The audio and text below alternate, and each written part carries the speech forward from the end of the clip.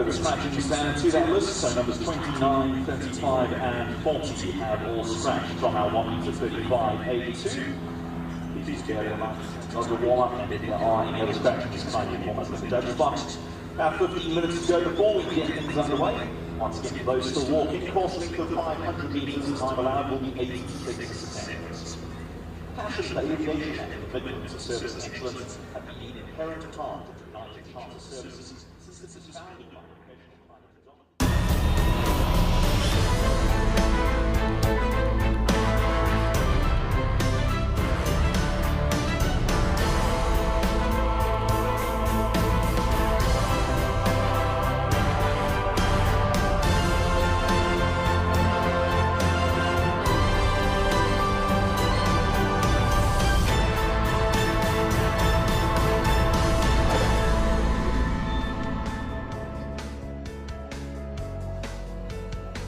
The Bob Charter Arena at Kyalami Equestrian Park is the venue for the 2021 United Aviation Group South African Derby. And this is the 55th edition of South Africa's most prestigious show jumping event. So much excitement. Very good morning, hello and welcome to you wherever you are, whether you're joining us on Equestrian Live, our streaming platform, or perhaps you've tuned in from Europe on Clip My Horse. Welcome. We look forward to 2 spectacular days of show jumping here at Kyalami Equestrian Park. It's Derby time, the showpiece event of South African show jumping here on our calendar. Here is the lineup. So this is for today, Saturday. Of course, the big Derby happens tomorrow. Much excitement as we build towards that one. Today, we start off with the United Aviation Group 1 meter 35 A2. That is the 3rd qualifier towards tomorrow's mini derby, the 1 meter 35 micro derby, I beg your pardon. And then we move on to United Aviation Group 1 meter 30 derby championship, and then the mini derby, that's for the 1 meter 40s. They've all qualified, and that's the big class, the highlight class for today here in the Bob Charter at Kyalami Equestrian Park, South Africa's premier equestrian venue. From myself, Aidan Lithgow, very good morning. On my right-hand side, she's a Derby legend, ladies and gentlemen. She's a 3-time winner of the big Derby. We're going to chat to her a bit about that, but very good morning to Gail Foxcroft. How are you? Thank you, Aidan. I'm extremely well. Legend sort of is true. Suggests the past. No, you're still very sad. much in the present, but you're a living legend. Okay, thanks. Okay. That's very, I'll accept that. Let's just chat about your Derby resume. How far back does it go, without wanting to put you on the spot? And that wonderful, wonderful horse that you won 2 Derbies on him. He himself was a 3-time Derby winner, in fact, but you won 2 of those. A little bit about the story of By and By. Yeah, well, talking about putting me on the spot, the last time you called me Gogo, so you know what, doesn't really matter. By and By was fantastic. So he belonged to my late fiance, Lachlan McLaughlin, and he brought him up from off the track from nothing. And he won the Derby in 1985, I think. When he was part of that 4-way tie when the heavens opened, as we sort of, looks like it might happen here. So he won it with Lachlan, I think it was 1984, 85, and then he won it with me in 1987 and 87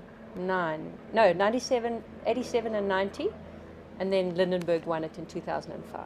And he, talking about By and By now, thoroughbred, what made him so special? What made him rise to the occasion? Because there's a few horses that have won 3, Torch Sign, Mickey Lowe, By and By, yours, and then of course the great Don Camarco is the horse that's won 4. Are there any others that have won 3? Yes, you have got me on the spot. I'm not sure. We can check just now. So you and By Derby legends, a thoroughbred, his pedigree, what made him so special? He was by Yankee Clipper. He was just the most amazing horse. He was terrible to do outrides with because he was so spooky, but in the ring, he was so brave. He never looked at anything, and he was very careful, and he was very, very quick. I mean, I know Lachlan won absolutely everything. Was he a good racehorse?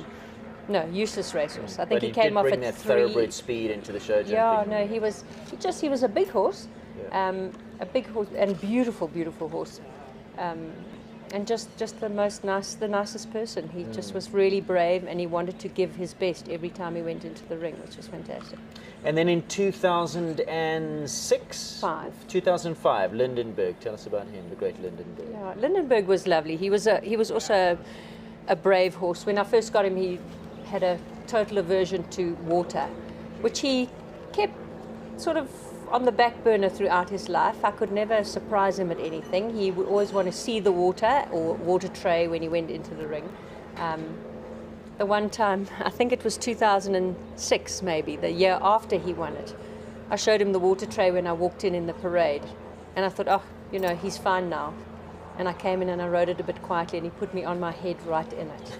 So, you know, he just wanted to remind me that there was no taking anything for granted.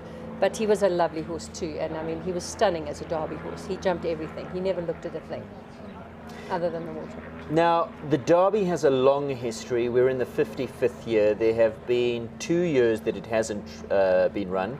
2000, when there was the change of the venue from the old Inanda Club through to where we are, Kyalami Equestrian Park. And then, of course, COVID reared its ugly head last year. So 2020 was a non-starter. 2021, we're back. United Aviation Group sponsors. The grounds are looking resplendent. We have had rain, but you are one of the only riders who have won it both at the old Derby track at Inanda and then with Lindenberg here at this venue. Compare the two courses. They were a little bit different, same elements but different route. Yeah, so it's fairly different in that I was in fact chatting to Elwyn last night about it.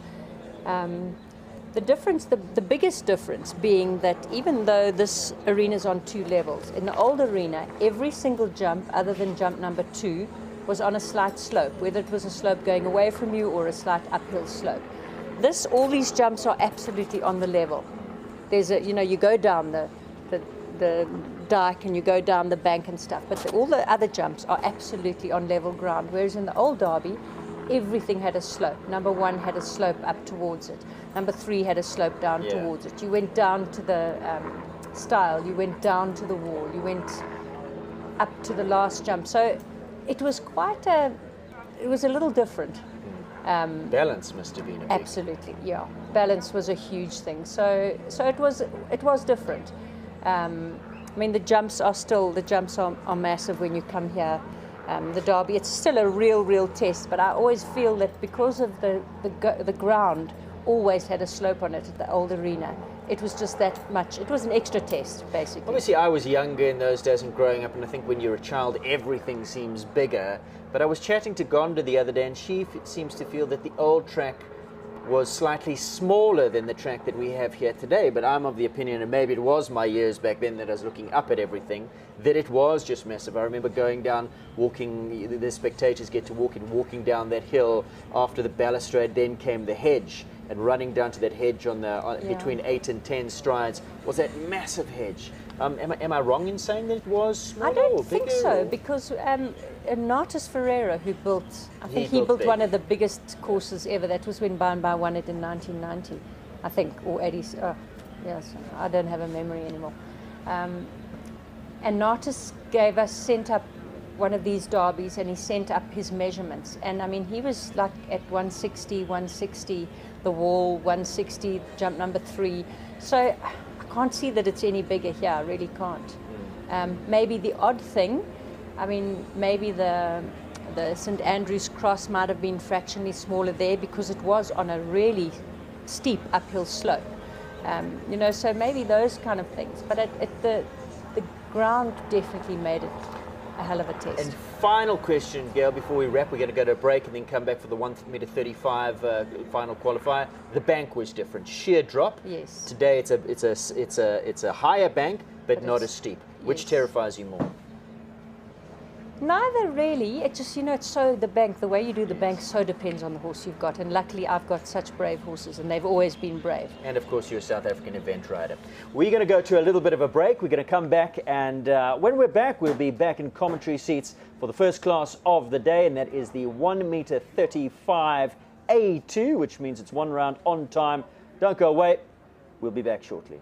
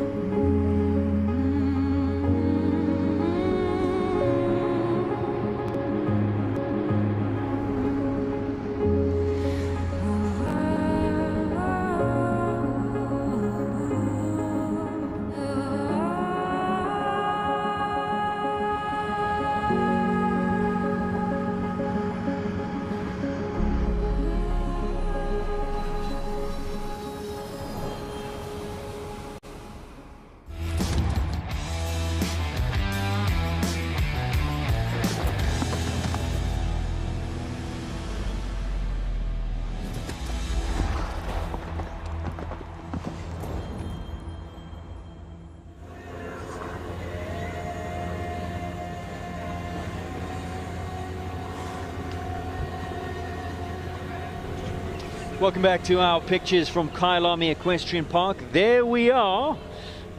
Big thank you to United Aviation Group. Their first time sponsoring the Derby. Great to have them on board. Much more about United Aviation Group to come.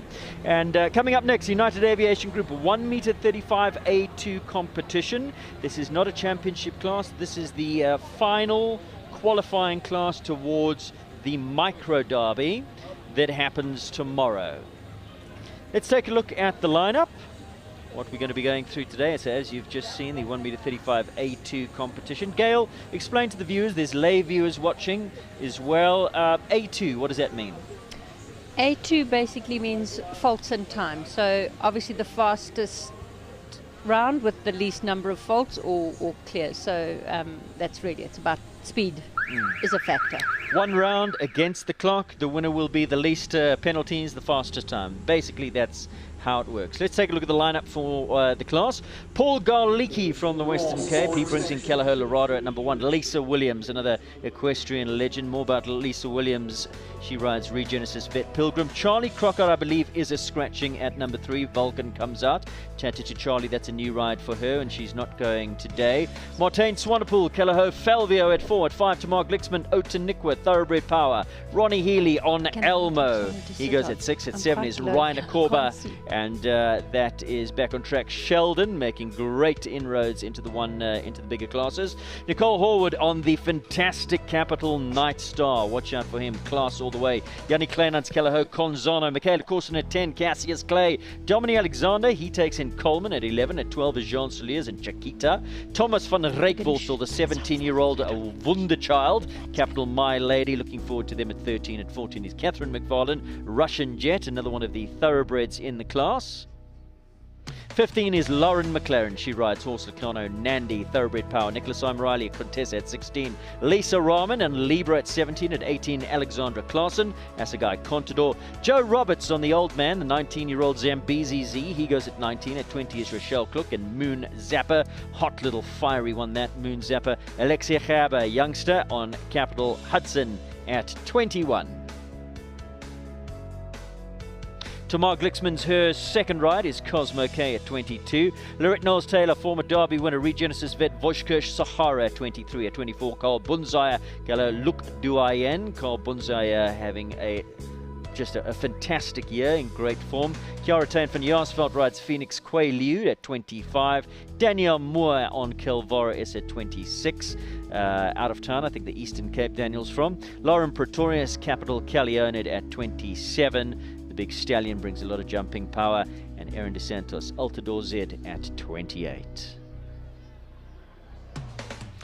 Move on down the order. Tracy Connie, Lacano Nikita. Namibian bred at 29. At 30, Ronnie Healy's second ride, Capital Madly, also making good headway up the grades. Normally the ride of his wife. More on that to come. Rainer Korber rides Kelleher Simone. Normally the ride of wife Jean. He brings her in at 31. 32 is Stacey Lee Weston and Saratoga Maxine. Been around, done that, well experienced. Sue van der Merwe. Davenport Ra, great to see Sue in this lineup at 33. Gail will have much more info on Sue. Besties they are. 34, Elsie Sholter Douglas, African Pride's Triumph. An out-of-towner who's now based in Joburg during just pooling a few shows together. And Tasman Mar, Rivervale's Peregrine at 35.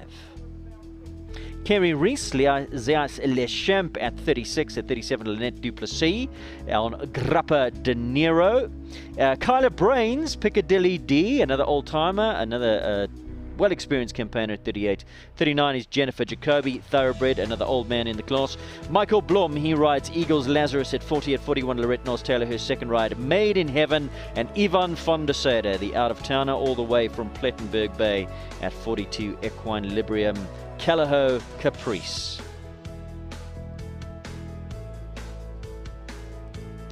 Now the wonderful aerial shot from one of our drones of the resplendent Bob Charter Arena. Now we have had rain. Last week we were pretty dry. We needed the rain. It came on Thursday night and it bucketed down. Something like 40 milliliters came down. But the Bob Charter needed it. It's well prepped and looking good, Gail. There was a little bit of rain again last night. Riders will be putting in the long studs, I imagine, coming into today. But I think the water table was pretty low, and it soaked up the rain quite nicely, and actually probably good conditions. Yeah, I mean, the going looks absolutely beautiful. It rained a little bit this morning. It didn't rain last night, funnily enough. I don't know if it rained here. Did it rain here? Where I was this morning, there was a little bit of not much, probably 5-10 mils came down. Nice shot there through the United Aviation Group, what would you say, gate, looking into the practice paddock. Riders just getting ready. Now, Gail, you were going to walk the course, but you took a shortcut as you found Brett Webber along the way, who's assisting Anna Esslinger, who's the FEI 3-star course designer. What did Brett have to say as we take an aerial shot of the warm-up? Now, they are warming up on the fibre, and then they come into the grass. Does that matter at all? I really don't think it matters that much. You know what I mean? They canter around a little bit before the start, and then they get going. I know that, I mean, for the big derby tomorrow, they allow us to warm up up in the Stubbs Arena on the grass. Which is grass. Yeah, so I mean, it obviously makes a slight difference. The synthetic but surface is pretty much, it's not too different from grass. Well, the only difference is that the synthetic surface, they don't slip at all. Yeah. Whereas on the grass they can. So it is a little bit of a slight difference for the horse to get a feel as they start. And sometimes, so often, which I've done twice this show, is you maybe override the first jump a little to compensate for the ground being a little slippery, and then you have it down. So. Now, having had the rain, this being an A2 competition, A2 generally is speed. You got to go quickly. It's over one round, fastest time, least amount of penalties, the winner. But we've had the rain. They'll have their studs in. How does it play in a rider's mind coming in, this being a qualifying class? And we've got to whittle it down to, I think, 30 starters tomorrow. Where's your head at? I don't think it's too significant. I mean, obviously they're not going to do any tight turns, but it's not the kind of course that there are any tight turns on. So the most important thing would be to keep really going forward and getting on a good rhythm, which is what the derby's all about anyway. It's not about tight turns and turnbacks and things like that. So I think that it really shouldn't be an issue. Now, we've just taken a look on the aerial view of the Stubbs Arena, and for anybody who's slightly confused, no, we haven't started the class in the Bob. That was actually the Stubbs. They weren't warming up in their horses. We're going over, are actually competing in that side arena, that B arena as well. You chatted to Brett. What did Brett have to say about this track? Any traps? Is it a galloping track? They're using the space in the Bob, which is a big, it allows the horses to gallop, to move on a little bit. It's it's a galloping track. They're using all the derby type stuff, so the palisade, the planks and the bales and the wall, etc., but not in the same place and not in exactly the same way. So again, they're getting derby type jumps that they will be seeing tomorrow, but not in the same place. So let's just take you through some of the course dimensions. The galloping speed, the ground rhythm that they need to move at is 350 meters per minute. The length of track is 520 meters. Time allowed is 90 seconds. It's actually 500 meters. Oh, has it been changed? So it has been. So the way that the course designers design, they design on a computer. Computer works things out. You build the jumps, and then you take a wheel, and the course designer will walk around with the wheel, and this is what happens. Sometimes the computer is not quite the same as what the wheel. So Brett put the wheel on the track, and it's come out at 500 meters, which means that the time allowed, Shay is going to get that for us. We've got comms to the judges box, but it'll probably be a little bit less than the 90 seconds. So it'll probably be a little bit less than an hour. We'll have more information on that. Now, the judges and the course designer, before the horses go, the course designer will move up to the judges box, and they'll have 3-4 horses to watch with uninterrupted rounds. What does that mean? If a horse has a stop, it's classified an interrupted round. That will affect the time. An uninterrupted round is a horse that goes from start to finish. You can have penalties in terms of poles, but you can't have stops. They'll then evaluate the time, and they'll see if the time is too lenient or perhaps too strict, and they will have 3 or 4 horses, 4 horses as it is, 4 horses to be able to change the time, to make adjustments. So we'll be listening into the judges box. We have comms with them, and we'll see how all that plays out. Currently in picture is Martin Swanepoel. We've got him at number 4. So we're just wondering if there have been any scratchings. Gail is listening in to Roger Bierman, who's over the PA. We are focused on Martin, but at number 1 is supposed to be Paul Garlicki. I'm looking around. I saw Paul Garlicki in the ring a moment ago, but he didn't have his jacket on, so I'm not sure. Is that the problem? It's a sponsored show, Paul. Where is your jacket? So perhaps Paul has gone to get his jacket. We are focused on Martin. It's not a championship class, so the judges are allowing him to go out of order. He's at the gallop now, and he goes at number 4. This is Callagho Felvio and Martin Swanepoel. Now, Martin, for those who don't know, comes from a eventing background, trained for many, many years with Graham Wynne. Graham will be joining us in co-commentary tomorrow. And the two of them, since competing at the World Equestrian Games for eventing a few years ago, where was that? Kentucky? Yes. Kentucky have turned their hand more, well, exclusively now to show jumping. Yes, yeah, they do just show jump now, I think.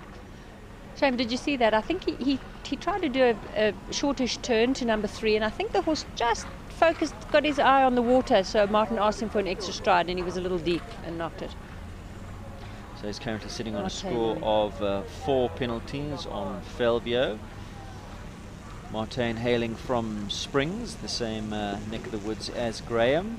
Successful businessman, loves his riding at all of the shows. There's a lovely, lovely string of horses as well. Big supporter of the game through Lowell Engineering. Also sponsors a lot, so great to have him as part of the fabric of equestrian sport here in South Africa. Looks like he's moved on a little bit.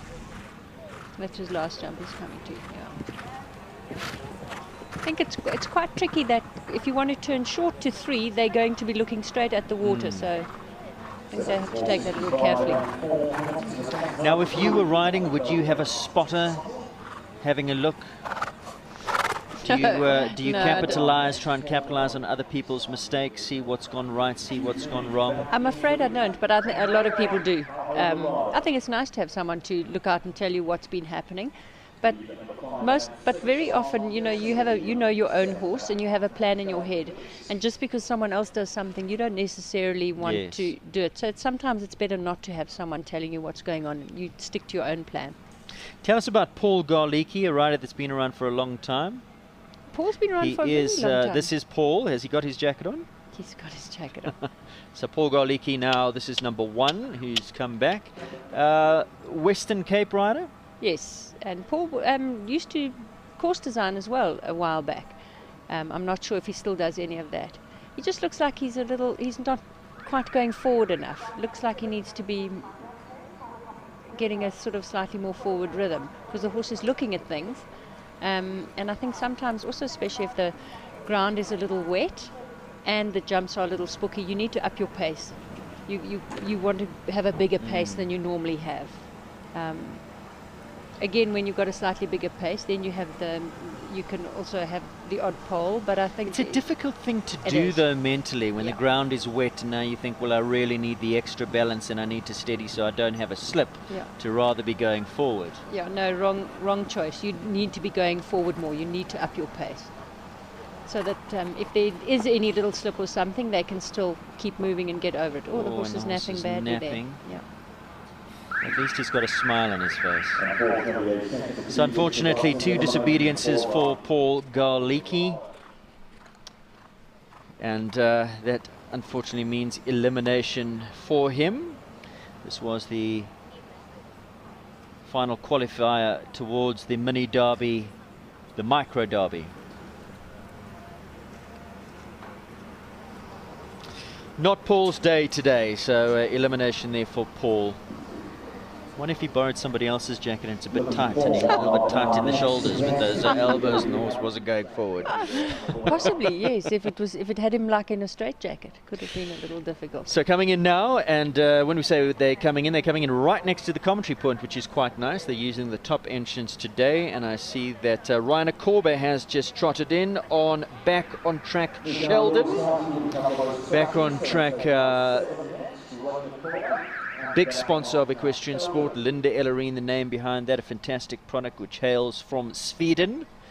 Lovely little crystals and things in the boots, and they've got numbness and all sorts of wonderful products. And Linda, one of the big patrons of equestrian sport. Now, this horse has been coming on very, very nicely. I think, do you know the history of it? Bought by Diane Boertis. I think he's an Indoctro, or bred in Namibia. Did you have the breeding at your fingertips earlier? Not really. Did you drop it? This looks like a lovely horse. I don't think I've seen this horse before. He is a fantastic horse. He's been going very, very nicely, steadily through the grades. In fact, not that steadily. He's come up pretty quickly. He's a young horse. I think he's only a 7 or 8 year old now. Reiner does an absolutely fantastic job with him. Originally owned by Diane, bought by Linda. Diane's brought some beautiful horses into the country. The best, of course, the magical Eldo, who we'll see with in the big derby tomorrow. Yes, correct. Indoctro, correct. Zeiss bred out of Zeiss Shelby, so imported out of a Conti mare, the Damsire Conti. Straightforward, beautiful mind, and able then, lots of scope, lots of talent, and Ray's been able then to push him up pretty quickly through the grades. He's competed in some 140 classes with lots of success. Beautiful canter, nice loping stride, just looks like a lovely horse. Did you say Zeiss? Yes. And that's not strictly important. It is important, but it's not. So it's a Namibian bred? Yes, oh, okay, that's fantastic. Well, good for Wolfgang Speth, because he's the Zeiss.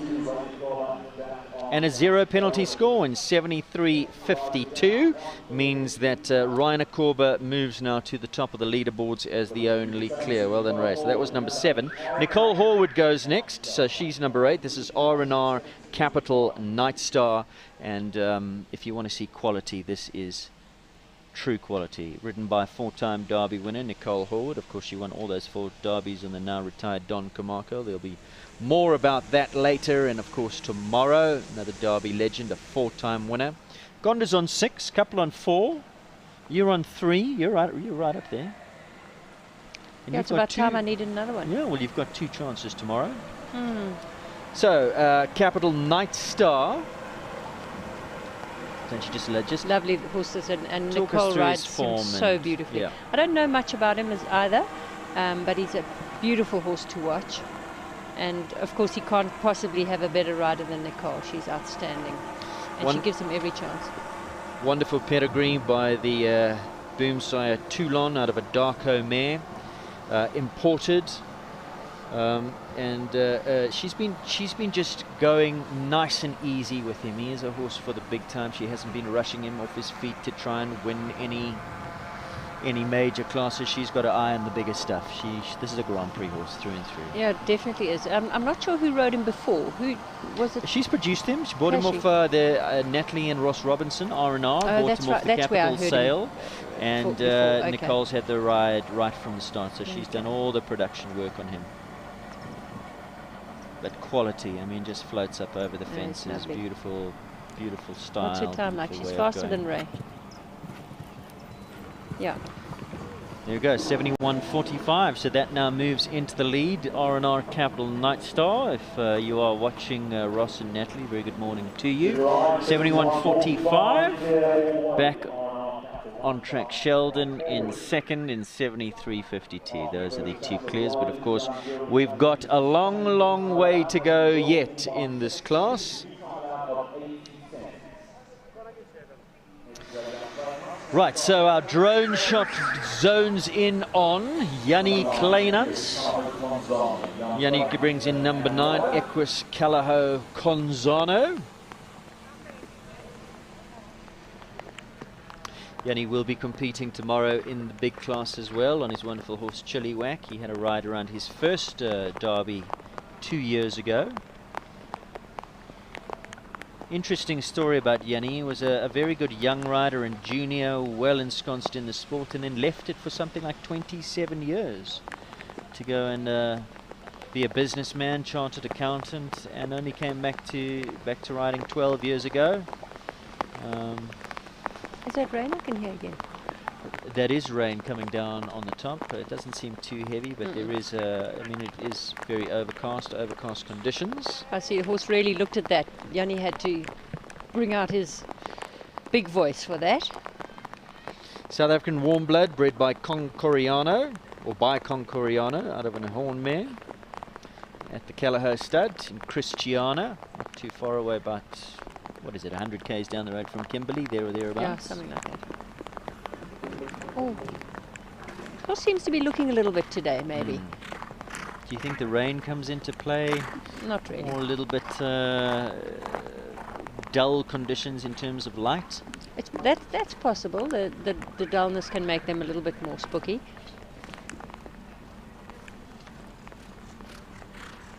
I just know, you know, that this is such a beautiful arena, and the equipment is absolutely magnificent, and it gives even the horses that have been around for quite a while, it gives them a bit of a gives them big eyes. They look at stuff. So Yanni Kleinert finishes on a score of 8 on Equus Callahoo Conzano. We take a replay. Coming in there. Looked like he toed it a little bit, just didn't get the necessary height. And again, the white poles in these dull conditions maybe just didn't, just like he jumped slightly too low. Yeah. So, in picture now this is a superstar rider in the making. This is young Thomas van Rijkvorsel, number 13. He rides the very, very... No, it's the lady, Jean young girl Soliers before. is in fact on track already on Chiquita, so if our cameras could just find the horse on track. He's currently going over that rustic oxer. As we look at the screen, we're still on Thomas. We need to get on to jump number 3 here, gentlemen. There she goes, Jean Soliers. This is Chiquita, number 12. And quite a few horses in this class have had a lot of jumping of late, because just last week, finishing only on Sunday, was the big youth extravaganza down the road at Maple Ridge, the big youth show festival that's held there every year just before Derby, and that show starts on a Thursday and runs all the way to the Sunday, and quite a lot of jumping all the way up to the 135s. So a horse like Chiquita, a horse like My Lady with Thomas that's coming in next, these horses would have had quite a lot of jumping in the last week, finishing off at that show, 4 days jumping at the Youth Champs, 2 days off, and starting Wednesday here at Derby. Yeah, they need to be seriously fit, and it is a lot of jumping. And very different jumping from last week to this week.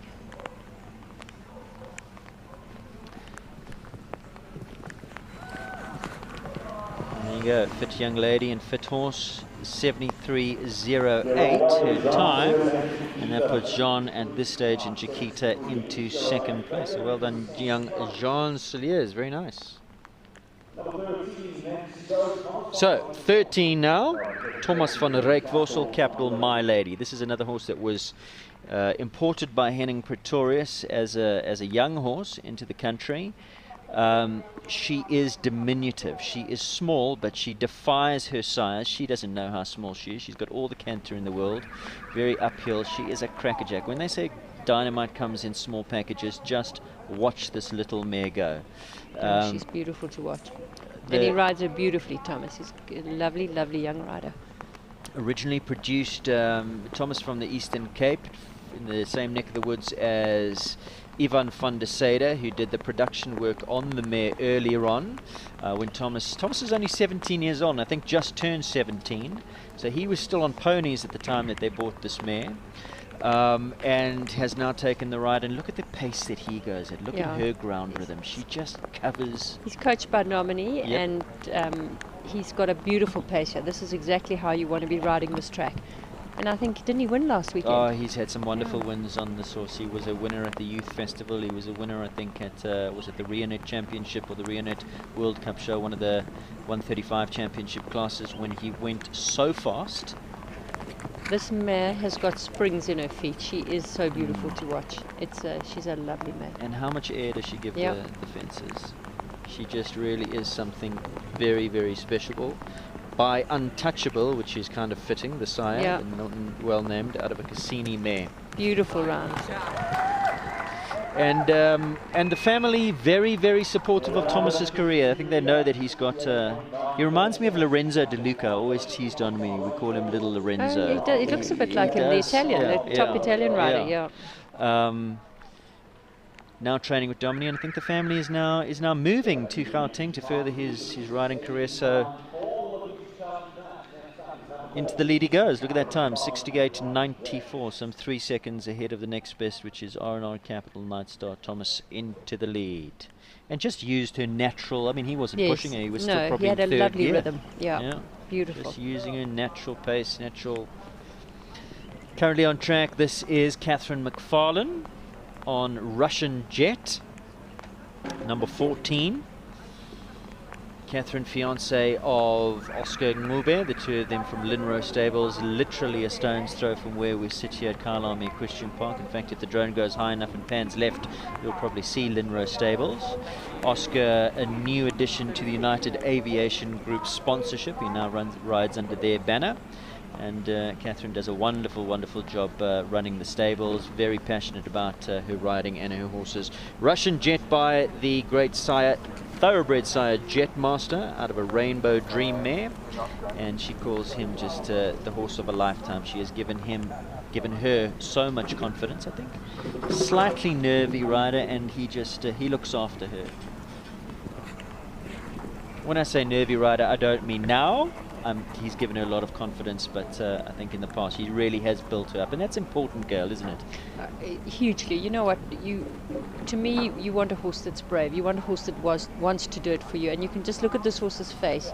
He's just focused on his job, and he's keen to go. You know, she's had a couple of poles, but he hasn't, for a moment, thought that he doesn't want to do it. He really wants to do it, and so many good thoroughbreds are exactly like that. When you get a good thoroughbred, you can't get anything better. 12 penalty round. Once again, those white poles coming down. It's almost a slightly skinnier version of the gates that we'll see tomorrow in the big class. Catherine also, it must be said, is coming back from injury. She's had all sorts of injuries, I think, with her knee that's kept her sidelined for a while. So making a nice return to it. Russian Jet finishing on 12. I think also talking about you have to up your pace when the ground's a little bit wetter. And sometimes it can be just a little too much. You know, it's very difficult to judge how much you need to up your pace, and sometimes it just doesn't work out. Lauren McLaren goes next. This is horse Locarno Nandi. Another Namibian warm blood. Correct. Locarno Challenger out of a Gravure mare. Born 2007. And this another one that can move. Yeah, she's going. I could see there. She's determined that she's going to win this. Looks like a very sweet horse.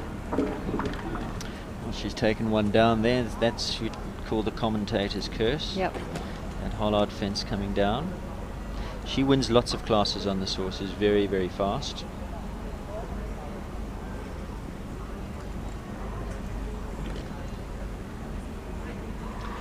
Currently at this stage sitting on a score of, make that 8 penalties now as the second one comes down.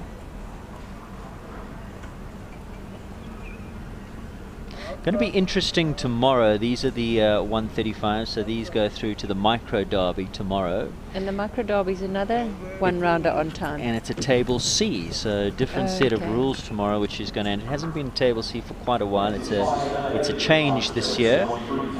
Table C, for those who are uninitiated, show jumping rules means that you add, it's a conversion. If you knock a pole, you add 4 penalties to your time. So if you have an early pole and you step on the gas, you can still get in there. If you have a stop, it's how quickly you can get back over the fence. There are no penalties, it's all about time. Yeah, I'm not a fan of table C.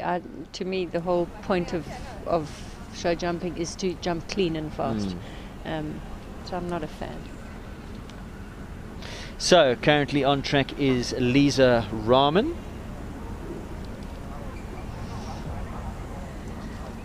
And this is number 17, Calaho Libra, and Lisa was kind enough to send us through some information about Libra and herself. She says she's been riding since she was 10 years old, but only really started competing properly in her mid-teens.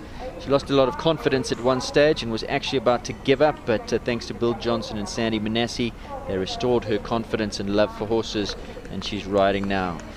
She's got two. She's got Lady Camelot in the 130s and Calaho Libra who she's currently jumping here in this class in the 135s. This looks exactly like a Lissabon because it looks so much like Desiree's lovely horse, Liquidor. Yes. Must be a Lissabon. She said she bought Libra from Bryce McCall in September 2019, and correct, she's a Lissabon out of a Granulette mare, and her nickname at home is the Golden Girl.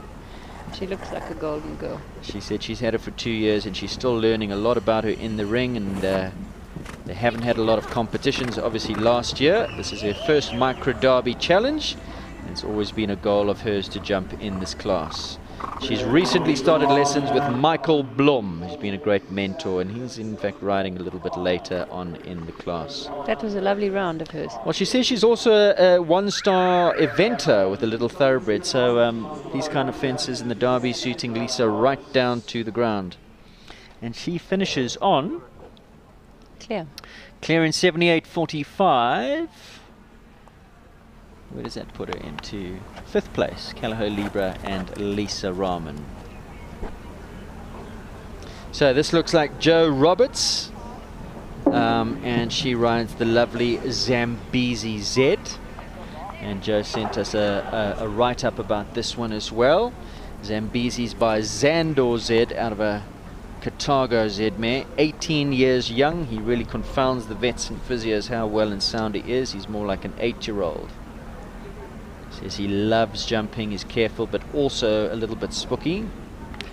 Doesn't like to be made to conform too much, and you can see that she got him on his head carriage is out front, riding the back end. Doesn't like to get involved in front. She just needs to point him at the fences and kick him along. It just looks like she needs to up her pace a little bit. Looks like it's going a little too slow. She brought him from Michelle van Eck in Holland. And Michelle will be watching, I'm sure, on Clip My Horse. And very good afternoon or morning to you overseas in Holland for all of those who are watching on Clip My Horse. Not, unfortunately, their day today.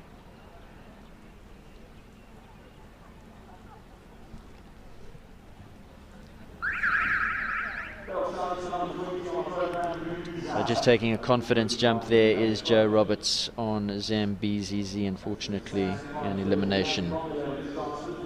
So who do we have next? This looks like Rochelle Klook and Moon Zappa by Moon Charm. Imported horse, formerly ridden by Philippa Baxter. Pip then went and decided to have a baby, and Rochelle took over the ride, and I think she does a very, very nice job with this horse. Not the easiest. It's a very feisty, super little horses, but very feisty, and it looks like Rochelle really is going well with her. Can turn on a dime, turn on a ticky. You can see just shouldering off that fence there, jump number 4, straightening up in the very last stride. Yeah, it takes a certain type of rider. Very, very buzzy, very, very hot. Probably suited to an A2. I would think so, yeah.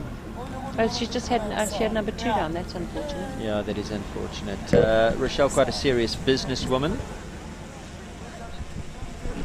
She's the person behind, I think it's Motherkind, the product that she sells, and also very into her fitness and her gyms, and so far 8 penalties. Not her day today.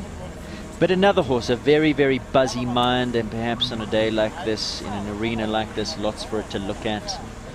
Yes, I think so. Just looks like she didn't quite get her rhythm today. You know, wasn't as forward going and as smooth as she can be. Not easy to get a rhythm on a horse like this, no, though, when it's not. a bit stop, start, and likes to, you know, a little bit too much hand and the horse is bouncing on the spot, a little bit too much leg and it's shooting off in front of you. Yeah. So we'll finish on the 8 penalties. Right, that's Lorette Knowles-Taylor. I think someone else before her. Okay, so we are going now to Tamar, I think. Is it Tamar? And Tamar riding here on Cosmo K, 8-year-old. Tamar is happy to say that she's 40. So she's a spring chicken. Cosmo is new to the open grades. It's actually his first 1m35 class, foray into the 135. She's very excited Show for or class? I think show. At Derby this year. How long has she had this horse? I don't know. I haven't actually seen her riding a couple months, years. Okay, so she's steadily been building up. I see it's wearing one of those pressure hoods. Now, you know, I wasn't a believer until I tried one. Not on myself, on a horse. I saw you wearing a pressure hood this morning. Yes. When I knew Yourself. you were coming into studio, Yeah. I had to just go into my little zone and meditate in my pressure hood. What do you make of them? Have you tried one? I have tried one. I tried one on Sting, and he hated it. Yeah. And didn't like it at all. But there are quite a few people that wear them, so they obviously do believe that they help. They're supposed to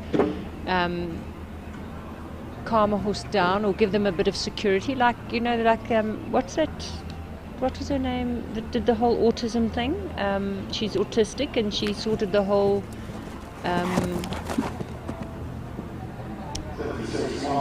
slaughterhouse business in the States. What's her name? There was a movie about her. No, I don't know. No, you do. You'll have to remind me. Yeah, an amazing film, and she's an amazing person. And her whole thing was with autism. That anything that enclosing you, an enclosed space or pressure on you.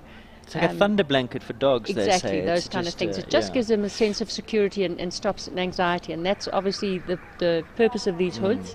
And there are quite a few people that use them. So. I've just tried on one of mine. He's a very, very flighty, he's scared of his own shadow, and it's made a difference. It really, really Good. has. Yeah. So just to recap, Cosmo K Tamar there, 12 penalties in 76.14 as we move on over now to Lorette Knowles-Taylor, and this is Regenesis Vet Wojciech Zahara. Her nickname is Winnie. She was produced by the Wins. Kirsten Wynn produced her. She turned 10 on the 20th of last month. She started her competition career later than normal. And a pretty new ride for Lorette. So I think Kirsten Wynn used to ride this horse. Correct. And Lorette seems absolutely thrilled with her. And I mean, she looks like a lovely, lovely horse. She says this is Winnie's first Derby show. Barry obviously is her coach. She says it makes for some interesting times. Two extremely willful, headstrong, ambitious, hot-headed, competitive sports people. The movie I was thinking about was the person I'm thinking about who was doing with the whole autism thing was Temple Grandin. You must know Temple Grandin. No, this is news to me, but I shall have to go and... Yeah, she looked at slaughterhouses, and she had, because autistic people see in pictures as opposed to the way we normally do. And they have no filter. Everything just bombards them. And they need sort of quiet and security, and she actually sorted the whole slaughterhouse business out in the States. 0 penalties in 75.36 for Regenesis Vet Wojciech Zahara. And let's just take a look at the top 5. So Capital My Lady, Thomas van Reekvorsel leading, the only one to get into the 60s, 68.94. Night Star Nicole Horwood in second in 71.45. Jean Cellier sits in third on Chiquita. Sheldon in fourth. So currently in picture we have Carl Bunzaya and Carl rides Calaho Look Duayen. Carl, a very, very accomplished rider, both in show jumping and was very well placed, I believe, in the recent South African Dressage Championships, which happened just 2 weeks ago here. Yeah, he's become a dressage auntie as well. And he is very correct. Wasn't he second in the Derby last year? I mean, the year before? He was third, I think, in the Derby last year. Remember the horse was standing up at the gate and doing all sorts of things in the qualifying classes, and nobody gave him a whiff of a chance, and he came in, jumped. He had to ride his britches off in 2019. but did super well. Went into that jump off and finished up third. Since then, the horse, I mean, what has he won? I think he won the Burlington Cup. He's won competition after competition, and we will see him tomorrow in the big class as well.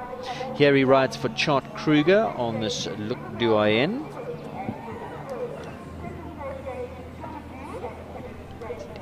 Chart and Ina Kruger used to do some breeding, didn't they? The TI stud. I know they've bred a couple of horses, although this is a Callahoo horse. This is another Lissabon out of a Balubé de Rouet mare.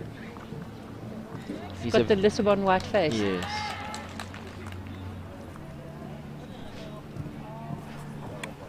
And of course he rides for the Callahoo stud, does a lot of production work for them as well. Very accomplished rider, very strong rider, professional, does a lot of coaching, had a stint riding overseas. He's a beautiful rider. In Europe a couple of times. Out and out horseman. And a very nice human being. Flies underneath the radar, very humble. Very nice man. Daniel Moore now, this is number 26 in picture. Daniel rides Cheval Liberté Calvaro S. Young rider. This is a Holstein bred by Cash and Carry out of a Cantus mare. 17 years young.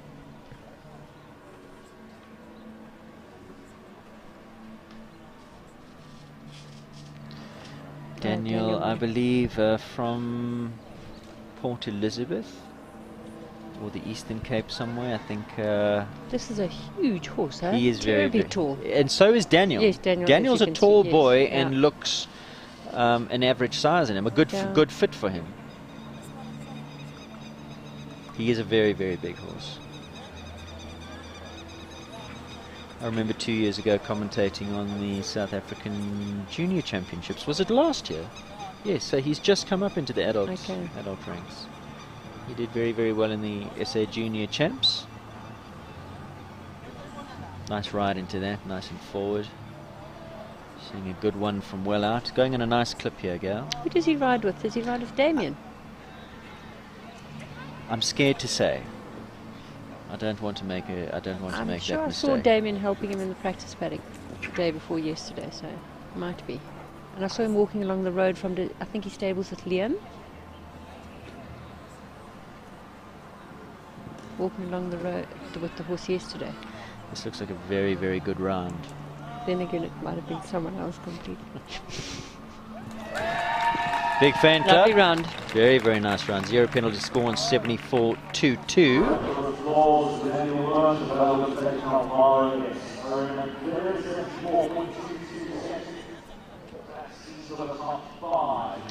So where does that put him? Into 5th position, Daniel Moore, Cheval Liberté Calvaro S. Lauren Pretorius goes next, and she rides Capital Calionid. Stallion.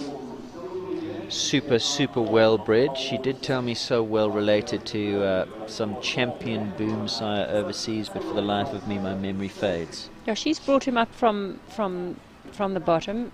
She rode him up through the Young Horse series, and I remember years ago in one of his first Young Horse shows, he didn't want to go near one of the jumps, and we had to bribe him with some carrots, but he's come a very long way since then.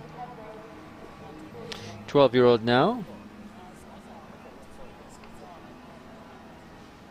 11-year-old, beg your pardon. Holsteiner bred by Kalido out of Leonid mare. Kalido bringing the grey. He has so much scope. Yes, he has. And he's actually jumped in a few 150 classes. He has been all the way up to the big classes for a few shows. I think Shongweni. You're not thinking 140? No, definitely has had a few outings in the 150s for sure. Yeah. That's fantastic. But maybe she just brought him down to the 135s because it's Derby and it's different. He's a very big horse and a very big ride this, and she rides him beautifully.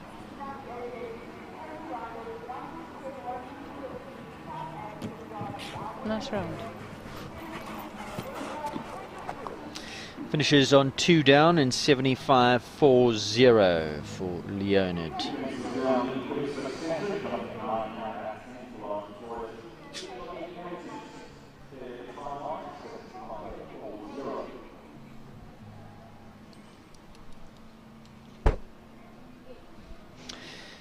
Some replays there of Lauren Pretorius, capital Caleonid. Who do we have in picture here? This is Erin DeSantos, who we do have some information on. And Erin goes on Altador Z, a very, very nice horse. Must also be an imported horse. Yes, absolutely. A little bit about Erin. She has ridden overseas for a brief time. Who does she ride with? She now rides with Chad. Okay. She says it's both of my horses' first derby. She's got two at the show. She got them both as 6-year-olds from Europe in 2019. Okay. Here she rides Altador. He's having a bid for the Micro Derby tomorrow. He's hopefully going to qualify. He's an 8-year-old gelding by Asker out of a Voltaire mare. It's his first derby and he's feeling amazing. Got a lovely look about him. Lovely, bright and alert look. She says it's her first adult derby due to getting horses as young horses to produce up the grades after her junior career. Erin was a winner of the junior derby in 2017 on the magnificent Cincinnati, who's just been retired. She's a full-time student studying a medical sciences degree at Tux. She competed at the 2018 Young Riders Nation Cup in Beijing in 2018 alongside teammates Matthew Morrison and Hayley Preen, and they went on to win the Nations Cup class. She's backed by her dad and Bronwyn and Kavwena distributors, and lovely horses she has. So much to like about this horse's canter as well. They talk about an uphill canter and taking you to the fence, and he's all about that, isn't he? Yeah. I don't know that side. Asker, did you say? Do you know anything about it? Not too much, girl. As in at all. But that's why we have our fact checker on the right hand side. Exactly. After our derby 2 years ago, I decided we need a fact checker. One that actually does its job properly. Lovely round. Erin DeSantos, 73.65, and that goes into the top 5. Ascari, Asker by Ascari, out of a Cartago mare. Okay. So Ascari, Accord, Ahorn, Alme, all the big names in that pedigree. Yeah. Tracy Carney now. Tracy has sent us through some information, but I know quite a lot about Tracy, an old buddy of mine. Been Exactly, around for and she a long bought this time. horse from Steve Atkinson. This is Lacano Nikita. Always been a cheeky horse, this, and you can look at his face, you know he's cheeky. And Tracy is a holder of South African colours. I think she's been a recipient of her Protea colours twice, in fact. She says Nico, his stable name, is turning 15 in November. Tracy says she's too old to mention. I'm not going to say because she's my generation. Nico has competed successfully up to 1m40 classes, super competitive and a really fun little guy.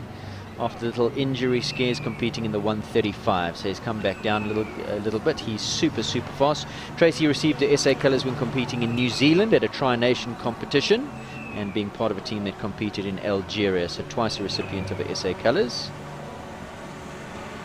Nico has placed 4th in the 1m35 derby in 2018. He loves derby classes and becomes extremely enthusiastic, she says, in other words, out of control.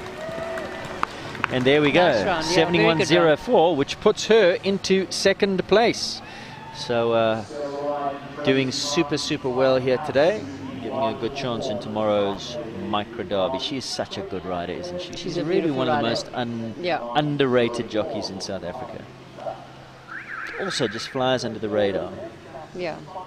No, she's a beautiful rider, Tracy. Right, so Sue van der Merwe is here, your old buddy. Sue did send us a write-up. Did she? But, I mean, you would know a lot about Sue.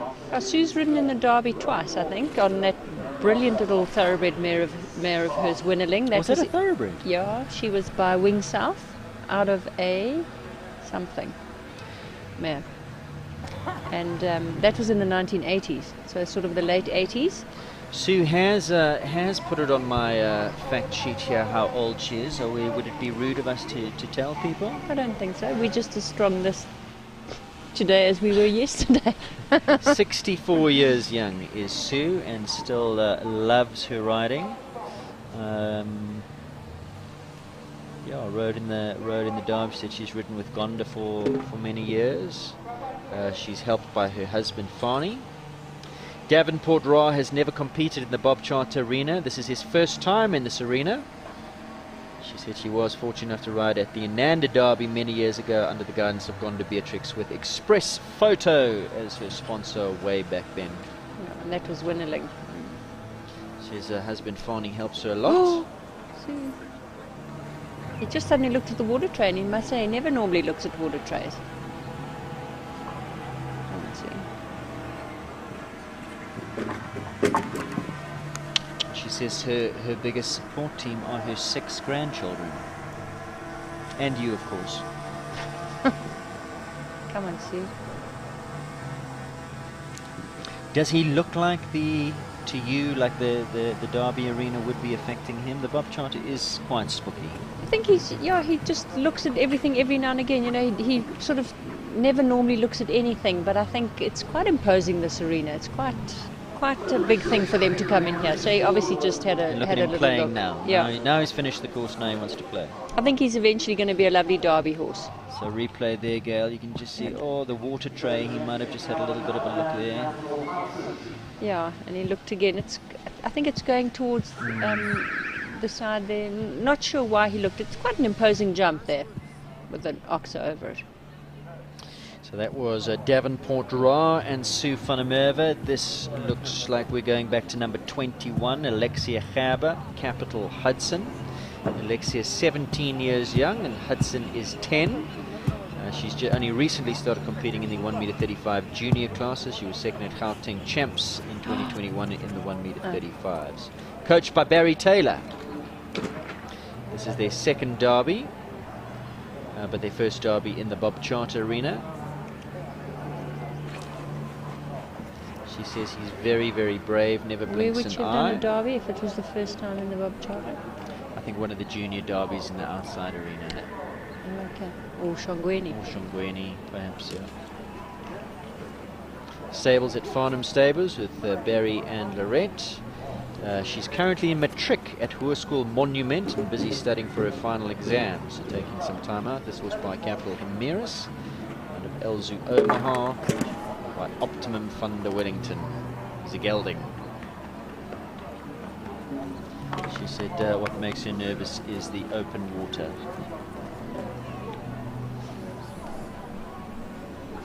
So still very new in her career. Well, she's 17 years old, still got many, many, many years ahead of her, so she'll chalk this up to experience.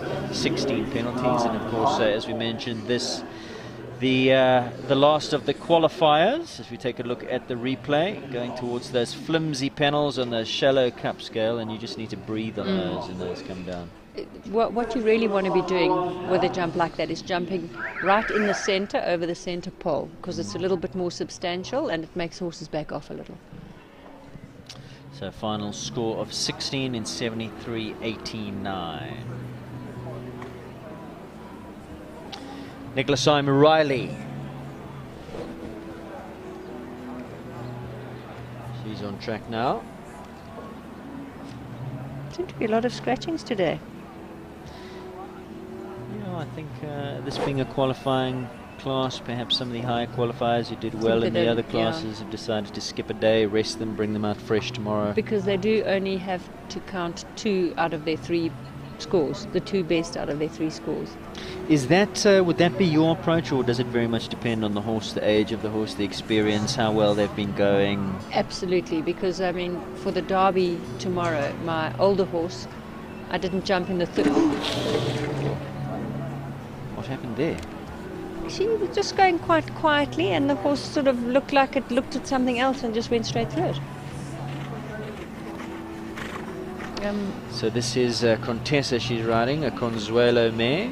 owned and bred by Kay and Ian Schofield, and she's had so much success with Consuelo. Connoisseur jumps in the big derby. El Paso, who she's retired now, winner of the derby in 2017. She loves the Consuelos. Yeah, don't we all? And you, oh well, you would know a lot about Consuelo. As he stood with you for Yes. Shuttle Stallion. Yes, yeah. No, I mean, what an amazing horse. Probably one of the best stallions we've ever had in the country. Breeding show jumpers, and what a gentleman he was. He was such a lovely, lovely horse, and he's bred some fantastic horses. And my one horse tomorrow in the big derby is by Consuelo. Casino. And a funny story about him, because he was never meant to be here. Wasn't there some sort of a mix-up with the travel arrangements, and they sent the wrong horse and he got stuck here or something? No, not similar. Close to that. He was sent out. He was supposed to be a contender, and when he started to grow up and started to go grey, they realised he wasn't by contender at all, and then they realised that they'd sent the wrong stallion, and it was the greatest luck that ever happened that they were sent the wrong stallion, and they kept him. Because his progeny themselves have left a legacy, but through his daughters, are we seeing much? I don't really know much about his daughters. I don't know what's but I just know we have so many really, really good Consuelos. I mean, I've had 2 fantastic ones and got 2 youngsters coming up. Stacey Lee Weston now. Saratoga Maxine, she's 15 years old. Not Stacey. No, Maxine is 15 years old, by Carrick, with the Saratoga stud, and 135s today, but she's actually jumped a World Cup. She's won a 145 Grand Prix. She looks like she's quite keen today. She looks just like she's... I think she's always keen, pulling, isn't she? yeah. She's a feisty little thing. She's much like her rider. Funny how they take after the riders sometimes, because Stacey can be very feisty. Yeah, she's coached by Barry Taylor. She was with Gonda Beatrix for 15 years. And she really has got a competitive edge, Stacey. She loves to have a go. In fact, I think Gonda had to half halt her a lot of the time, just to say, we're just getting in rounds now. No, she's terribly competitive, Stacey, and a really, really good rider, and very, very good against the clock. She used to come to me often when I was on the mic over the PA, because she used to wind them up, and is she going to have a go? And she always used to, oh, now I have to, even though Gonda said no, and she'd have my voice in the one ear and Gonda's voice in the other ear. Aidan, you've got to stop doing that.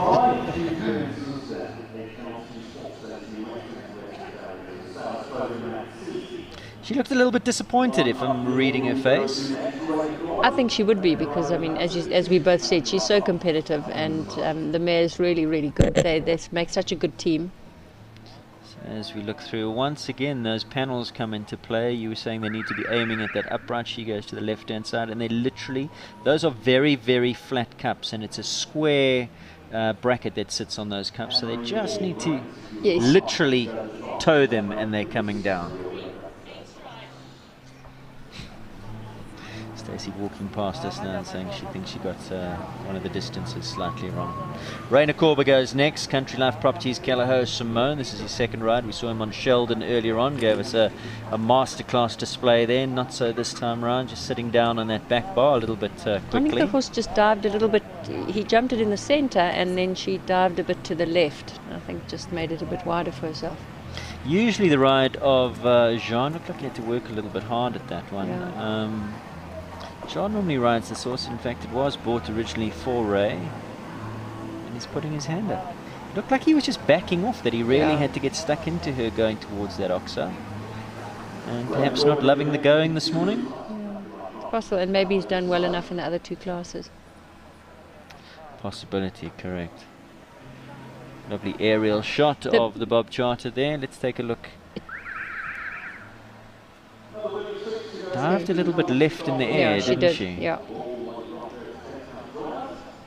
Elsie Sholto Douglas is the young lady on the grey in picture now, as we take a look at that United. What I was saying earlier about whether to ride your horse in the 3rd qualifier, if you've done well in the first 2 or not, it does depend on the horse. If you've got an older horse that's been there, done that, you only want to ride 2 classes before the big one. But I mean, with my young horse that's jumping tomorrow, He jumped beautifully the first 2 days, but he's got big eyes in this arena. So would you bring him in for the third qualifier? I did bring him in for the third qualifier, and he did have 2 down.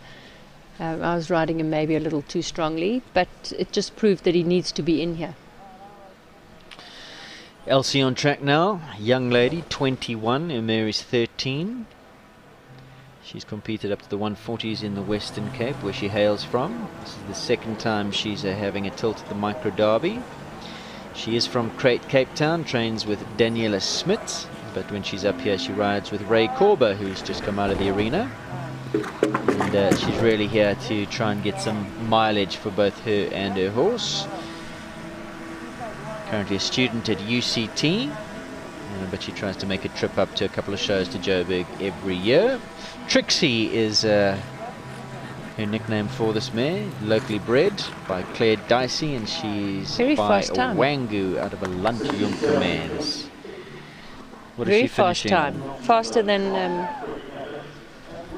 67.88 her time, but 1 down, 4 penalties, 67.88. So was that quicker than Thomas? yes, it was quicker. He was 68 something. But finds a rail along the way. Elsie Sholto Douglas. Remember that we will see all of these riders again tomorrow, as this is the final qualifying class. So I don't want to give all the information away. We'll save a little bit of that for tomorrow. A lovely young lady who comes in here. This is Tasman Ma. She rides Rivervale's Peregrine. Tasman's 25 years old. Perry, as he's fondly known, is a 9-year-old gelding who jumped his first 1m35 at Stockies at SA Champs in June. She's produced him as a 4-year-old. He's from the Rivervale stud, so he's locally bred. I see he also wears a pressure hood. And another one that was jumping over the weekend at Maple Ridge. And it has to be said, we talked about how much jumping that was. That under 25 class is 2 full rounds, 12 fences, 135s, and then a jump off as well. Peregrine jumped a lovely clear round in his opening round, and then she retired him halfway through his second round, as she felt that this was more what she was aiming at. She didn't feel like she had a real chance in that 1m35 in that youth championship, so she pulled him out, saving him for Derby. So we're hoping all's going well. Trains with Tossie Rayner, has for a long time. Looks like he must be a strong horse because he's got quite a bit. She had lots of success on this fantastic little thoroughbred that she used to have called Blazing Sunfire, who was a completely different type of horse, being a thoroughbred, small, squat, stocky, and super fast and hot. So she's made the adjustment to this one rather nicely. Very correct rider, lovely very ride. nice rider, and I'm sure being with Tossie, that's made a huge difference to her as well. Because I mean, Tossie also teaches Desiree, that's riding tomorrow in the big derby, and they both girls have gone so well this show. I think Tossie is a top coach. Very. Did she not win the derby once, or was it SA close? Champs, or Godfather, SA Champs, I think. Godfather, yeah. He was a lovely yeah. horse. What a beautiful horse he was. And for anybody looking for A real master gentleman. tactician, technical coach, Tossie is Yes, just yeah, she's amazing. a great coach. She really is. So this now, Lynn Piercy used to ride this horse. Lynn was a former Derby winner on Avis Ella, and this is Grappa De Niro with Lynette. Yes, so this is Grappa De Niro. Lynette Duplessis. Who had the horse before? Stacey van der Merwe had it Okay. before Lynette, and before Stacey van der Merwe was Lynn Piercy. And who had it before Lynn? That I don't know. Was it not? Did it not come? Did rode with Rogan? Gunnar Wach? Did he not import this horse? I have a would be strong lying feeling if I about said that. yes. Lynette's sponsored by United Charter Services. She's had this horse, it must be the best part of a year now. Another horse, he would be a schoolmaster, giving her a lot of confidence, taking her around. In fact, Lynette mostly rides ponies. Her business is pony perfection, so she sells a lot of ponies, and this is a big horse, so this would be a big step up from a 14-hand pony. He's a big scopy horse, big canter, covers a lot of ground. Stacey also got a very nice tune out of him. Which I don't remember Miss Stacey. Where is Stacey these days? What's she doing? She's down the road. I still haven't Not seen her. riding too much. Yeah, I haven't seen her in the one. You know, I saw her regularly in the 140s a couple of years ago, and then I'm not sure what's happened. And that's nice to see. Big hug. Take Yeah. a look at those pictures. And that's what it's all about. She's had 2 poles down, 8 penalties, but she's out here at the Bob. And despite those 8 penalties, look how happy she is. It's all about mileage. It's all about the experience for a lot of these riders coming in here for the first time at this United Aviation Derby. It's just a dream come true for a lot of them. Well done, Lynette.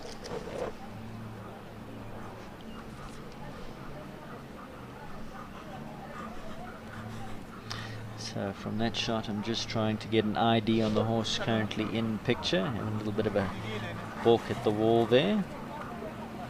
And this looks like Kerry Reese, is that right? Kerry Reese, number 38, Zias Le Champ, or Le Champ as they call him. And this is another one that should be giving us a very, very good time. Kerry, another one of the riders who was riding at Maple Ridge. And look at the clip that she's going. You did say Zeas, didn't you? Yeah, so it's another Namibian one. So Le Champ would be the French pronunciation. So should we just call it Le Champ? No, let's I not always give it its proper pronunciation. Would be so much nicer. Like Zeas as well. What did I say? Zeis. Zeis. Zeas. And he has been such a good horse to her through her junior career. Won lots. Got a good ground speed, natural speed in his canter. It's very forward going. Huh? Oh, it went a little bit pear-shaped there, I'm afraid. Kerry? Hopefully this little horse had 2 good rounds the previous 2 days. Yes. So He's a very, very good horse, and this is not his form. Yeah. Not his usual form. Yeah. Let's take a look at what happened here. Is it the planks? Looked like he got a bit deep. It looked like he tried to twist out of it. And the same sort of thing happened here. Watch again. Again, yes, twisting. Yeah. So he must have ran himself a bit deep. Yeah, maybe just battling with the brakes a little bit today. He's taking on the fences. Very difficult when a horse runs himself deep. Jennifer Jacobi now. Noble Leopard. Is this a thoroughbred? This is a thoroughbred by Leopard Strike. He's 18 years young, out of a Northern Guest mare. Another one that is very strong. You can see she's got a little bit of hardware in him, a little bit of a crank to try and get him just to go over the back a little bit. I think he can get very, very strong and likes to run at the fences.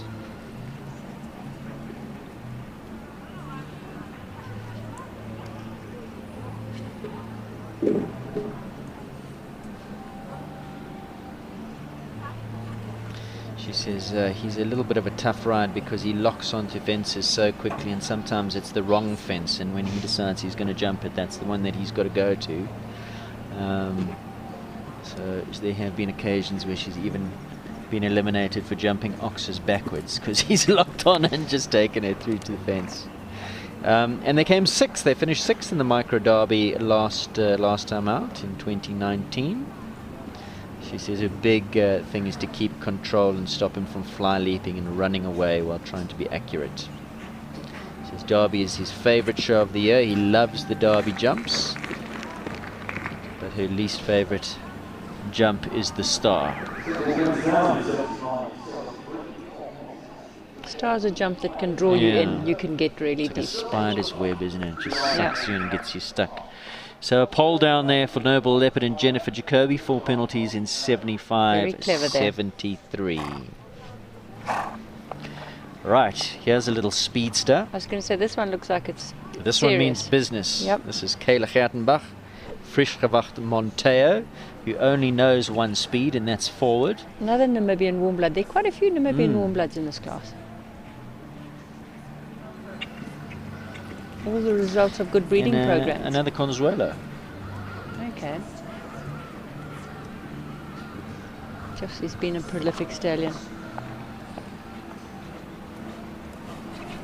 Looks like she's going to give Thomas a run for his money here. So Thomas still leads, does he? Yeah.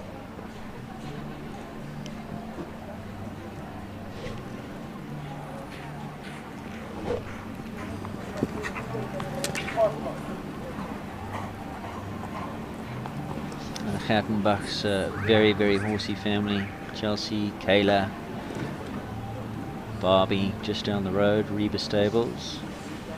Yaku was a top rider in his day. Top young rider. 71.16. Second, isn't it? No, third. Third. Into third place she goes, 71.16. Today really about getting a good position for tomorrow, making sure you qualify. I don't think they're hunting the prize money for this class. It's more about getting themselves qualified and getting themselves qualified in a good position, because remember, qualifications happen in reverse order. So the best of them will go towards the back end of the class, which does give one an advantage, knowing what those who have gone before have done, and you know what you have to do to beat them, especially being a table C, which you hate, Gail. You know how fast you have to go. Exactly. I think Lorette was telling me the last class that this horse was in, he didn't really like the table. Like, it doesn't look like he likes that either. She said if he switches off, a tricky customer. Yeah, she said if he switches off, very difficult to ride him. No, she had no intention of doing that.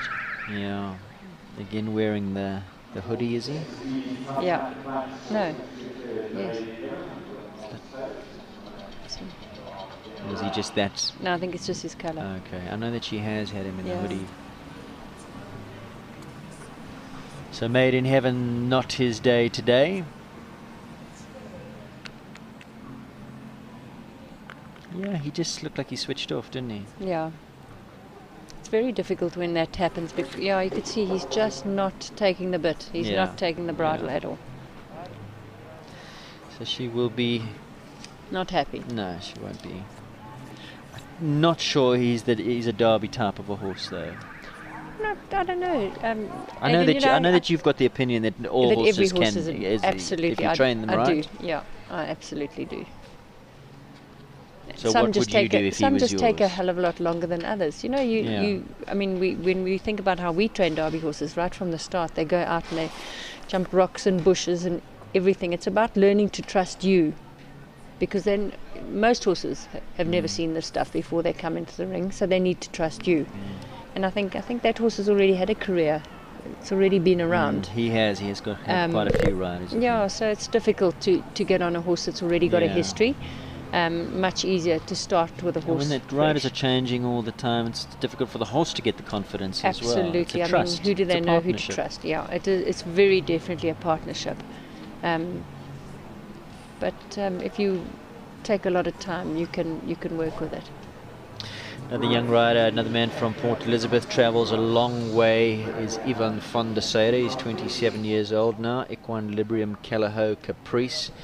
I can't rate Ivan's riding too highly. Absolutely, he's a beautiful rider. He just puts them in a rhythm and such a lovely young man too. Just goes. A credit to his mom and dad in Plet. He says this is a new partnership with Caprice. She's just a 7-year-old, backed and produced to the open classes by his partner Savannah Gierke. Ivan jumped her in her first 1m35 at the last Shongweni World Cup. He had a faultless show, placed in every class, so a really nice partnership evolving here. He's got a stellar Derby record. I think he's a winner of the Micro Derby for sure. I think so. He had After Dark, he had After Dark was a lovely horse. Yes, he was very successful with that, and then he had a chestnut called Best Wishes or something. Yeah, Best Wishes. Competed in the Micro Derby with After Dark a few times, and the Mini with Best Wishes. There he says. He says he and Savannah ride together and help each other out. Diane Snodgrass, very influential in his career, also helps at shows, and Ronnie Lawrence has been helping when he comes up to big shows as well. It's the mare's first Derby. It's been more about the mileage, but the mare has been amazing. Seems to like the Derby obstacles and is a real fighter. So expect anything. And it gives all these fences space. Lovely, lovely mare. There are a lot of Callahoo horses here at this Derby, and all jumping extremely well. And the thing about Ivan's riding, his ground rhythm is just so good. He gives the horses, okay, he has one down there, but you just watch the rhythm that he rides and he just, look at him going. He gives them every chance, creating space in front of the fences because of the rhythm that he rides. It gives him every opportunity to jump the fence.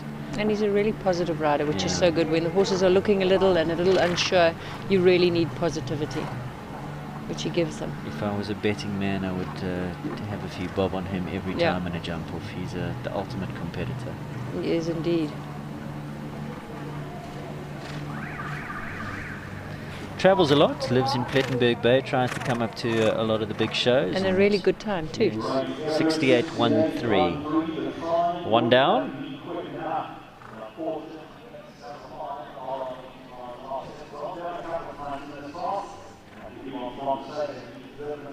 Is that it? Is it over? So take a look at the replay of Ivan's pole here. Just tipped it off in front. But like I said, a new partnership for both of them, and lots to look forward to in the future.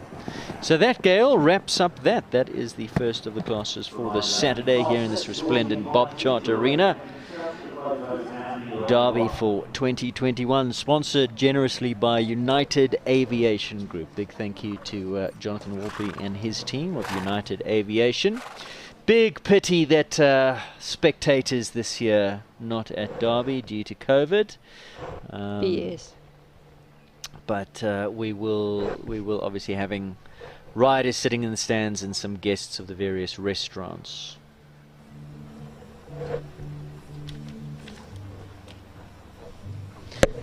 We're going to take a short break, and when we come back we'll have the final result of this first class of this Saturday here at the Bob Chart Arena, which was the 1m35, the final qualifier. It was an A2, one round.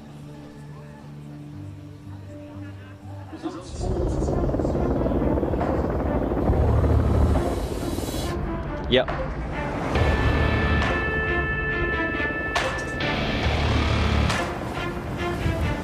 Better back down, you're in my domain. Got the whole crowd screaming out our name. It's a blowout, it's a hurricane, it's over before you know it.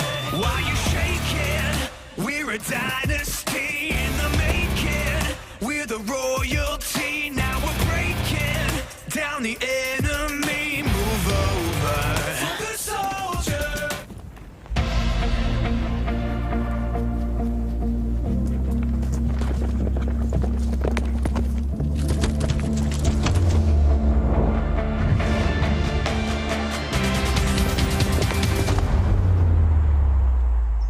We're gonna stand on top with our hands in the sky. Gonna raise our cup to the stadium lights for the glory, for the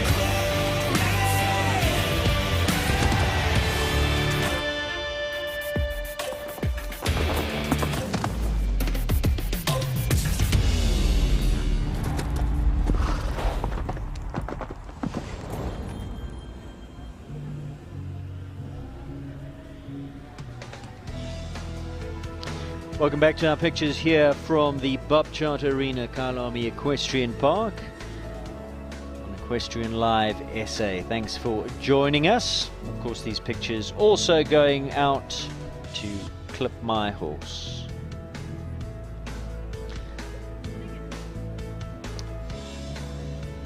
And there we are. That's our little studio where we're sitting, myself and Gail. We'll give you a wave for the first class of the morning. Of course, we will be having other guests coming and joining us. Thanks for joining us, Gail. Really, really appreciate it. Gail's riding two horses in the Derby tomorrow, and while we are waiting. A big thank you to Downing's Marquee for this wonderful studio where we're set up. In fact, Downing's taking care of all of the marquees around this wonderful Bob Charter arena. Do go check them out, downings.co.za. Gail, let's chat to you about your chances for tomorrow. We've talked about your past record in the Derby, which is stellar.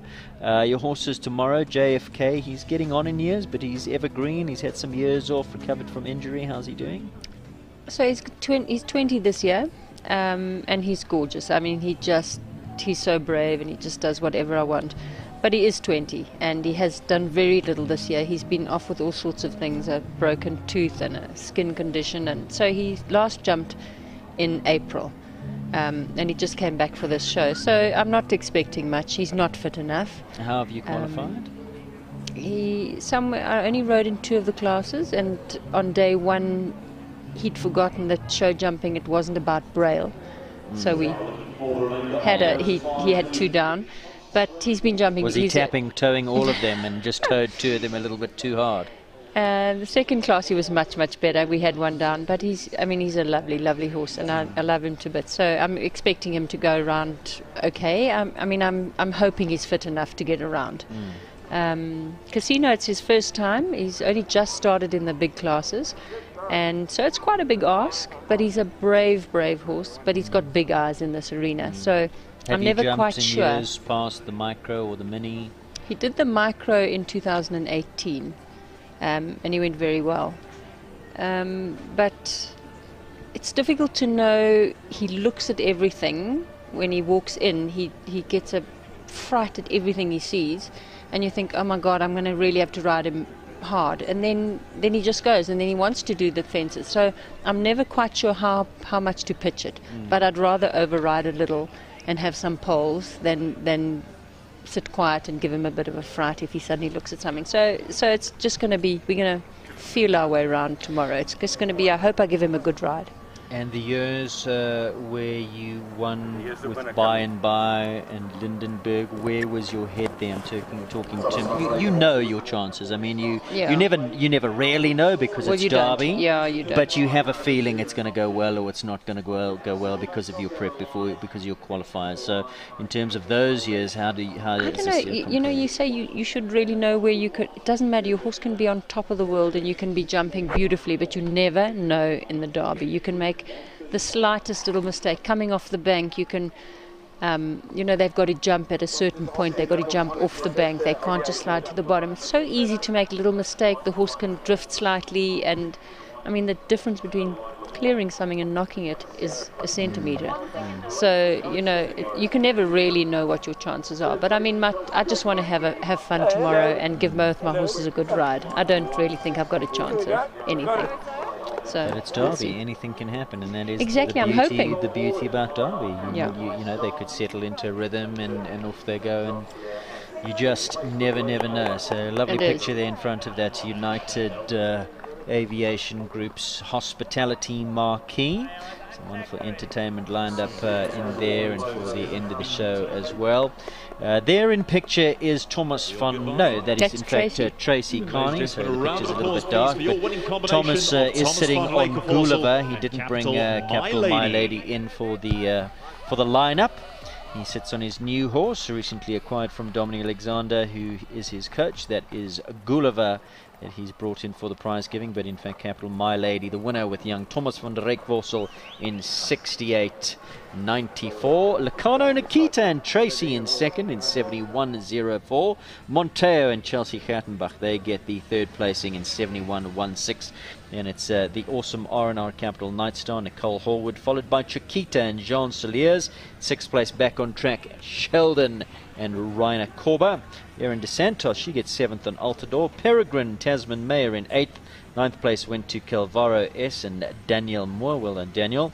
Lyrette Knowles Taylor and Sahara for Regenesis Vet gets 10th. In 11th place, Carl Bunza, Look Duayen. 12th place to Calaho Libra, Lisa Rahman. 13th to African Pride's Triumph. 14th place to Caprice and Ivan von der Seyde. And Martin Swanepoel on Calaho Felvio. On the 4 penalties, he was first in, he gets that 15th and final placing. Of course, for these riders, it's all about qualification going into tomorrow's mini derby. Some lovely shots there once again from our drone. That is Kyalami Equestrian Park, KEP. Looking fantastic. It really is. I was a little bit worried in the beginning of the week, or last week. It was really hot and the grass looked a little bit on the deadish side, but the rain has certainly come into play and looking perfect conditions. Interesting place, Kyalami. Gail, you've lived in this area for your entire life, and I'm talking about people who've clipped my horse now who might be sitting watching in Europe.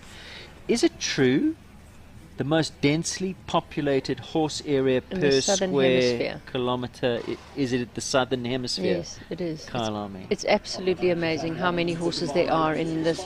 It's sort of the greater Kyalami area, so it's quite a big area. You're talking about sort of the whole of Midrand, you know, that kind of thing. So it's not just Kyalami, but I mean, every single place you drive, you see horses. And you're just down the road, a stone's throw from here, not in the Kyalami code. You're in the Glenfinesse. Glenfinesse area. Very close by, yeah. We're going to take a re-look at Thomas van Ryk winning round here. Gail, talk us through this magical little mare. We said she is. How big would she be? 15.2 maybe? I would say she's about 16, though. I'd say she's about 16, but you know what? She's very short-coupled. She's such a beautiful little mare. She's beautifully made, but sort of, you know, we say how little she is. She's got such a beautiful stride. And that's everything, you know. If a horse has got a good stride, and brave. She's so brave, which is what you want. Brave and careful. But you can run her at the fences. She's so sharp and quick and snappy in front. Exactly, and brave and careful are the ideal that you want, and it's not something that you get that often. He does a very good job with her because he keeps his body very upright and away from her front end. She doesn't have a huge neck out in front of you. So he does a very good job just setting her up in a rhythm. You can see, look how he looks up, his chin is always up, creating the space, allowing her to jump up to him. He's a lovely rider. I must give a shout out here to Domini, the coach, but also his support team, Carl and Charlotte. Yes. Lovely people. Everything is about your support team. Look at that. I mean, running slightly deep to that, and she just props up on her back end, shoots up into the air and clears it by a foot. Oh, it must be fun to ride a horse like this, really. Stunning. And again, wasn't gunning it. He was probably in third gear here. Yeah. Just got such natural ground speed. Look at him look at him smiling. Yeah, who wouldn't be smiling riding a horse like that? Of course, he's taken over Gulliver as well, who's a very different type of a horse to her. Yeah, much bigger. Big and deliberate. So there it is. Final recap. Thomas van Ryk wins on Capital My Lady. 0 penalties in 68.94. Well done, Tracy Carney. Lacano Nikita, 71.04. In second and third place, Chelsea Gartenbach on the speedy Frischgewach Monteo, 71.16. Nicole Horwood, R&R Capital Night Star. It's a 1.35 m. When we rebroadcast next year, watch out for that one. Certainly in the 140s or possibly even bigger, coming along the right way. Scope to burn. That's a Grand Prix horse for the future. No doubts about that. Jean Soliers, well done, Jean, in fifth on her brave mare Chiquita in 73.08. Rainer Corbin, Sheldon, had a good canter around here, 73.52, coming along the right way. And well done to Aaron DeSantos. Altador, lovely sort that clear in 73.65 in seventh.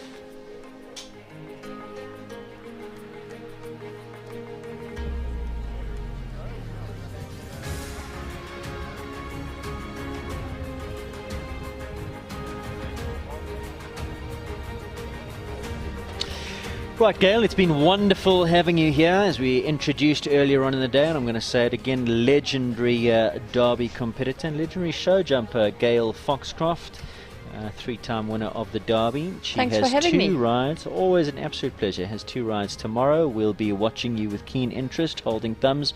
All the very best for JFK and Casino. Thank you so much. Gail Foxcroft, ladies and gentlemen. We're going to say goodbye to her. And joining me in a few moments' time is another legend of equestrian sport in South Africa, Graham Wynne. He'll be with us after the break. Don't go far. You're watching Equestrian Live SA.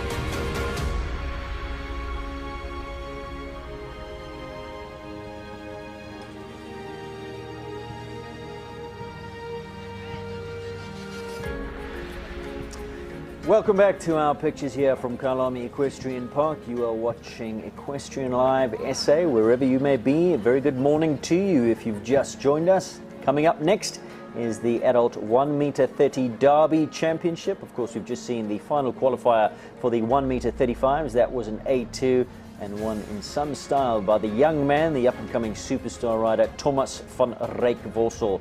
That was a qualifier, but now we move into our championship classes. The first of them today is the adult 1m30. And joining me in commentary as we say goodbye to Gail Foxcroft, I'm joined on my right-hand side by another legend of equestrian sport, Graham Wynne. How are you? Thank you very much. No, I'm very well, thank you. Now talk about legend of equestrian sport, because you are, and you've made the change some years ago from eventing, where you were, correct me if I'm wrong, 17 times South African champion? Not quite, 15, but 15, you know, wasn't far off. No, I've had a good run with the eventing. I've thoroughly enjoyed it and still would love to be doing it. It was more of a change with following Martijn, a good friend of mine, and my daughter Kirsten into the show jumping, and we managed to bring on and produce some lovely young horses, and I've really enjoyed the challenge of show jumping. It's very different, and we'll explain it through the course of the competition, where I feel it's so different to eventing to the show jumping, but it all takes the same sort of good horse, good rider combination, good feel, and yeah, I'm still enjoying it as much as I ever have done. Now you say following Martijn into the show jumping, but Martijn was heavily ensconced in the eventing as well. The two of you, in fact, took horses over to, was it Kentucky? Yes, they competed in the 2010 World Equestrian Games in Kentucky. Martijn was the best of the South African riders, and he was very much an eventer, so was Kirsten. And coming back, if people ask me all the time what happened, and I can't really explain it. Martijn started riding. He managed to get a very good horse that was more, sort of, if I could say it, suited to show jumping. He started show jumping. Kirsten's always enjoyed her show jumping and had a very good junior show jumping career. And I slowly then followed, and I actually took the event horses I had from eventing and started show jumping them, and then stuck with it. And you know, I think it's such a challenge for me to show jump, when I say correctly, that it became something I wanted to get right and work every day. I wake up every day and try and perfect it, and hopefully I'm going to get it right.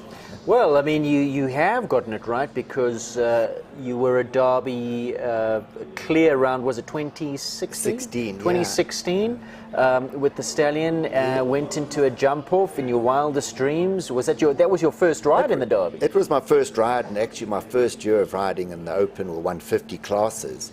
And Obi-Wan Kenobi actually started eventing, although he's not the eventing stamp. But he started his career off in eventing and jumped all the way up to the old 1-star, which would be 2-star today. And he made the transition, and really as a 120 horse we thought, well, that's it, maybe we stay eventing. But he got better and better, and when the jumps got bigger, he's such an unorthodox horse. But going back to the Derby, yeah, it was probably a highlight of my career to come in on my first Derby, and I had just qualified. I was third worst. And he jumped a clear round, and those that remember it, it was a little bit wild and long-reined and disgalloped, but that's the type of horse he is. He comes into this arena, and we're really lucky to have such a beautiful arena with the people around, and those that watch the Derby, you have one horse at a time in that arena. So he was kingpin there. He just went and just, you know, he really dug deep and tried hard, and yeah. So I jumped a double clear, but it was when I say luck or unlucky, I had two of the greatest riders to compete against with Nicole Horwood and Lisa Williams. I mean, they two of the greatest event Derby type riders I think this country's ever seen. And I was first to go and went, I thought, really fast. Well, they made light work of that and went that much quicker. So I came third in my first Derby, and you know, that was a huge stepping stone for me, yeah, I'd like to say I'm thoroughly enjoying the show jumping as well. Now, he was sidelined with injury for a while, but he's on the comeback trail. Yeah, he's not competing at Derby this year? No, there's a reason for it. He did hurt one of his front legs, and we are nursing him. I've jumped him very sparingly, and he's such a great horse. he would try to go around here. And I will never put him to that test that there's a chance I could hurt him, because he's not going to say no. If everything goes well, I'll give it a go next year. But it'll take me that long to build them up slowly and correctly, because you'll see with the tracks that this is no ordinary track. 1 kilometre tomorrow of jumping those big fences, you need more than just a fit horse, you need a hard horse. Is it a little bit along the lines of eventing? Like if there was anybody who goes into Derby and you would think, well, this is my comfort zone, we're probably talking about you, because there are things that you only see as a a purist show jumping rider once a year. But with your experience coming from eventing, the bank would be nothing to you. The dike would be nothing to you. These are some normal show jumping riders might walk those fences on Derby Day in trepidation, but for you, who's jumped around World Equestrian Games, that would be a walk in the park. No, I was lucky there, I think, and especially with the background of Obi jumping lots of different things in the natural jumps, I'd like to call them, with the dike and the bank, that I didn't have to override anything and just trust him to go on a rhythm. And the only time these Derby type fences play a significant role against the rider is if you come in slightly unprepared and you have to override to get the job done. That makes it very unfair. And now going back to the round, I've been around Derby twice, but going back to those 2 rounds, I think I was in a way lucky that those were, I wouldn't call them let-up fences at all, because you're jumping huge jumps, but I didn't have to press them thinking what would happen. So I landed a lot more comfortably, a lot more balanced, and then I had to really go. You know, I've never ever show jumped over 1.50 m, and the wall that particular year was 1.65 m, which should possibly be that height tomorrow. And so yeah, from that point of view, I was out of my comfort zone over those big show jumps. But it all, when you're on a horse that is with you and part of you in the team, it makes it a lot easier. And do you get that feeling going in?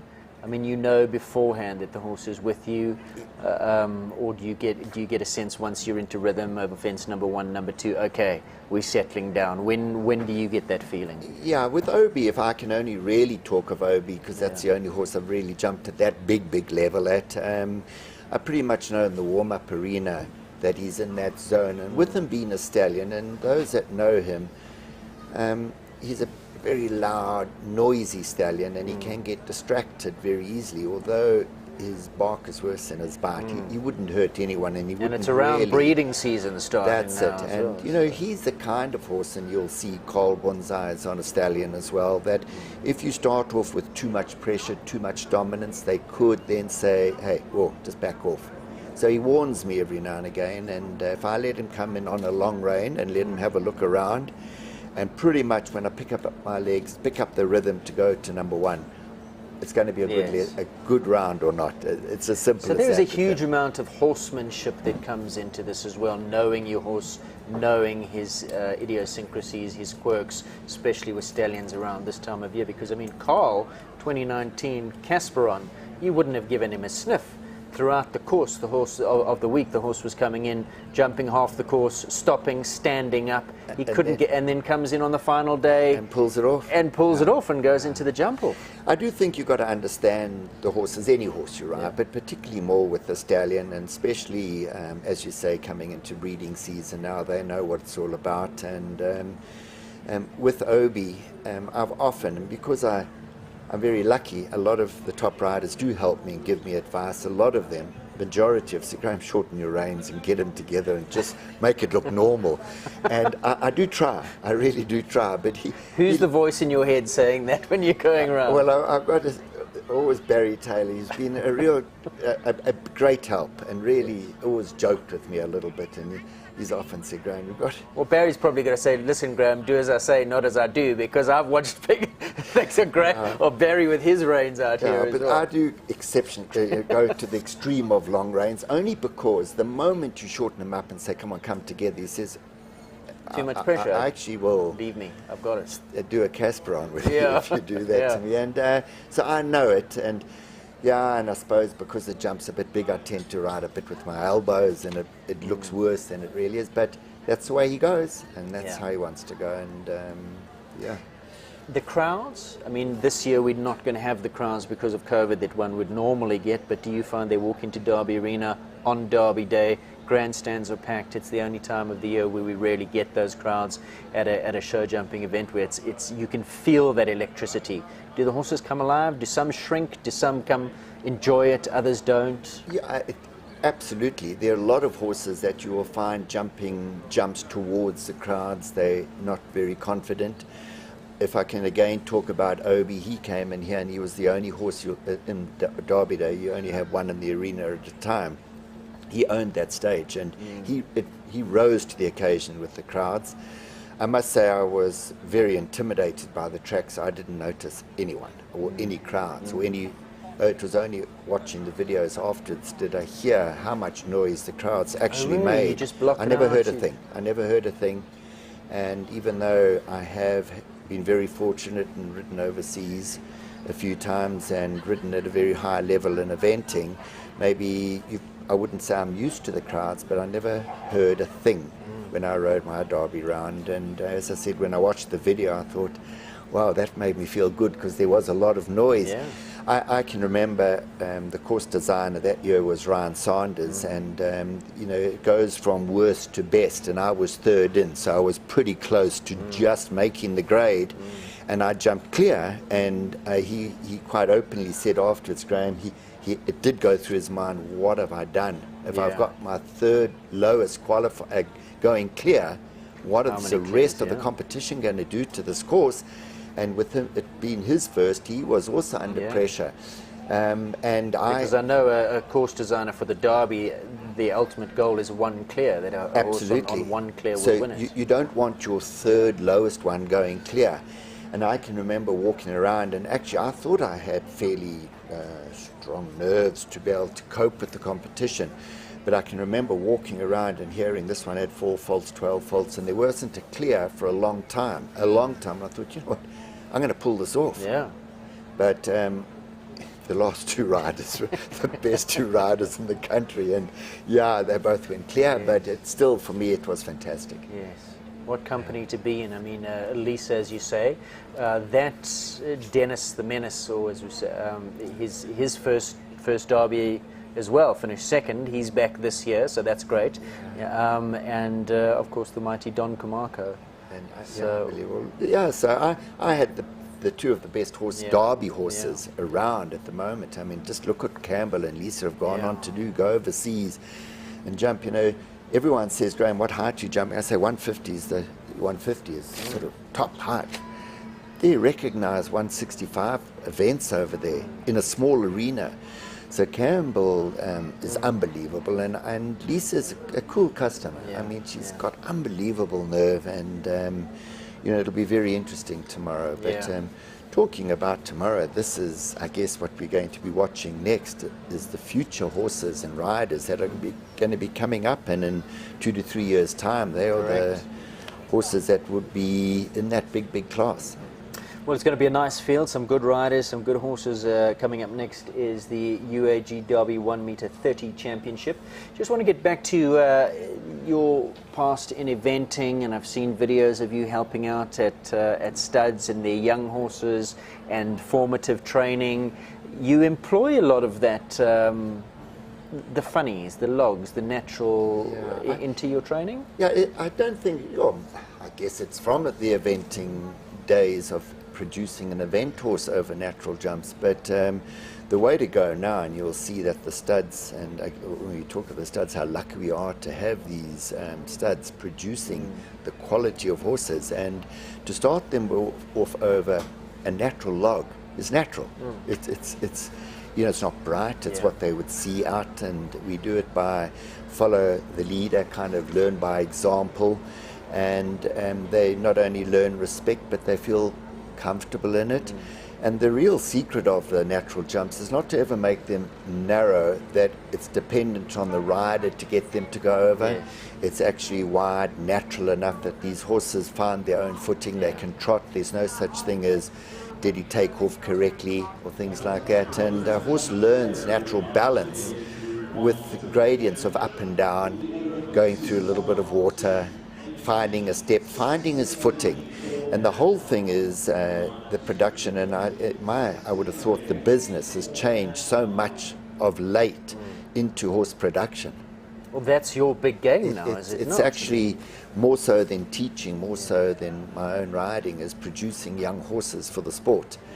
And I'm confident to say that the more natural the jump is, with a few ups and downs. It's a confidence thing, isn't it? You set them up to succeed. Absolutely, and they find their own balance. Yeah. They don't become reliant on a rider for balance, and that is huge.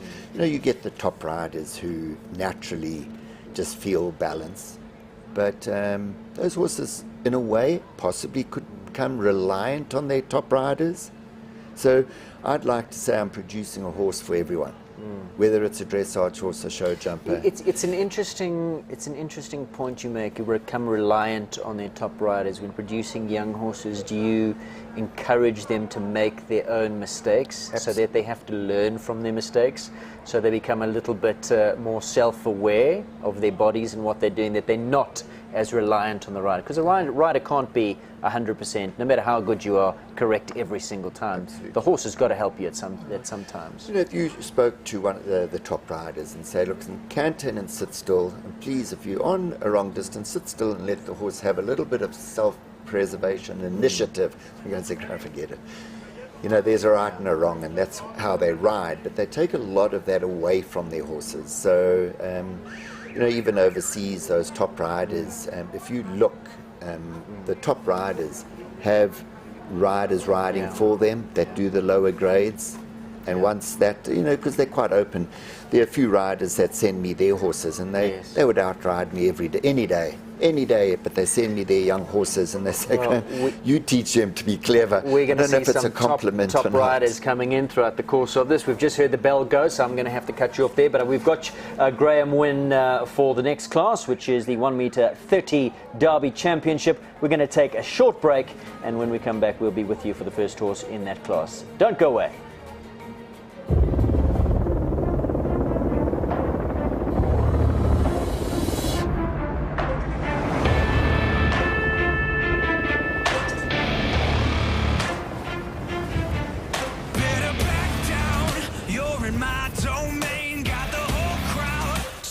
Out our name, it's a blowout, it's a hurricane, it's over before you know it.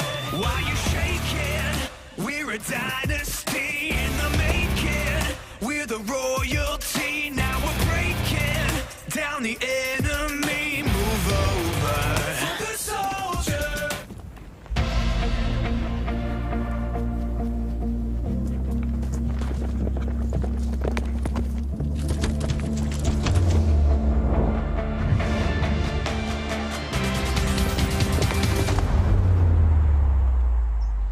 Gonna stand on top with our hands in the sky. Gonna raise our cup to the stadium lights. For the glory, for the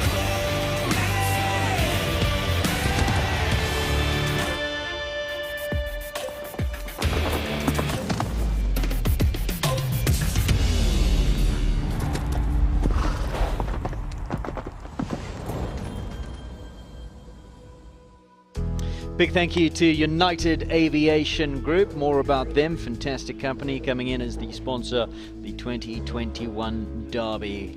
Great to have them on board. You're watching Equestrian Live. We're going out today and tomorrow on our platform, and of course don't forget tomorrow on Supersport as well as on Clip My Horse.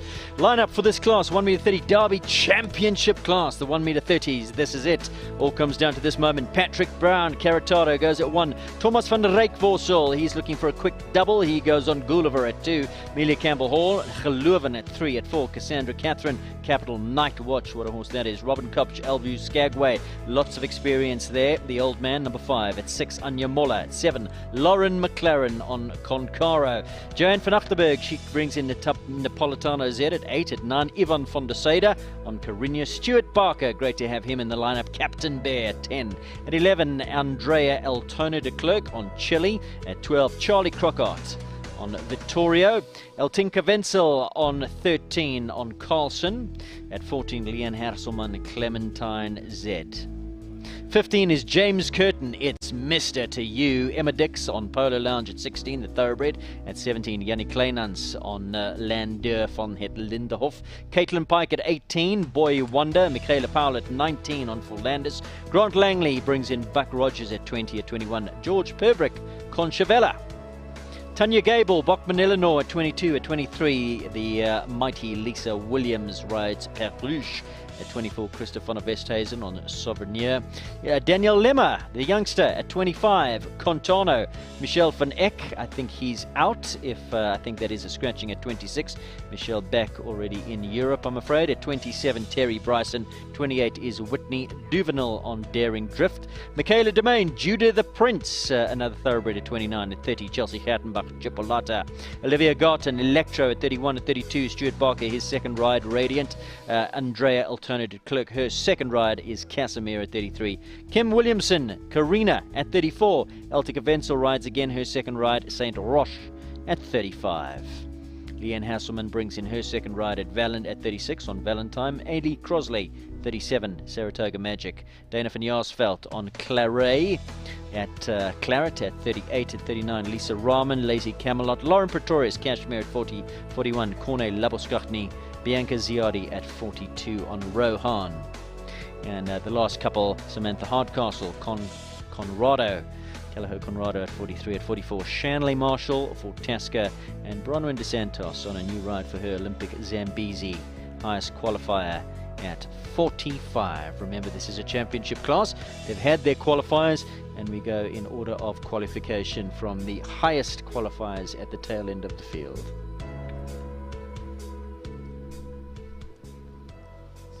Let's take a look, Graham, at the course plan. We didn't get a chance to walk the course, but we will be taking a look. The speed is 350 meters per minute.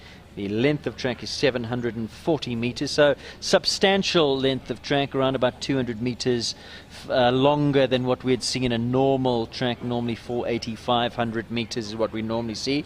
Time allowed is 127 meters, and there on your screen, ladies and gentlemen, our FEI 3-star course designer and also the chair lady of Kyalami Equestrian Park, Anna Esslinger.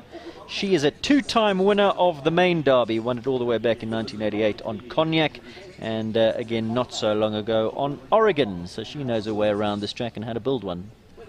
Most definitely, Anna, we're very lucky to have her, especially having ridden at this level before, and has had the opportunity of building and preparing these horses, building them up to the main event, which we're going to be watching now. And very interesting, Patrick, also event rider, he's eventing at the moment, and also I know qualified for both dressage derbies this later in the day. So Patrick is a very much an all-round rider and really ridden very successfully at all 3 disciplines. What was the name of that fantastic mare he rode around in Nanda back when he was a youngster? Hakahana Allegra. That's it, and I mean, look, Allegra was the one that went around the derby as well. Yeah, as a little horse. Unbelievable. Yeah, out and out horseman, Patrick, based just down the road as well. Like you said, does a lot of eventing, a lot of dressage. So a jack of all trades, really. Is a very, very good horseman. Rides here on Caratado. Big horse, big striding horse. Stallion by Caratino and owned by Liesel Janssen. I was watching him when he came in, and we were talking earlier about the stallions at this time of year. It is interesting, and I think watching the build-up events with Patrick, he's had to ride this horse a little harder than you would normally see him in what has become the normal arena, fibre arena. So, and Patrick's an effective rider, so he obviously feels something, and all the horse is starting to possibly worry a little about the different jumps, but which shouldn't be. It could just be put down to this time of the year. He was having a little look earlier on when he came in, having a spook at jump number, I'm not too sure it was, tomorrow it'll be number 1, that wall.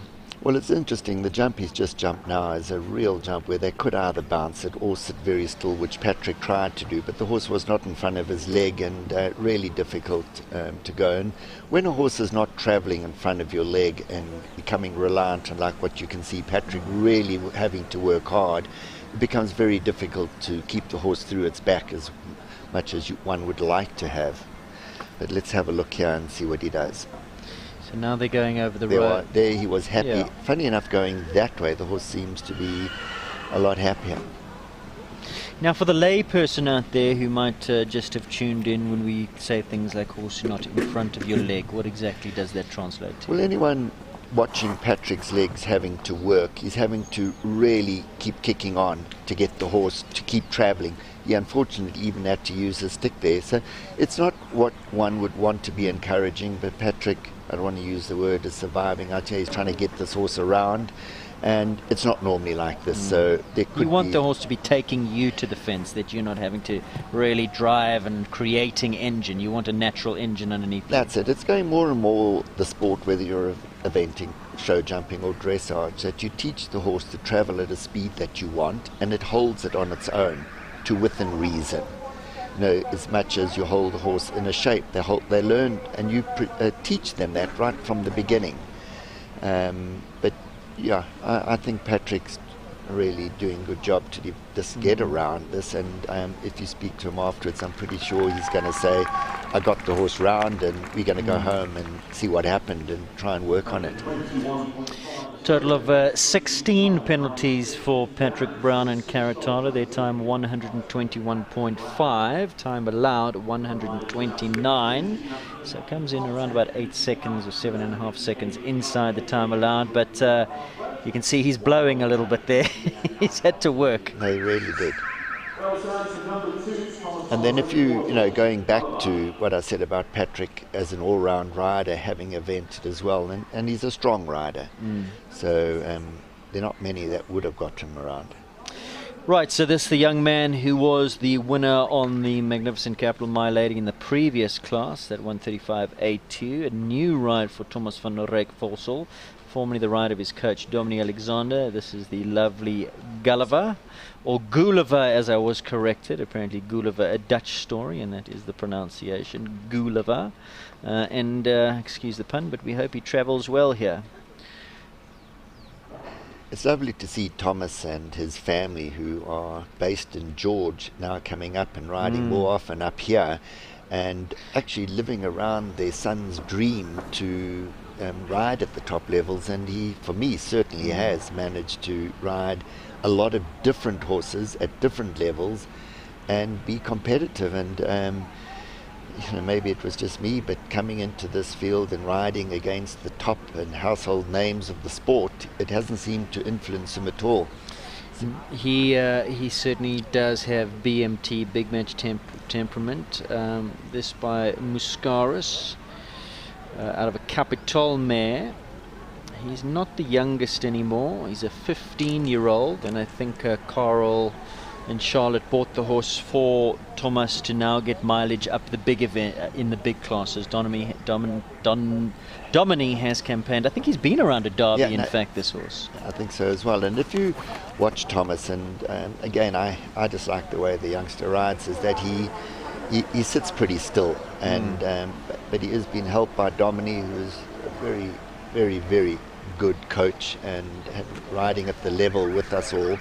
He really does give one a lot of confidence, and he is very quick to work out whether you're at the level should be or shouldn't be. And again, going back to keeping a rhythm and learning to sit still and let the horse get on with it. Well, exactly, and I think you were talking about confidence. He's giving the horse so much confidence because of the rhythm that he's riding at. He's not interfering in front. The horse's nose is out in front of him, and he's just letting the horse canter, use his natural rhythm, canter to the fences, picking up a beautiful forward-going stride every time. It's lovely to watch. It just absolutely feels natural. But Aidan, at the same time, obviously the horse, as you said, is an experienced horse, and it obviously gives Thomas the confidence to sit quietly, so it works both ways as well. First of the clears for Thomas van Rijkvorsel and Gulliver. Lovely round to watch there. And it also helps that he really is a lightweight, and even there, as the horse had a little look, he didn't lose his balance, and he just sat quietly, and the horse found its footing and went down quite very confidently. So this looks like Capital Night Watch and Cassandra Catherine. So carded to come in at 3 was Amelia Campbell Horn, but we've skipped over that one. And this is Capital Night Watch. Don't know too much about Cassandra Catherine, but this is an interactive broadcast, so if you do know, hit that subscribe button. And let's have some info on the riders. See, when you look at her, and I think the time is pretty lenient, I don't think it's going to pose a problem, but looking at her rhythm as compared to what Thomas was riding at, she's going slightly behind where he was at. Yeah, a little and bit. There again, that's what can happen. Yeah. Rides at Manador with Sten Muchner, relatively new to the 1m30, so this would probably be quite a test for her. And when I say a test, it's a mental test, because there's something about a derby and a derby arena and these funnies. I think a lot, we just don't have the kind of outrides that we used to have, and a lot of horses going up and down and jumping the different type of fences. We're not doing as much of it as one would have in the past. And I think here in South Africa we are so lucky, especially up in Gauteng, to have so many lovely facilities to go and ride at. But this horse is definitely not focusing just on its job, and tends to be looking at either the background or looking at the different gradients that he's been asked to do. When you look at the history of the Derby, Graham, we're in our 55th year, and you look at some of those names, Wendy Grayston and Hayward, and when you say we just don't have the rides that we used to have. I mean, Grayston Drive in Joburg is named after Bob Grayston, whose stables were at the top end where Ravonia is, of Grayston Drive, and used to hack to all these shows across Joburg. That's unbelievable, Aidan. That a lot of the young riders, and the 2 young riders we've just watched in the last 2 rounds, they wouldn't really understand what we're talking about when we had open space and we rode horses from one venue to the next venue. And to give my age away, we sometimes even caught the train with the horses to get to different shows. So, but at the same time, we had exposed our horses to a lot of different jumps. And one of the riders, and the Gail, who had just did the commentary before me, is one of the real great believers in producing a horse naturally, and she still managed to find outrides and goes, and it shows with her horses. We'll see tomorrow with her 2 horses. Robin Kopsch comes in now, and this is a very, very experienced horse. He's now a 20-year-old South African warm blood by the great Shiraz by Staccato, and this is out of the wonderful Sienna, great sire of broodmares as well. He's left a legacy through his daughters, certainly, Optimum van der Wellington. Robin Kopsch brings in here Elzu Skagway. And he's a horse who's been there, done that, formerly ridden, but has had quite a few riders. I think Oscar Ngulbe had a spin on Skagway for a while. My fact checker on my right, trained by Barry Robin. Trained out of the stable of Derby legend, 4-time Derby winner Barry Taylor, who unfortunately is not riding this year. Very interesting. Just chatting to Barry beforehand, he just said with COVID and not knowing where the Derby would be going, and he believes that to be successful at a Derby, you've got to start focusing as early as April in the year to start, if you want to win it. He believes that, and they were caught a little unaware. Barry said he would love to have ridden this year, but he didn't think it would happen, and wasn't, But it was very interesting to hear how Barry, 4 times winner, was saying that from April you would have to start thinking and gearing and steering towards a Derby type fence. That is to be competitive in the big Derby. Now, not going according to script here for Robin. Did she lose her way slightly? And then she's got the 4 penalties. Did she miss a jump and then have to come back? I thought she circled, but... Yeah, it looked like she circled, like she might have lost her way a little bit. Yeah. The horse is swerving. He's running through his shoulders a little bit. I think where Robin's been very good as well in that from time to time, if she's allowed to either Oscar or Barry to ride and get the horse going, and Robin then gets on and rides it as well. And I don't think people should look at that in a bad light. If you have someone to help you... You make a good living from that, Graham. But to, just to get the horse confident again, and then to get back on and ride. And Robin's ridden some real cracking rounds, and she's really good against the clock. But this is Derby. This is a Derby arena, and it's very different.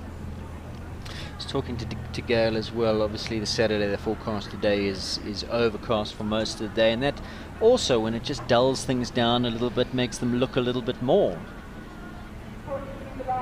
The grass, the underfoot conditions as well, sometimes a little bit slippy. We've had rain. A lot of horses that it can put them off. Horses for courses. Absolutely, and that's why again I'm chatting to Gonda, just trying to get a bit of information of what to say. She was just saying that there are some Derby horses and there's some arena horses. Yeah. So Robin finishes some time penalties, 4 time penalties to add there after that loss of course where she circled. She finishes in 141.40. So 8 for jumping for the disobedience and the pole, and then some time penalties to add. 4 of those gives her a total of 12. Anya Moller comes in now. This is number 6, Weltmeier Bella Rosa. Anya based out at the Weltmeier stables in Elberton. Also another rider that very, very competent, but flies under the radar a little bit. She's very quiet, very unassuming, lovely person. No, it really is a lovely person, and gives a lot of riders a lot of confidence with those that she helps. It's lovely. She's had a great partnership with her older horse Lombard, and this is a horse relatively new at this level, and again been asked to jump on varying gradients over different types of fences. But Anya seems to be a very calm rider. She doesn't panic and override, and you'll see that she's sitting for me very quietly and letting the horse get on with it, and not really dominating an outline either, a little bit what you and I were talking about earlier. And so often, and I think it's more of the way that the sport is going with the type of horses that have been bred, that a lot of them are left a little natural, if I could call it that way, in their own shape. And those days of overbitting a horse and riding him under a lot of lock and key, I would like to say is a good thing. It seems to be moving out, and Anya is showing a typical outline of a horse. Sure, the horse is a little bit long, but it looks like that's where its comfort is. Exactly. And, you know, for me and those but that are the back end is active. Absolutely. She's riding the back end, and guarding the front end. Just those that are watching the sport and trying to learn a little bit about what we're saying is a horse will jump better naturally and comfortable within his body. Yeah. There was an unfortunate mistake. I don't think Anya was that wrong, but the horse didn't really focus on it, and you don't often see that. And there he's now starting to get a little bit wary of what's going on around, but jumped that one beautifully. Number 13, really good. And now the little slope coming down. Obviously she's done her homework, and I'm pretty confident you'll be seeing Anya at in the big class later on. She would also have the advantage being where she is on those Weltmeier hills of having a lot of natural obstacles. I know that they've got, don't they do some eventing there? Yeah, no, I've evented there a number of years, and they got a beautiful big property out in Alberton. That was surprising. The horse is starting to become a little suspicious, if I could call it that way. But that particular war has made horses look in many of the different classes. But you just love that about Anya. The horse stops, there's no punishment. It's, oh well, this is experience. We'll chalk it up. We'll live to fight another day. Smile on her face. There's no pressure. Can't treat it. Don't give the horse any excuse to now fear what's coming. Absolutely, and I think Anya is realised that her way of producing a horse is to encourage it to go for her, not have to make it go. Yes. And you get definitely two different types of riders. You get a rider who is incredibly dominant, and those horses learn under lock and key and absolutely be made to do it. You can't knock them. They could be very, very successful. Then you have riders that say, come on, I want you to work with me, and encourage them to work along with them. I mean, if you saw Anya, she realized that the horse is new to this level and really gave it all the confidence to next time come out and be a happy experience, that Absolutely. you want to do the job. You're doing the job, you're with the rider. It's a partnership. Lauren McLaren now, and this is Concaro. We saw Lauren a little bit earlier on in the day on Nandi. Do you think we were talking about letting the horse use its natural ability these days as opposed to yesteryear? Does the breed affect that in South Africa? And I got to again tell the viewers overseas, Clip My Horse South Africa comes off of a tradition of thoroughbreds. Well, we've been on, past 20, 30 years now. We've moved over to warm bloods, and thoroughbreds have gone away. But the thoroughbred, purpose-bred for racing, bred a little bit downhill. Now you want a show jumping horse to be on its ox and carry its weight behind the saddle. But nowadays, the evolution of the breed has affected that. Absolutely, and this is absolutely my own personal views on it, that I believe breeding a horse and these big studs are being influenced by course design, lighter poles, faster rounds, and they are breeding a more blood type horse, in other words, a lighter, flightier horse, going back to possibly what we had 40, 50 years ago as what we called our racehorse. And those thoroughbreds of yesteryear, that they were the horses that are being trying to be bred today. It's incredible. And those big, heavy power horses that could jump 1 meter 60, 1 meter 70, 1 meter 80, there's a place for them in big Grand Prix, but definitely the sport with the global tour and things like that, they're definitely going for a lighter, what we actually had years ago. And we, if you look at the past winners of the Derby, a lot of thoroughbreds have won the Derby. And I know you speak to Mickey Lowe. Mickey Lowe said, and I'm sure he would say and agreed to thoroughbreds, he said that he believes they're as good as the modern horses today. Mickey is watching. If you are with us, good morning to you, Mickey. I sent him the links yesterday. He said he was quite excited to be watching. Another Derby legend, a 4-time winner of the Derby, 3 times on the same horse, Torch Sign. What a legend he was. No, absolutely. And interesting, I mean, you're a lot more involved with the racehorses than what I am. And you know that the racehorses tended to go a little, I don't want to say smaller, but definitely built down and a lot for speed. And those big John Glue and those horses of yesteryear, you don't see many thoroughbreds built and bred like that anymore. So the sport had to go the performance warm blood route. But I definitely think one's seeing a change. And when I've been asked to go overseas and look for horses for the sport that we're watching now, there's definitely a strong influence to a lighter, quicker stamp of horse. Agility, rideability, speed, being able to adjust the horse on those related distances.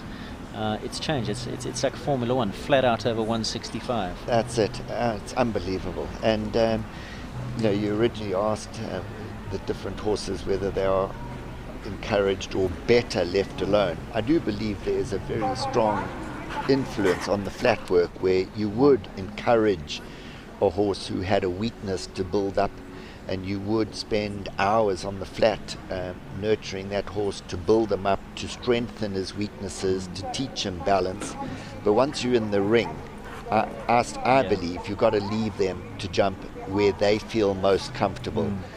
I often look at a horse in a paddock and see how his body language is in a paddock, and how he's built. If he's built downhill, if he stands with his head high. And how he stands in the paddock is a lot of the way he would feel most comfortable to go in, but it's not necessarily correct. So you would spend time on the flat. I would flick a little branch as well and see how he gallops across that paddock and just see, does he have the speed that's necessary to win today? Sure, I mean, what a lovely round we've just watched now. Joanne van Achterberg, Napolitano Z, and 118.71 through to the jump off. She goes in this 130 championship class. Jo has ridden around the Big Derby twice in her career and is a mom now and is rebuilding a string and looking really, really good.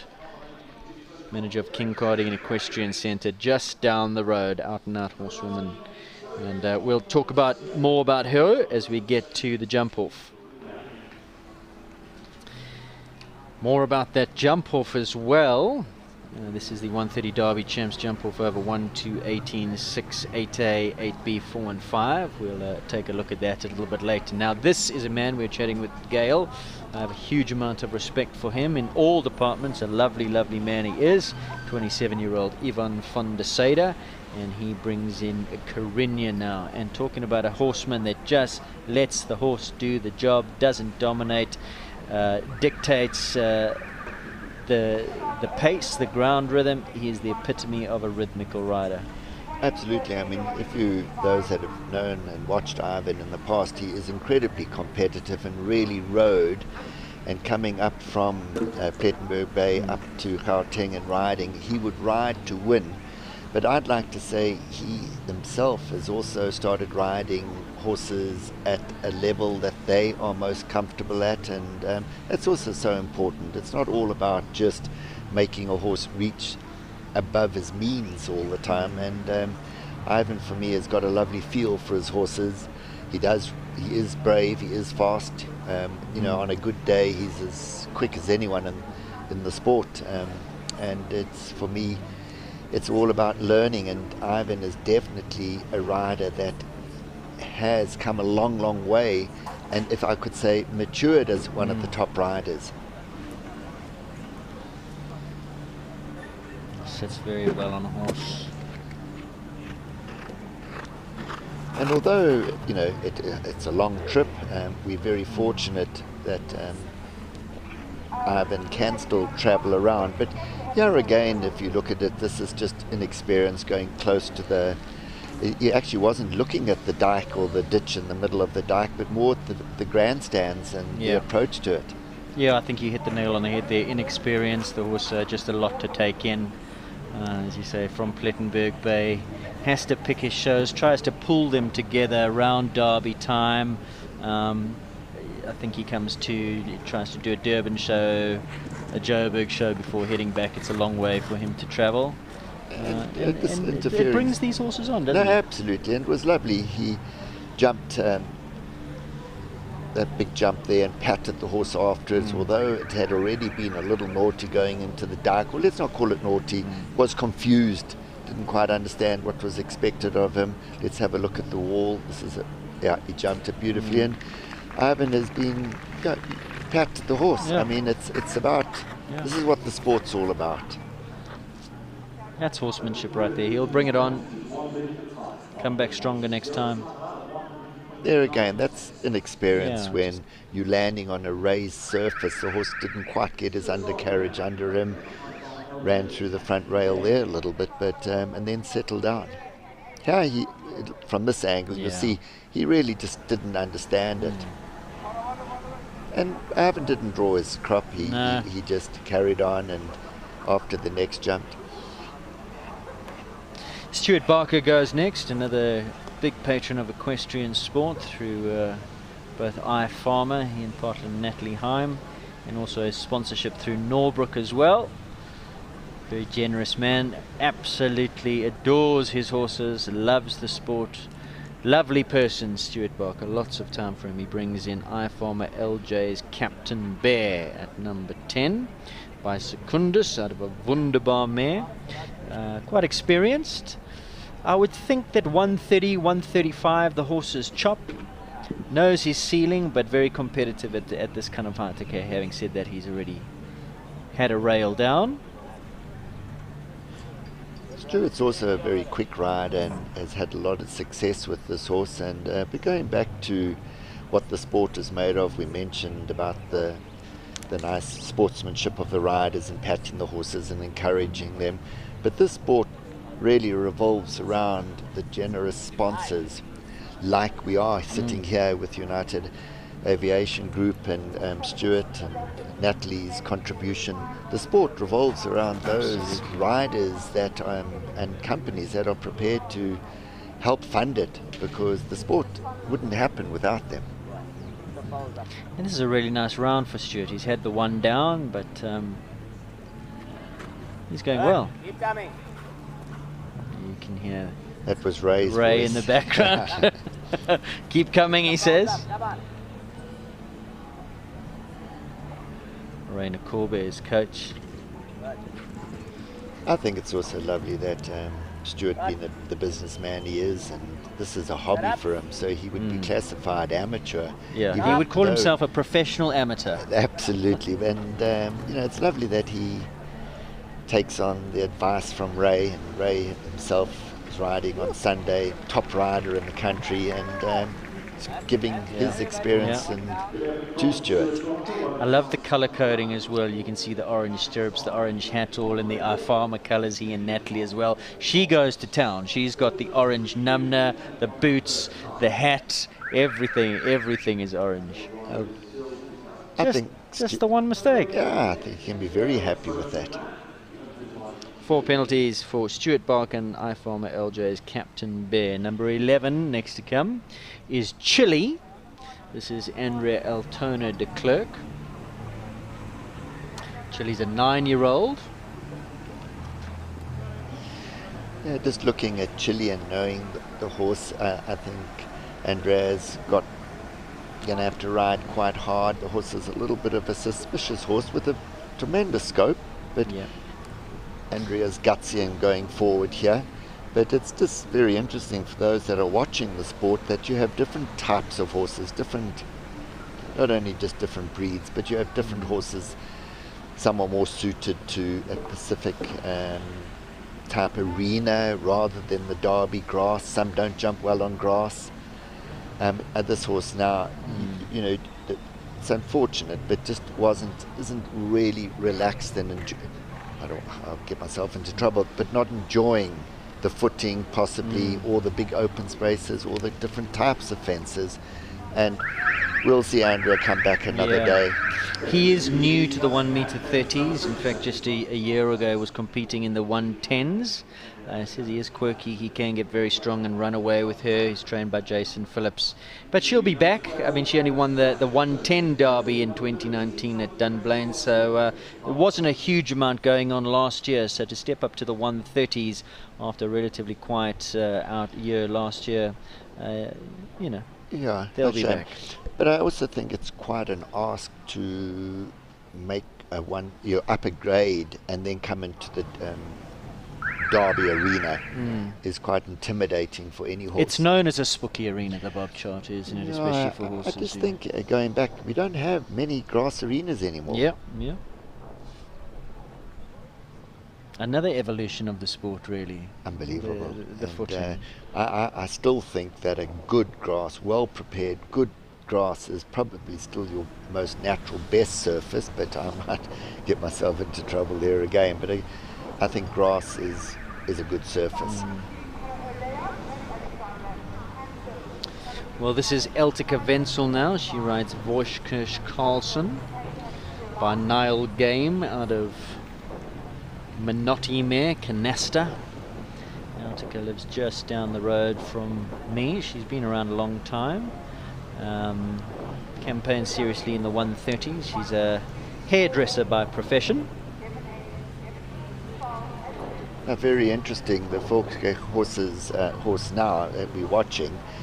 A lot of my event horses were from that particular stud up in Namibia with Reinhard Fuchs, and it certainly bred a lot of brave horses over the years. And my particular horse, the one that won 7 South African champs, Maestro, was a Volkswagen horse as well. So again, going back to that natural start, that these horses have up in Namibia on those, one would almost call huge ranches, where they ups and downs and going through the Nosip River and things like that are pretty much in a day of getting from the water back to where they stay and feed.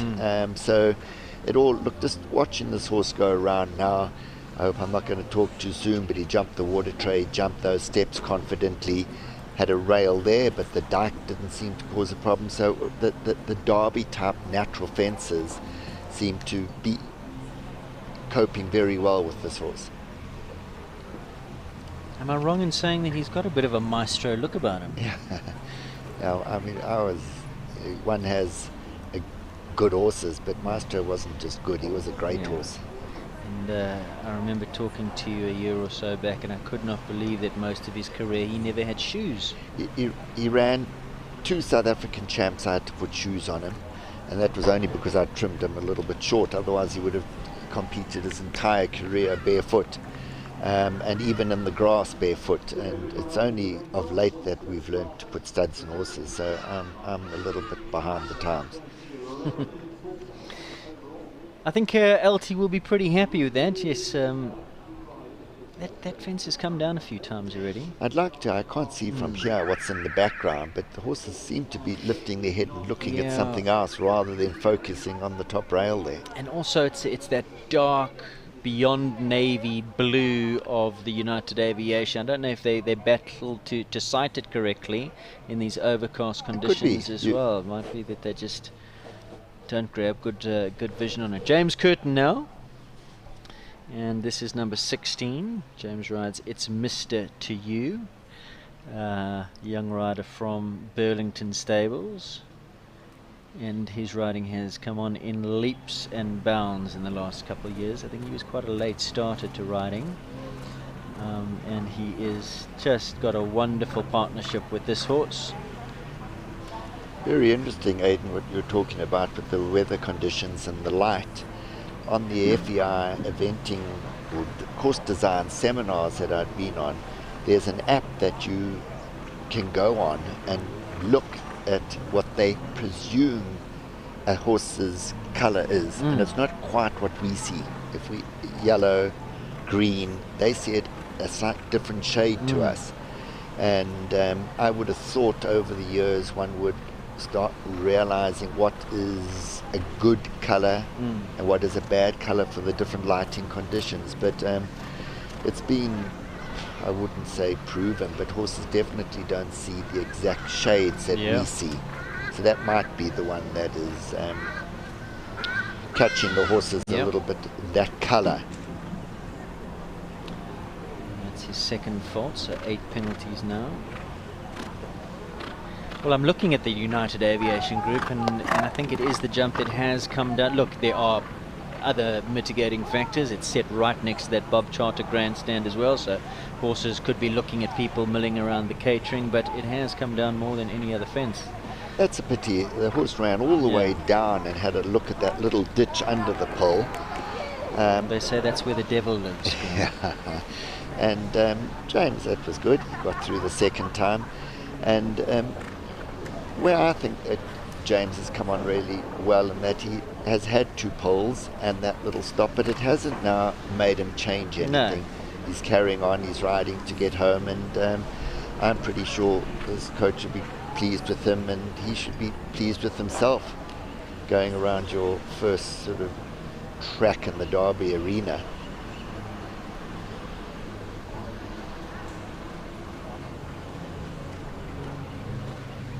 I think he'll be very, very chuffed. Very good. He's come down a level. He's jumping in the 130s today. He has jumped a few 135 classes of late, but only this year, and that's good horsemanship again for me, because although you've been jumping in the 135s, the Derby is another step up. It's another level.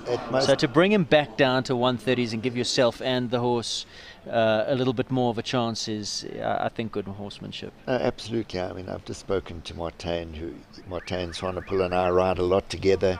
He's got a very, very good Callow horse in Flavio, jumping and being placed in regularly in the 140 competitions, jumped in the 135s.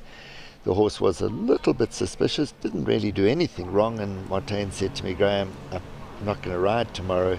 I said, absolutely, the horse has proved what he's proved. He's ridden in the Bob Charter, even though it's jumping a grade lower. But as you said, Aidan, this is not a grade lower. Yep. This is a grade up. So currently on track is Emma Dix, and she rides Polo Lounge. He's by Albert Hall, thoroughbred. And Albert Hall by Dane Hill, if I'm not mistaken. And I know some people out there rate the Dane Hills as show jumpers. Another one that's seriously fast in a jump off, but not going to be in the jump off today, having already found a rail, 4 penalties. Aidan, you mentioned earlier about the distance 200 odd meters further than normal track. With similar sort of efforts, these jumps are spaced along a lot more openly than in a conventional sort of fibre arena, and sometimes that's a good thing for riders and sometimes not, because sometimes it gives them a little bit too much space to start interfering and worrying the horse. And then others say no, it keeps them going on a more forward rhythm. They've got more time in between the jumps to correct possible balance issues and get the horse settled in between the jumps. So it's definitely, as I said earlier, it's either you're a derby type horse, derby type rider, or at least be aware of it. But this horse, I haven't noticed it before sort of not travelling straight and being a little wary. I think the whole competition's getting to him slightly, possibly.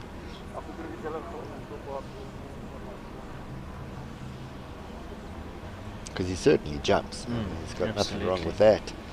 And of course, we've talked about the evolution of the sport and the breed as well, and that's another thing that's changed in the distances, the arenas, the size of the arenas, and the thoroughbred being naturally more jumping, needing a little bit more run to the fence to jump a big fence than a warm blood who would be a power jumper, be able to jump big fences purely off of its physical attributes.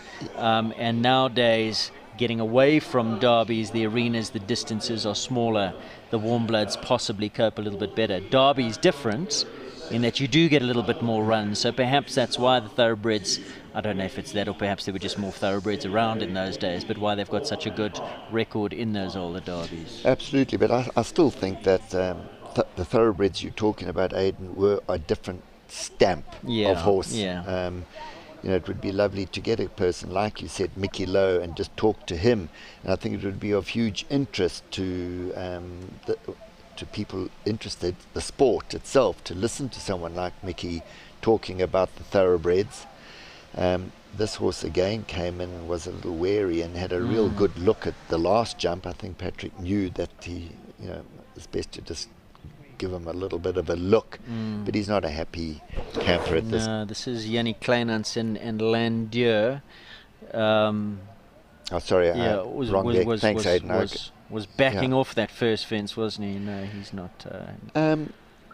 I know the horse really well, and Yanni has done a tremendous job on the horse and done really well. This horse came to you, didn't it, after Yanni hurt himself? That's it, yes, and we started it. Now, I just think that, sorry if I upset you, Yanni, but it's not a derby type horse yet. Yes. It's going to learn it, but maybe he sticks to the arena for a while and let the horse get the confidence, because this horse has never said no, ever. The jumps that he did jump, he went quite high over them. I don't know if that's his natural style, but sometimes they can scare themselves a little bit doing that when they've got too much sensitivity. I think it was Michael Matz who said a horse, the perfect jumping horse, is like a chicken broth. If they got too much chicken, they go too high. They need to have enough, the right amount of bravery and the right amount of chicken to make them brave enough and sensitive enough. It's a fine line, Aidan. But yeah, that was disappointing with Landieu, because he's certainly, I believe, one of the big jumping horses of the future. But we'll see him in arena that is more suited to him. Young rider now, Caitlin Pike. She brings in Rivervale Boy Wonder, and I was chatting to Gail. This is another. This is Michaela Powell. I beg your pardon. Michaela Powell goes next. Country Life Kelleher for Landis. I should have known that as I heard Ray's voice in the background. There he is again. He says, come on, forward, forward, come on.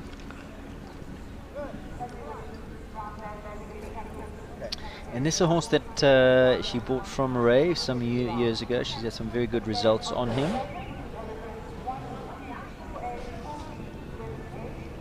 Oh, just got a little bit stuck on the top of that tabletop there. Jumped in okay, and then just almost didn't know what to do to get down the other side and took the rail.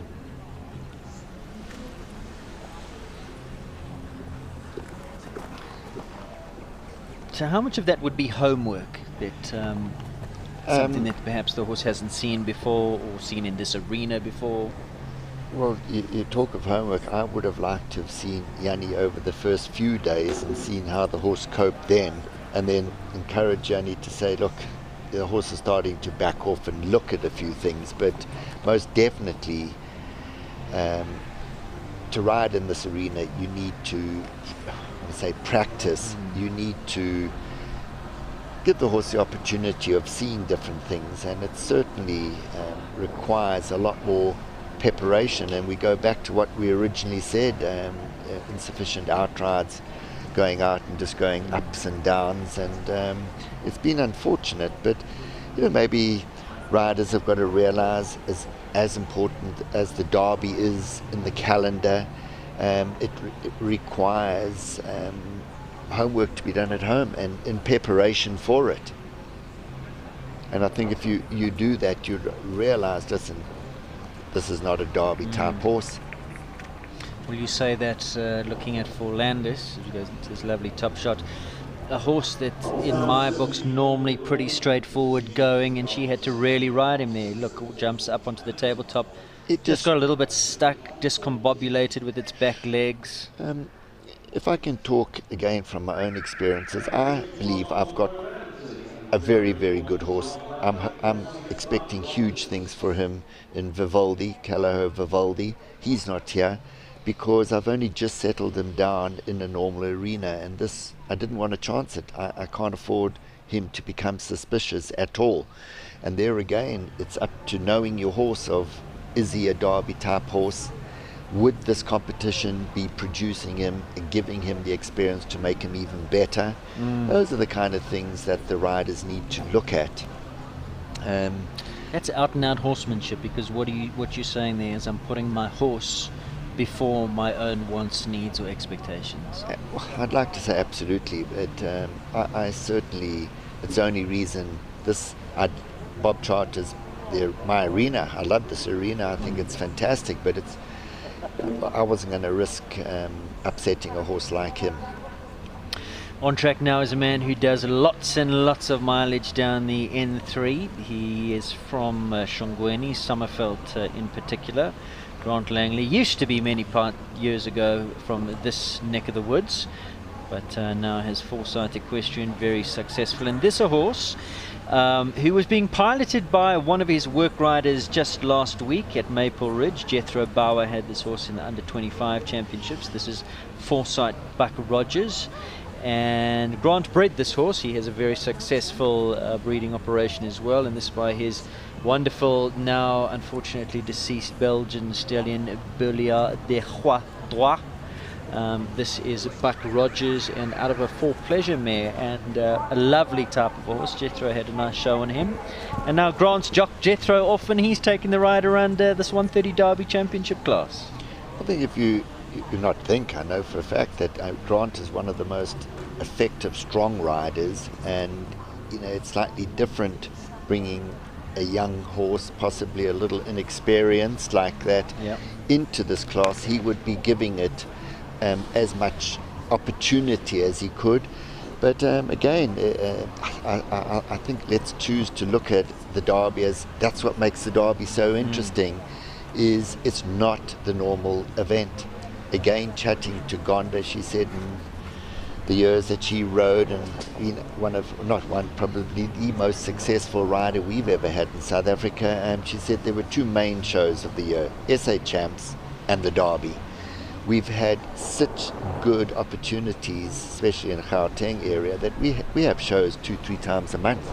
We have that many shows to be able to go to, and we don't have to possibly train for Derby, but it would be a pity to stop having it as the event to work towards. It's still the one that all riders want to win. I mean, I think if you're a purist, you would want to be a World Cup Series winner, and that's, I suppose, where show jumping has gone. But there's something romantic, traditional about the Derby that you... Absolutely. I mean, you'll see tomorrow every top rider is going to be in this arena at some stage, either this afternoon in the mini Derby or tomorrow. They're all here. It still has tremendous attraction to it. 22 is Callao Conchavella, and this is young George Perbrick, 10-year-old gelding by Con Coriano out of a Raphael mare. And being an eventer, you would know lots about George's very, very colourful mother, Lizzie Perbrick, who I believe was a formidable force in her day around an eventing track. Absolutely. I mean, this horse is jumping super short. Yeah. I mean, George himself is a real athlete. He's done a lot of very good triathlons in his day. He's a very fit young guy. He puts a lot into it, and it's lovely to see all-round sportsmen doing this as well. Hayley Preen is another one that absolutely comes she's just ridden in the World Cycling Champs. But here again, even as good a horse as this is, and George, it's showing a little bit of inexperience at the different types of fences. It's again that fine line. The horse looked like very nice. There you can see he has to draw his whip, looking like it's backing off, and then you have to get stuck in, and then sometimes there's too much motor, so that regulation of pace is just not there. It's too forward pace, and you never get to settle. That's it. Like you and I were chatting about before the competition, where we said it's all about being able to sit still with trust, keep the horse in front of your leg at the different types of fences, because the moment you have to start riding hard, you do put a fair amount of tension through the horse.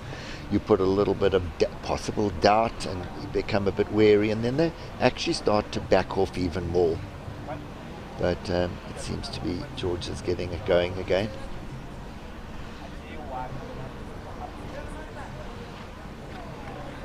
I think he can be happy. Yeah.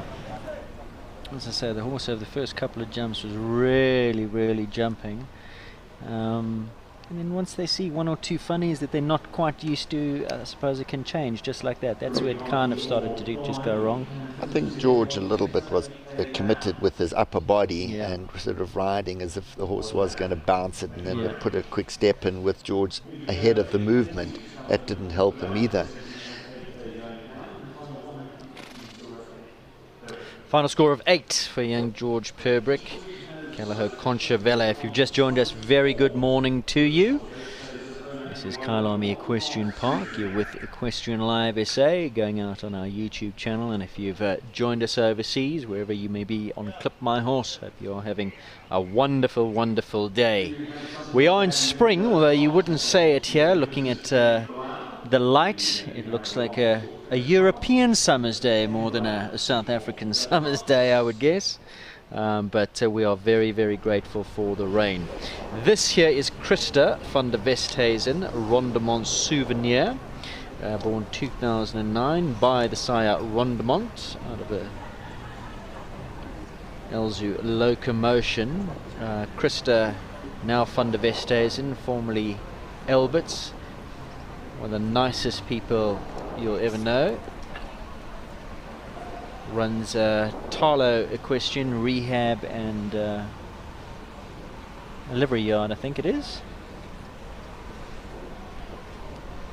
Going back to the different courses, and Anna, the course designer this year, this is their 4th competition on the build-up to the championship, 3 before.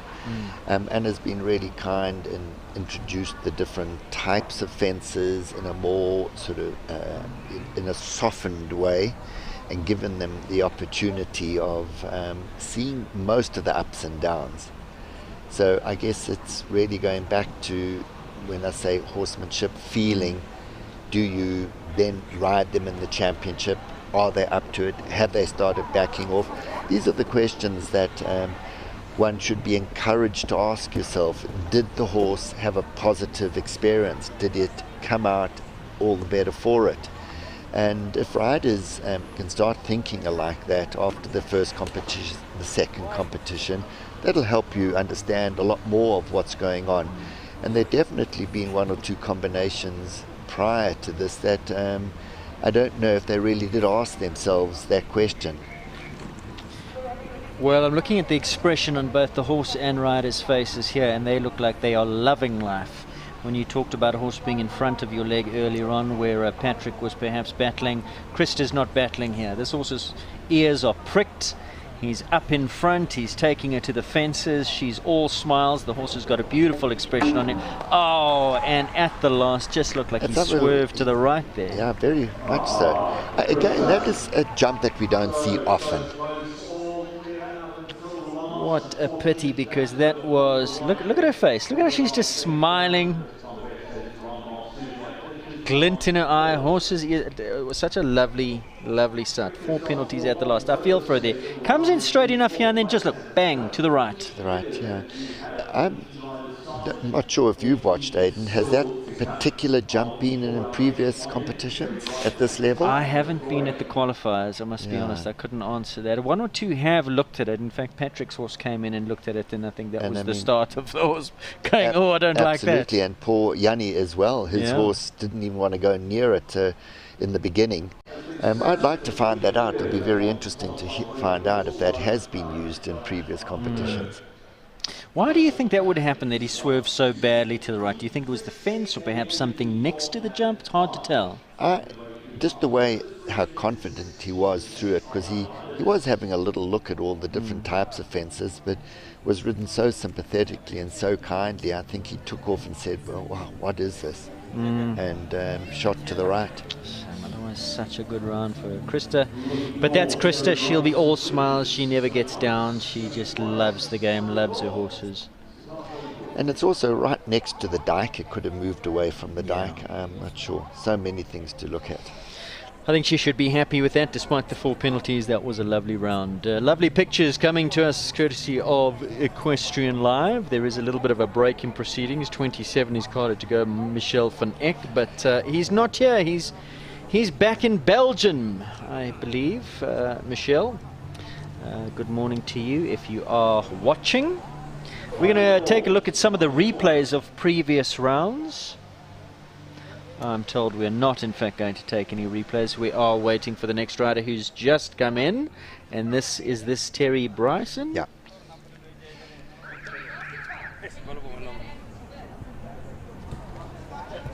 Terry Bryson trots in now.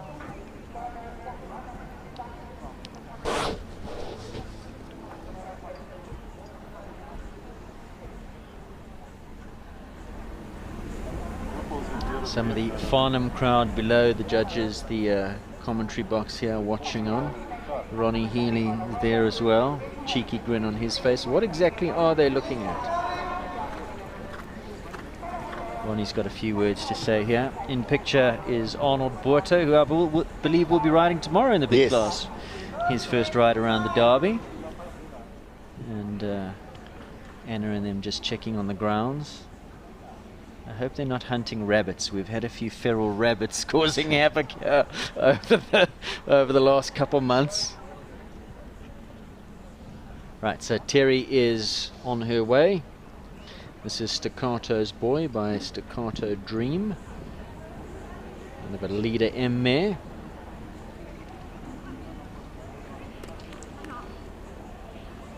And I think she's going to have to watch that he doesn't get a little bit strong. Can sometimes just take a hold.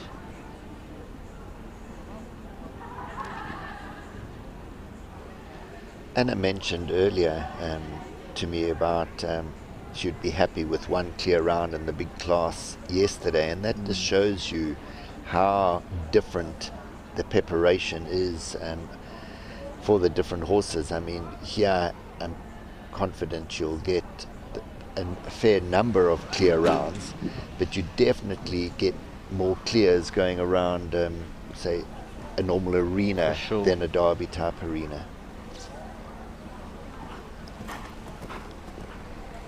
Also very interesting, we mentioned earlier that I'd evented a lot, the idea of a course designer to build an eventing or a cross-country track is to encourage a clean, clear jump, whereas in the show jump it's totally different.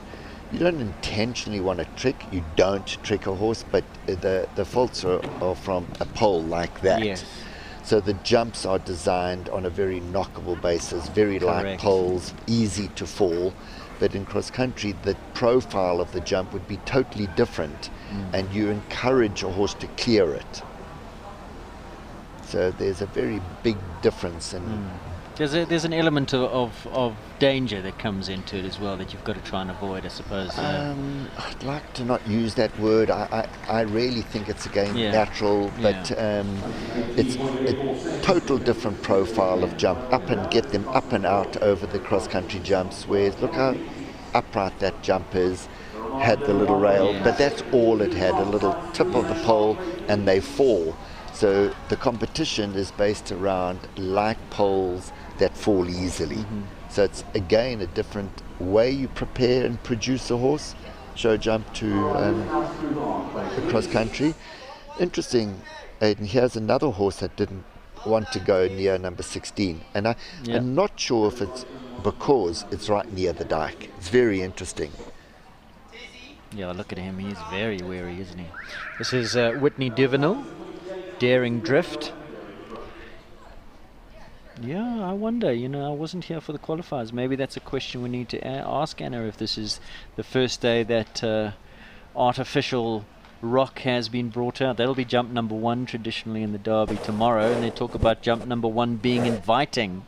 And so far these horses are not finding that too inviting. Yeah.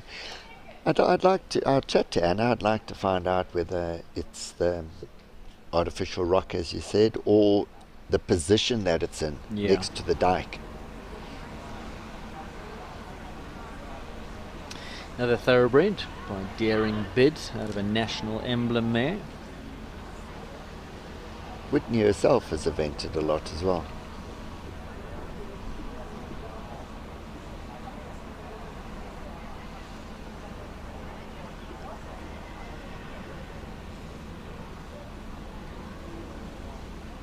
So far just the 3 clears, so the percentage is pretty low at the current time. Like you were saying, Anna would want for tomorrow's big class just 1 clear, but I think the 130 she would be expecting a few more.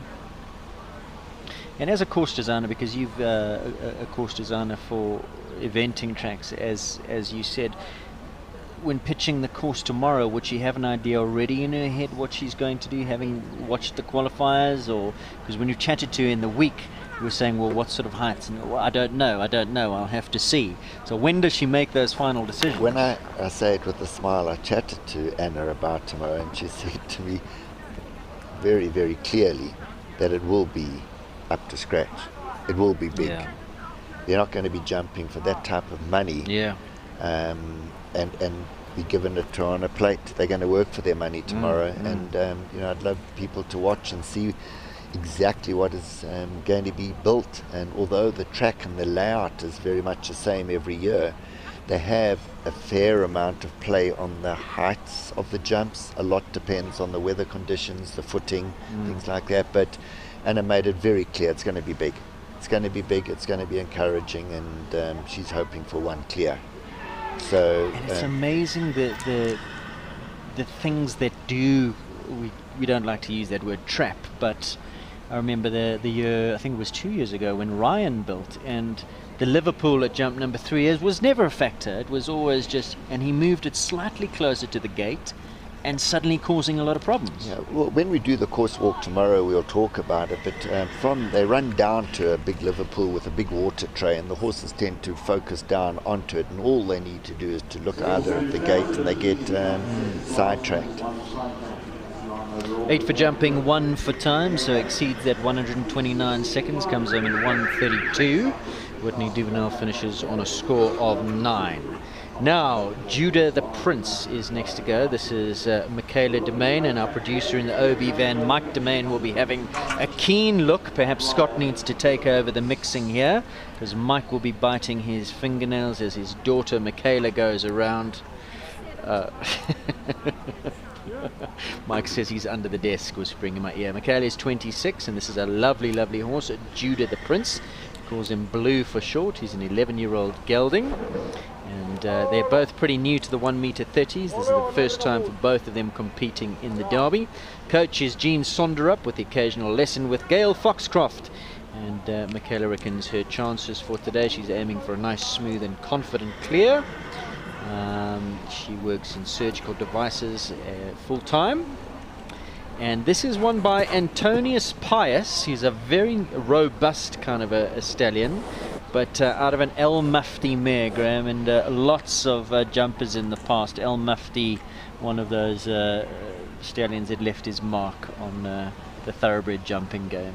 Down in Port Elizabeth, yeah, no, unbelievable. He, you know, myself, not too involved in the breeding and knowing, because I just never remember them, but my memory is shocking. But definitely El Mufti has sired a number of very, very competent show jumpers. And again, going back to, can one imagine, over the years had a pool of top thoroughbred sires, had their semen being stored and used today. I believe we'd be pretty close to what the world was breeding in the way of performance. So Michaela's really battling again more with the different Derby type fences, and having know this horse, it's been so keen to jump that lots of homework to be done, and I don't think she needs to be too disappointed. Like you say, they're Derby horses and they aren't, and she's given her some wonderful rides around the 130s. He's a true 130, even a better horse than that. And perhaps just today, not their day. You could see the horse was a little bit worried, and again, one would like to see what it was like on the build-up to the competition.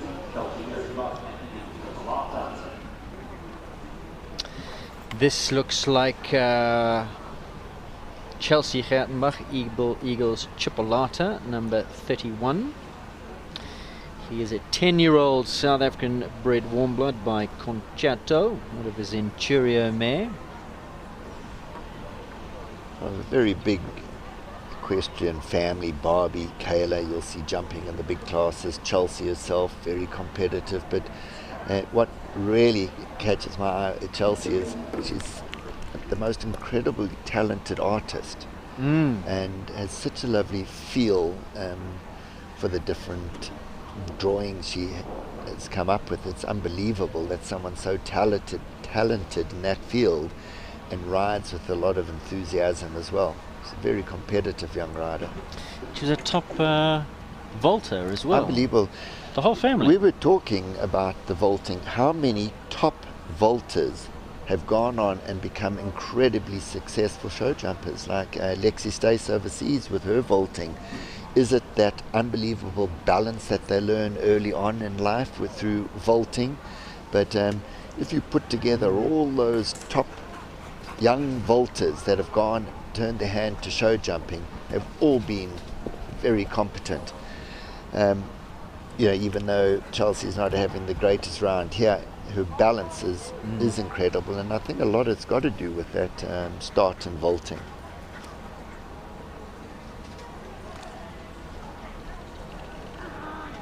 Yeah, he's just, that's it.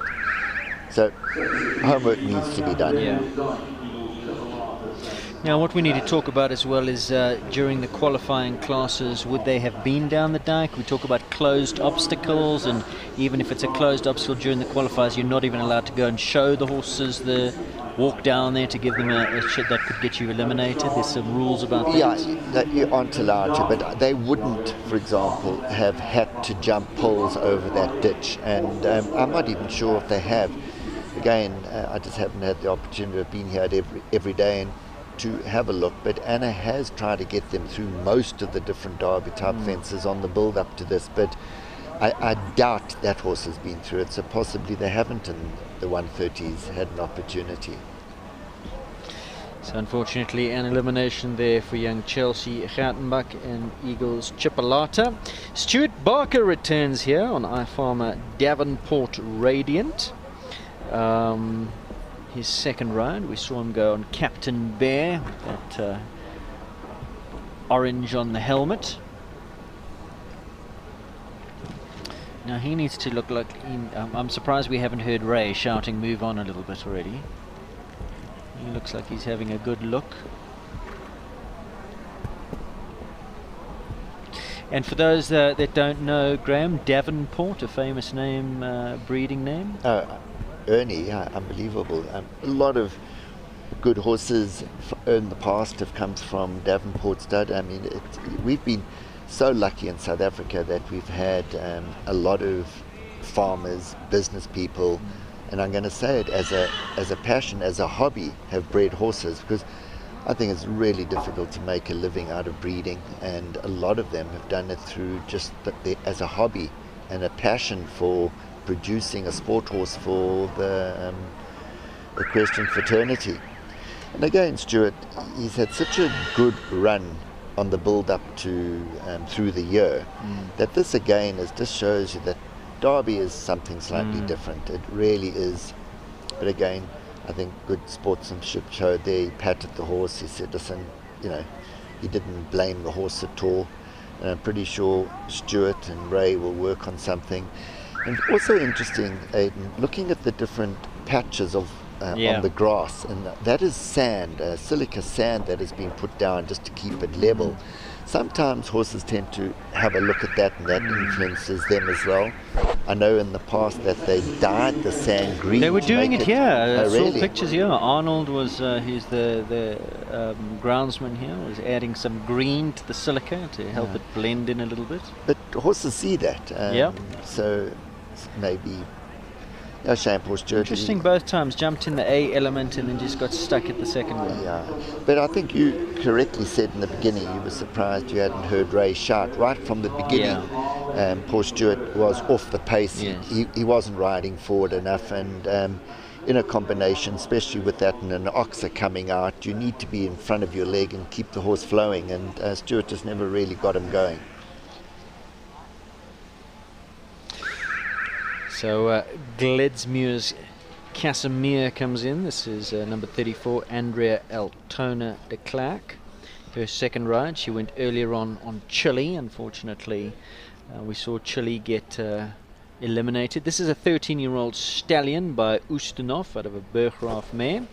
She said she's had him all the way since he was just a yearling, produced him by herself. As far as stallions go, he's very easy, just pulls. He can be very scary, pulls very scary faces, I beg your pardon, if he's eating. Otherwise he's a pretty lazy horse. He says he can be a bit of a joke at a show in the warm-up arena, as he feels like he's not even capable of jumping a cross jump. He has competed and been placed in derby classes over the years, but has been off for a while after having hock surgery. Jason Phillips, his Andrea's instructor. Benson is his groom and never loses his temper with him, even when he gets nipped. Casimir has two lovely daughters that I'm producing up the grades, and they all have his talent with a bit more enthusiasm on the flat. So he jumped that all right. He certainly did. Huh? So often when a horse can get a bit strong, the riders fall into the trap of starting a little underpowered in case the horse gets going, and that doesn't help things. No. I think her pole at number 1 was just a slow start in going, because it seems to be, but I get a feeling I've got to not say too much too soon, because whenever I've said someone's really going well, they've started to start looking. But Andrea is also not quite going forward enough here, and the horse is starting to hover and look. And it's not a kind of position you want to be in. You want a horse like the Clears we've seen, travelling in front of the rider's legs and looking quite in a comfortable rhythm. Although he went through there with no problem at all, but Andrea did say that he enjoys his derby type fences. He certainly has got a nice technique over the fence when he meets it going forward. Just needs to trust in her eye a little bit and go, have the confidence to meet the fences going forward. Well, we hear her instructor starting to say move on now and get going. So, yes, she got her right on. Now what's happened? Oh, she's going to the bank. Jason, the instructor, just to our right here, having a little giggle. I think Andrea's getting tired. It's her second ride. Yeah, she does look like she's getting a bit tired. Yeah, what is Rob Hoekstra, the famous coach, came out here and he said the rhythm that you approach, you go through the beams, is the same rhythm you need to go through the end beams. No, it's the same the whole way through. I think if you are a rhythm rider and you learn to sit still in the beginning, the horses learn, which we have mentioned with the young horses, they learn to be very much part of the team, and they have a lot of self-preservation themselves.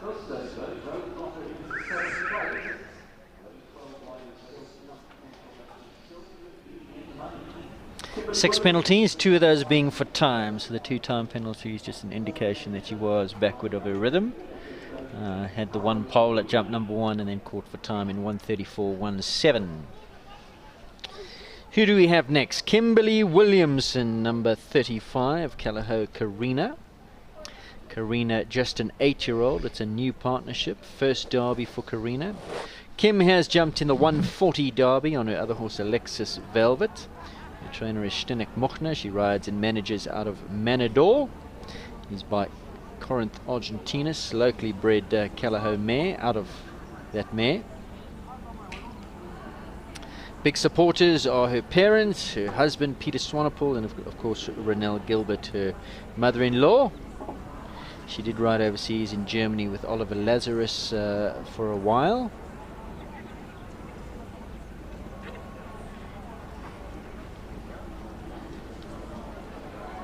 Manador, a lovely setup just down the road, not too far from us. Lovely facilities, top class establishment, equestrian establishment. Yeah, we were talking about the horse with a natural high head carriage, running light, head up, and Kimberly not doing anything to change that. Seems very quick off his feet, very quick, agile horse. So let's have a look at that quickness. Yeah, and that's where the sport's certainly going, is to have a horse that is really quick off the ground over the jumps. And again, it's not the outline that you would have seen years and years ago. You would have asked to have a horse a lot more connected, but was it the right way? I think this is the way that the sport is going a little bit now, that you leave them in their comfort, in their natural shape.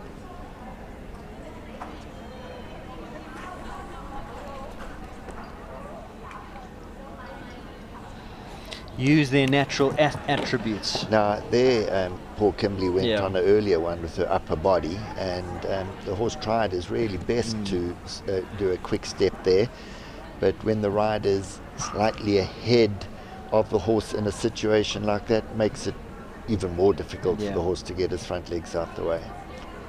I mean, that's really her first mistake she's made, and it's been a lovely round up to here. Nice horse. I think that's a big horse for the future. I do love a little bit of blood, Graham. Absolutely. I think it's definitely the way to go at the moment. Watch that. Is this well, ping, ping. Yeah.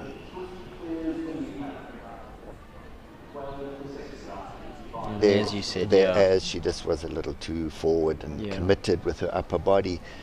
But anyway, that was a lovely slow motion shot to explain or to see for the viewers exactly what had happened there. So I'm told we do have 2 scratchings, 36 and 37 are out. So Saratoga Magic will be next in 38, Amy Crossley.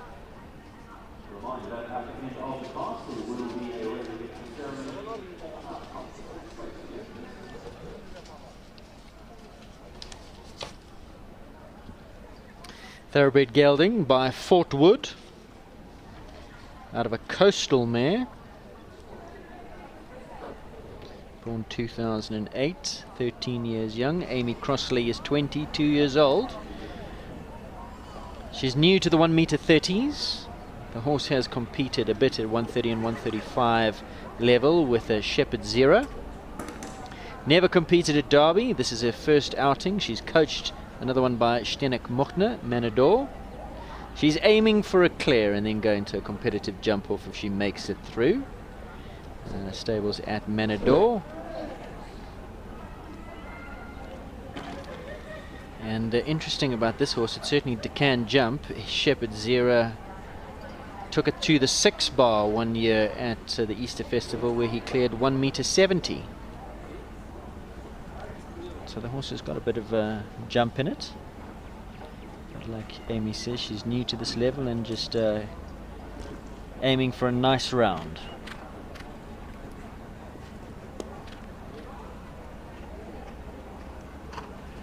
When I look at the horses now and I watch Amy going around, and then I'm thinking of tomorrow and the top riders and how riders manage to get into that rhythm and just let the jumps come to them, and they're sitting quietly and no one's really trying too hard. And that is the biggest thing with Derby type riding, is to have a horse confident enough, and you yourself be confident enough to ride the rhythm and stop making the horse work harder than necessary.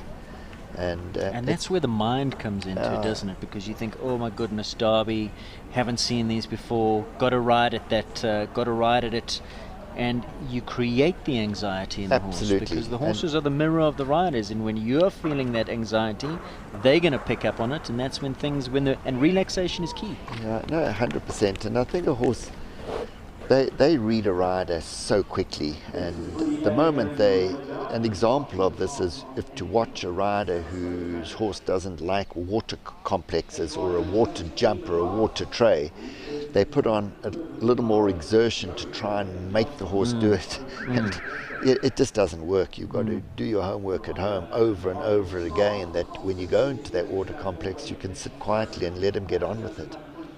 Funny you say that. It's a bit like swimming, I guess, because I'm like that in the water. I'm apprehensive and start flapping around like a bulldog and just sink. Oh, same. Yeah, no, absolutely. Sorry, I was looking at her positive ride and just not again enjoying it. This is Dana van Jaarsveld, Fleur de Lis Claret, or Claret.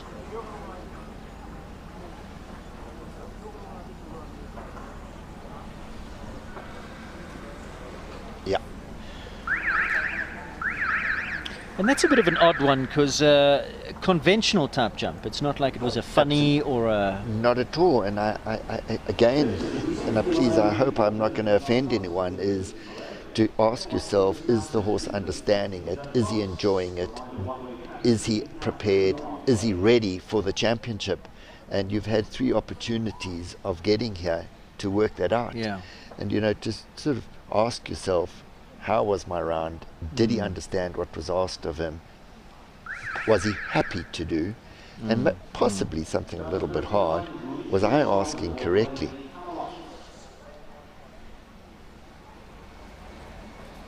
Lisa Rahman comes in.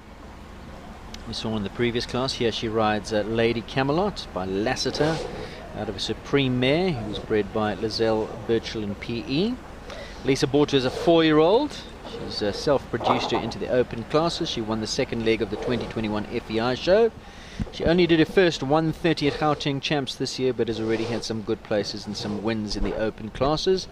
Lisa said she's incredibly brave, but is quite a technical ride, but we know each other inside out by now. She can be a grumpy mare with serious personal bubble issues. She has a massive heart, is very hot, and absolutely loves the jumping. I'd imagine she could be a bit of a handful in the warm-up with some personal bubble. Oh, she looks like she's although could be a little bit strong. Yeah, strong, but very quick front leg technique, quick off the ground, and that's what you want. Not my favourite. She's a good position now, like you say, Graham. Is not leave the front end alone. Well, she looks like she's tanking off a bit, but that's difficult when they default, when they got that sort of elasticity in their necks, and they default into their chest like that and just hang on your hand. It does make it hard, especially when a horse is running forward with the rider, like it's starting to do now. And Lisa was a little committed with her upper body over the 7B element, But one can't blame her. Look at the horse is really getting strong, and when she does ask it to just control or contain itself, it puts its chin on its chest. There, she was super reliant on her horse's quick leg technique. And I think Lisa's doing a great job. How would you counteract something like that? Is that going back to the flat work, going back to the training paddock when the horse defaults down there to get it up I think just with your leg and release the hand a little bit? Yeah, one way. Everyone has different ways. I would do it with poles on the ground on the flat work, and do a lot of forward and back over poles to get the horse to understand. But again, I go back to in the arena itself, it's best to have done your homework and to be able to sit very quietly. But I think this horse is really giving Lisa a hard time. Four penalty round, not bad. Not at all. I mean, it's still. I'd imagine the arms are burning a little bit. Sure.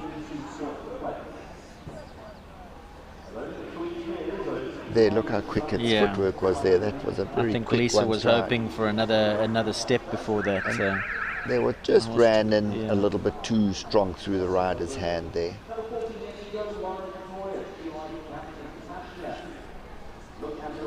Four penalties for Lisa, going to now number 41, Lauren Pretorius, and this is Capital Cashmere. And still just going to have my fact checker check me, just 3 clears, is that correct? So just shows you, the Derby courses catching a few.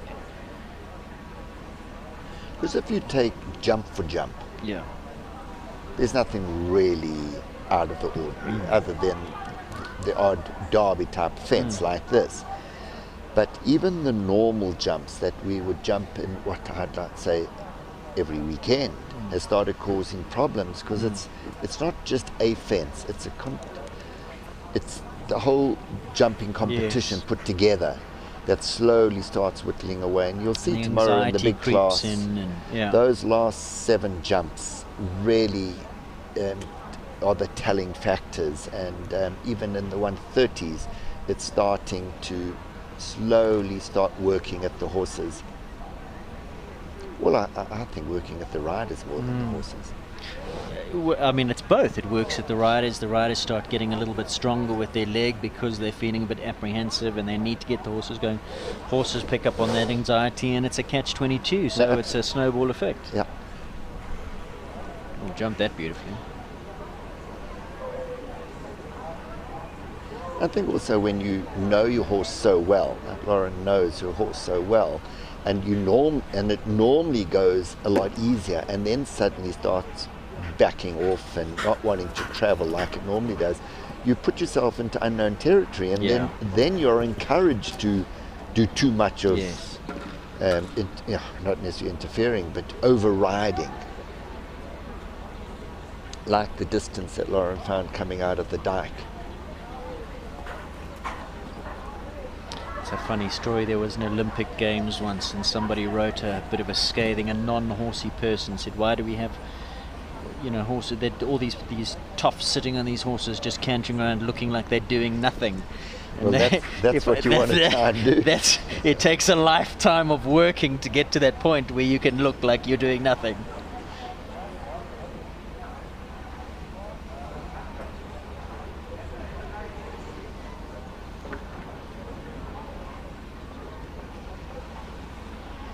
Now, just watching this, I can feel within me the excitement of tomorrow as you watch. This is no ordinary competition. It's definitely something with a difference. And really, I think this is just for the viewers, just a warm-up to what's going to be expected tomorrow. Absolutely.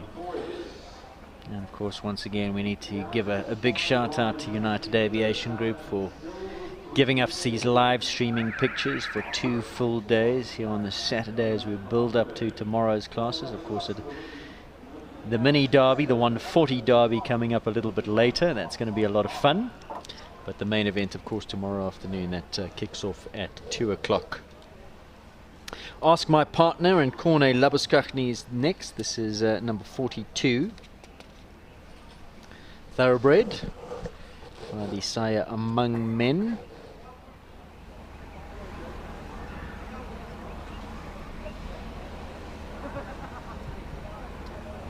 And this is the 1m30 championship. And Cornet, she's been in the 130s a while now, but no longer than a year or so. Ooh, looked like he jumped out of her hand a little bit there, but got away with it.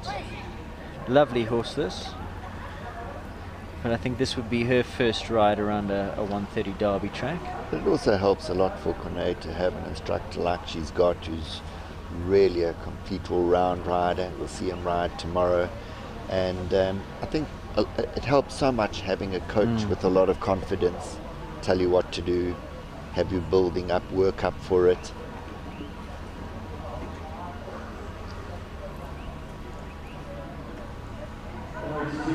So important for a coach to give you the confidence as well, to instill that confidence in you where you go in there, because it is a huge mental game as well, to go in there believing that you've got this. Absolutely, and I mean we also again very fortunate to have a lot of real good coaches that seem to all work together and work with their clients and give the confidence that is needed, and that's what makes the sport, is to have riders in the 130s coming through into the 135s and build it up. And you know, with me in the warm-up arena, and Dominic Alexander helps me a lot, but all those top riders are quite happy to part with their knowledge and encourage one to, you know, in the warm-up round, you've got to flow more, you're doing this, you're doing that, and I take it as such a positive that there are riders that can help you.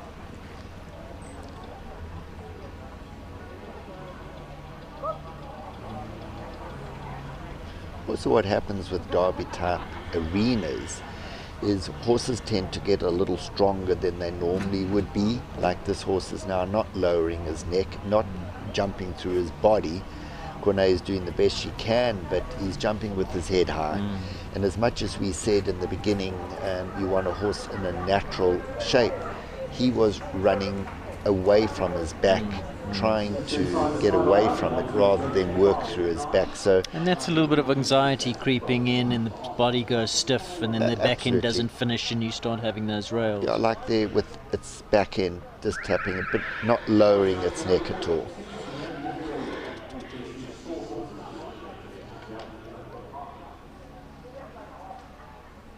Still just the 3 clears that will go into the jump off. With only 4 left to come. The first of those, Bianca Ziadi. This is HSB Davenport Rohan.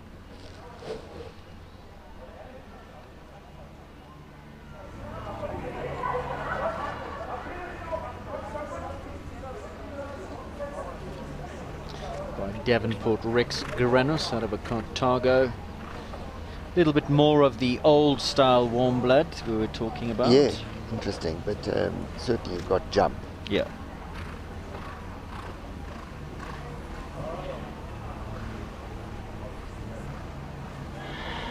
Just having a look at the screen, watching the screen rather than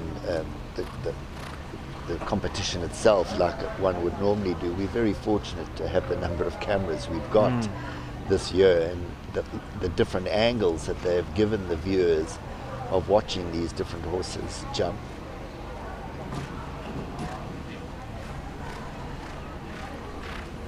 Once again, hats off to United Aviation Group for this wonderful coverage. Loving the drone shots. There's another angle. Some angles we haven't seen just keep creeping in, isn't it nice? Absolutely, yeah, no, we're very fortunate. Sitting on a score of 8.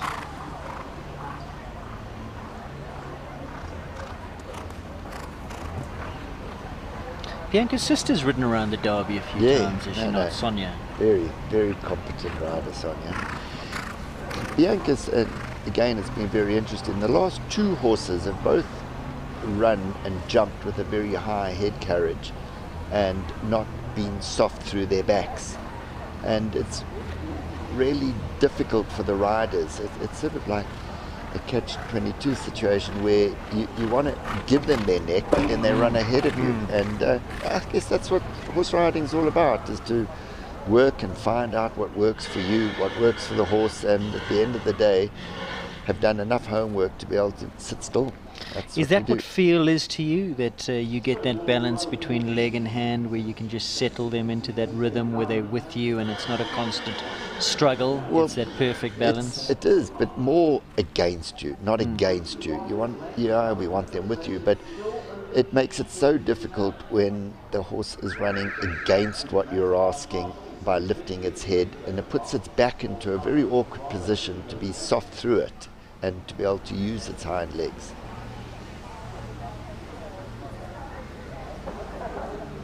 Samantha Hardcastle brings in Callao Conrado. Concoriano. Cassini won the breeding here. A 10-year-old. I'm not familiar with Samantha, I must be honest. Shay, do you know much about Samantha? To be honest, nor do I, but I mean, certainly up to now, the horse is, again, with a very high head, but she seems to be very soft in the air and not taking too much away, so there's not as much tension through the horse's back as the last two horses, although a very similar outline on the approach to the jumps.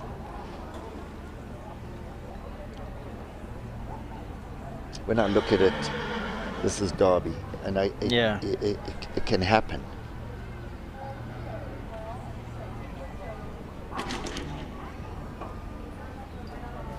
But it's so interesting, a different competition completely, this young horse potential horse class.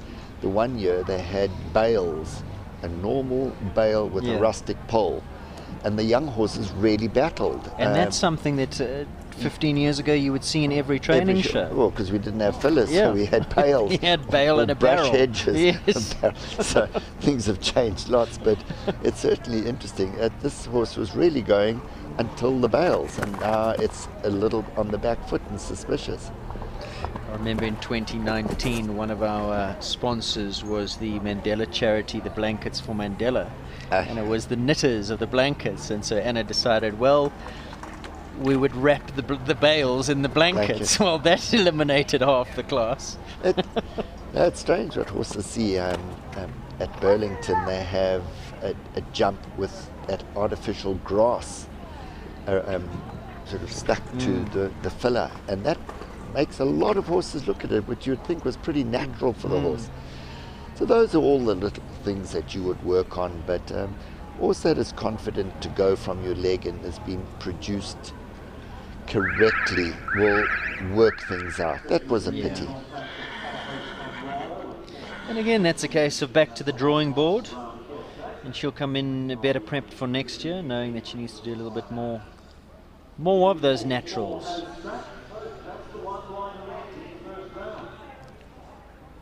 This looks like a horse that certainly can jump a fence. Oh, absolutely. That's why you want to go back and just ask yourself, is he a Derby type horse? Have I done the homework? Because you don't want to see what that horse has just done, because he's been jumping so willingly and so happily and confidently that he suddenly starts to doubt himself like that. It's but I'm pretty sure homework will be done before next year.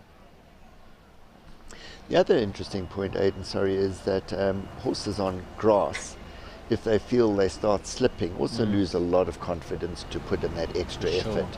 I know there are studs that the riders ride on, those little extra, like little heels, if you want to do it, put on the back of the, screwed into the shoes, and that gives the horse a better footing. But some horses, if they feel themselves slip, they lose heart. And another thing is we're coming right out of our very dry winter months where we don't jump on grass at all, and this is the first show back on grass after a long layoff, and some of them might need an outing or two or a few days on the grass just to acclimate. Some just don't like it. No, some love it, some just don't. Yep, absolutely. Ronald De Santos now on the very useful stallion Zambezi, Belgian warm blood. Brings that kind of Belgian stamp of power by Zambezi out of a cash and carry mare, Cash Cat.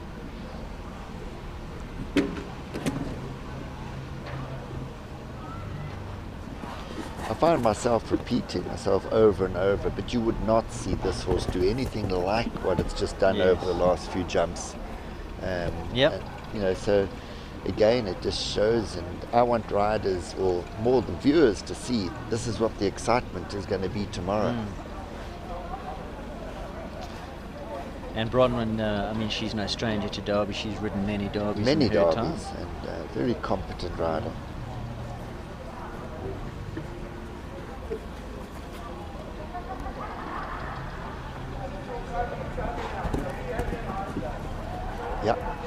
I would have thought it's just the ditch at the bottom there, but again, we are very fortunate they'll have a post-derby where a few of these little jumps will be included at a lower level, so those riders that didn't have the happiest round could come back and compete again. I'm not too sure whether it's in 3 or 4 weeks' time. 2 weeks' time. 2 weeks' time. Yeah. So, shame. That's not the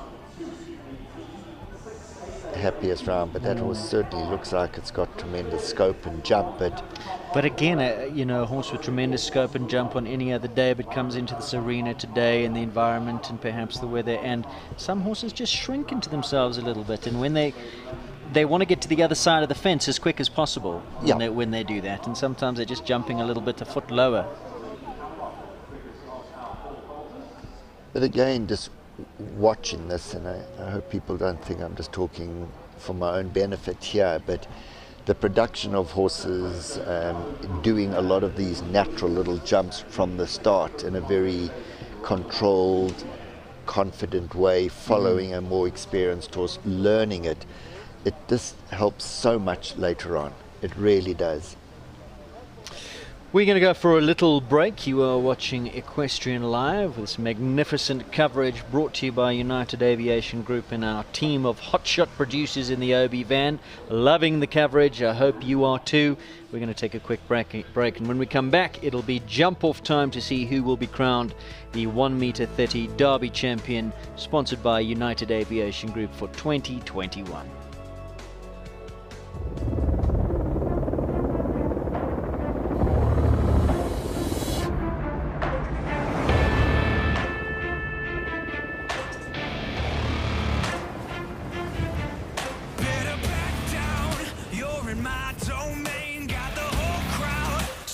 Out our name, it's a blowout, it's a hurricane, it's over before you know it. While you're shaking, we're a dynasty in the making, we're the royalty, now we're breaking down the enemy, move over for the soldier.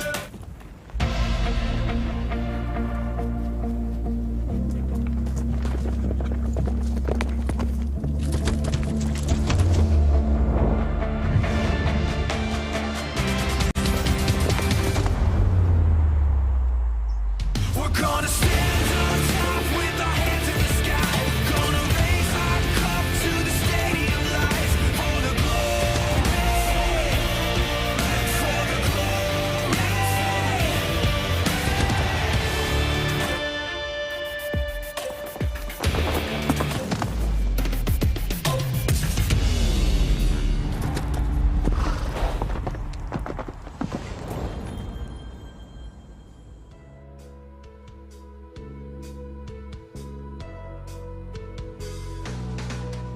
Welcome back to our pictures here from the Bob Chart Arena at the fantastic Kyalami Equestrian Park.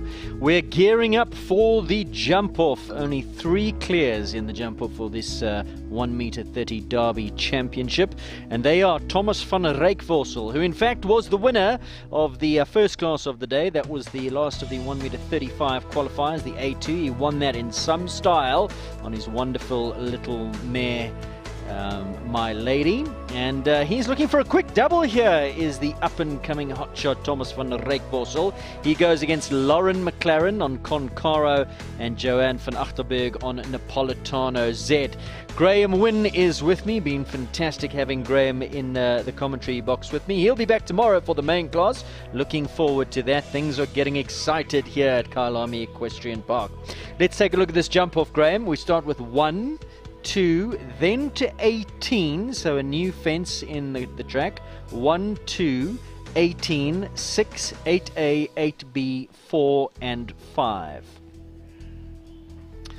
So I would imagine some galloping here. Thomas goes on Gulliver, who's a big horse, got a big stride. He enjoys a gallop, does Thomas. Can he get some speed out of Gulliver? I think a horse with a deceptively big stride and would probably cover a lot of ground and make up some time that way. Very interesting. With the open distances in between this jump off, the riders are going to have to really work on keeping the balance and not letting the horse become unbalanced to jump. A clever jump off, but it is going to require a lot of balancing in between these long distances. Well, he had this big horse in such a beautiful rhythm in his first round, so let's see how he goes. So Shay, she's going to be watching and counting the strides, spotting all the little opportunities. There are only 3 of them in the jump off, so let's see how they go. Has he got it spot on? Has he seen all the opportunities? So from 1 now to 2, so quite a long gallop to 2, perhaps an opportunity to open up the horse a little bit there. Shay says 9 strides, is that correct, from 1 to 2? Turn back now, 18, opens up the horse a little bit more. 6 is the next fence. Oh, and that's not going to help his chances at all. What happened, Graham? To be honest, I absolutely don't know, because he was not on a bad distance. He aimed the horse in at the center. Now, Gail was talking about that in the first class, that the way to jump those panels, because they sit on such flat cups and they square, that you want to be aiming at Something the solid. upright. Yeah. Now, I don't know. It looks like Shame he's got he's some got- baling twine stuck in that. Yeah. That's why we don't jump bales anymore. Yeah. 'Cause he just... He was a little off it. Yeah. He was a little off it. This is what happens when you're encouraged to ride with long distances in between. He wasn't that bad, but Yeah. he was slightly off it, and it's unusual. From watching his first round of such confidence and lovely rhythm, and I thought Thomas, such a mature young rider, and he didn't really make that too bad a mistake other than being off it. So some viewers might be asking, well, why is he carrying on? What's happened? The fact is he went through the flags. He demolished the jump, but he went through the flag, Yeah. so he's allowed to carry on. So the 4 on the score, but the timing has stopped, so we'll have to see what's happened to the timing. Now, what happens in that situation, Graham? Because he went through the fence, but there was a problem. The baling twine got stuck in the boot. Would the judges have stopped the clock? I should know my rules better than I do So now. I'm looking at I'm the not timing, and sure it actually says why. he exceeded the time allowed. So he's in fact eliminated on that round for exceeding the time allowed. So you have a time, for the time limit, I beg your pardon. You have a time allowed. If you exceed the time allowed, you get time penalties. Time limit, you exceed that, you're get eliminated. So unfortunately, that is an elimination for young Thomas, because he had to stop and Get that twine and off. that twine off. Now, he also had, you're not allowed to have outside help. So that could have been another... But I would have thought safety and of the horse is paramount, and that they would have seen through that. They're using bales, and I guess I know you said it in a joking way, but that's why we don't use bales anymore. But certainly with that twine holding the grass together is... That can happen. That can happen. Yeah, that's the problem. So unfortunately not the result he was looking for, but listen, he can't be too greedy. He's already won a class this morning. Absolutely, and it would be interesting if the camera had picked up a side angle of that, because from our view it didn't look like he was that far off it for the horse, and the horse has certainly got a big enough jump to have jumped that from where he was. Be interesting to talk to Domini later to find out what Domini's thoughts were on it.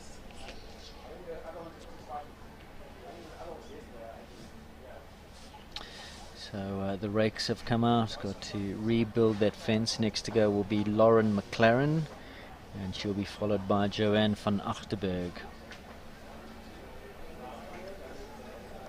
Mike, have you got any more replays of that?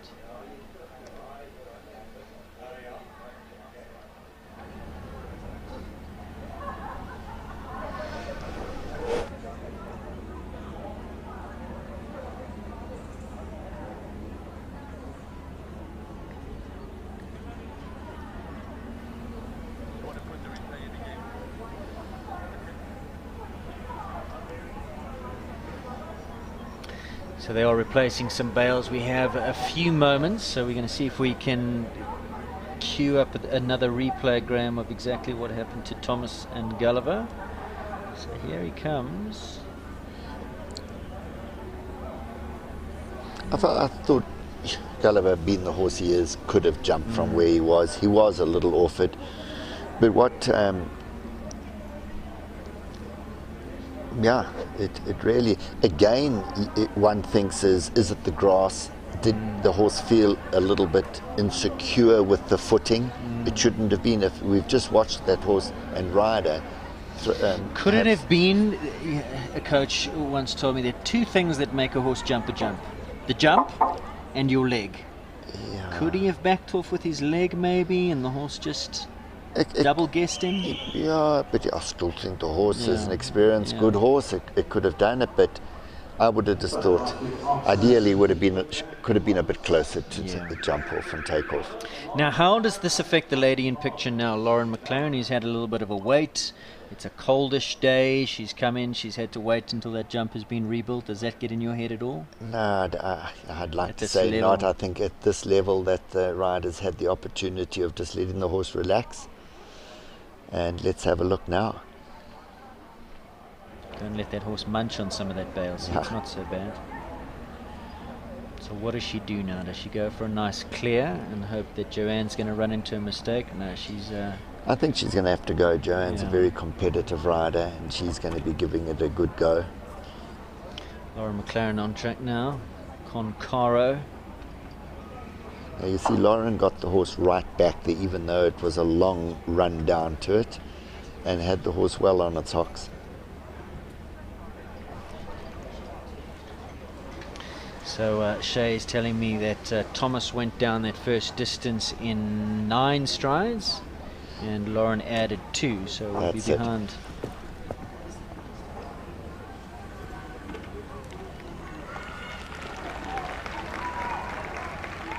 Well, Joanne's going to now have to ride on. 48.70, 48.70 was the time there for Lauren McLaren. So where the opportunity is going to present to Jo? Is she going to go? We're going to count down. So Thomas did the 9 from 1 to 2. If she does the 9, she'll already be up by some. Yeah, I think Jo as well, if she does go on the 9, will be supporting the horse a lot more than poor Thomas did. 9 from 1 to 2. I heard, did she rattle that? Did that come down? That came down. Did that come down? Yeah. Okay. So we have a winner. Certainly now with that down, number 18, 16 backwards, also come down for Joanne and Napolitano Z, which means that we have a winner of this class. 130 championship class, sponsored by United Aviation Group.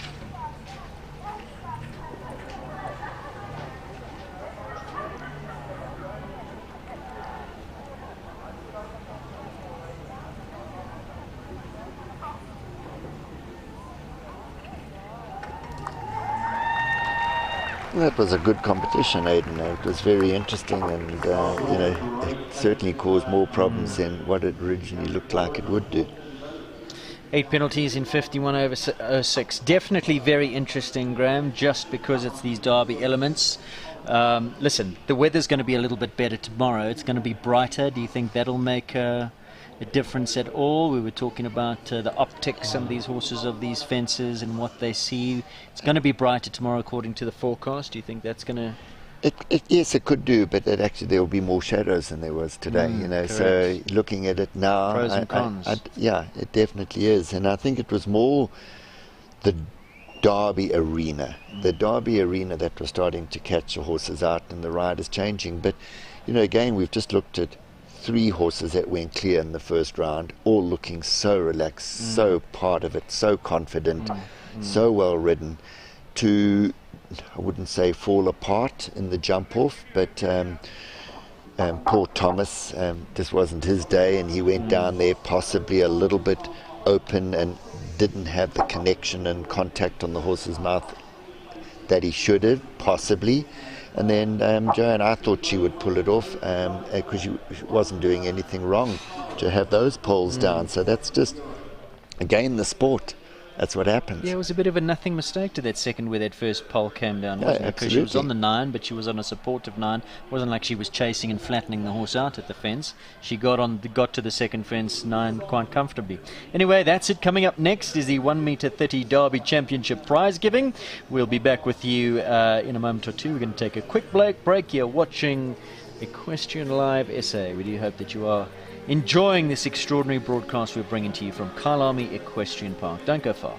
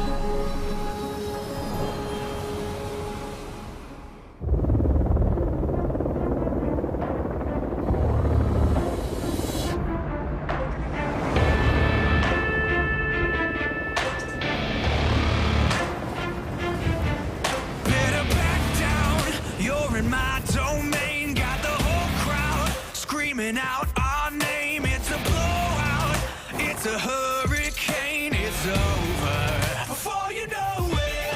While you're shaking, we're a dynasty in the making, we're the royalty, now we're breaking down the enemy, move over for the soldier.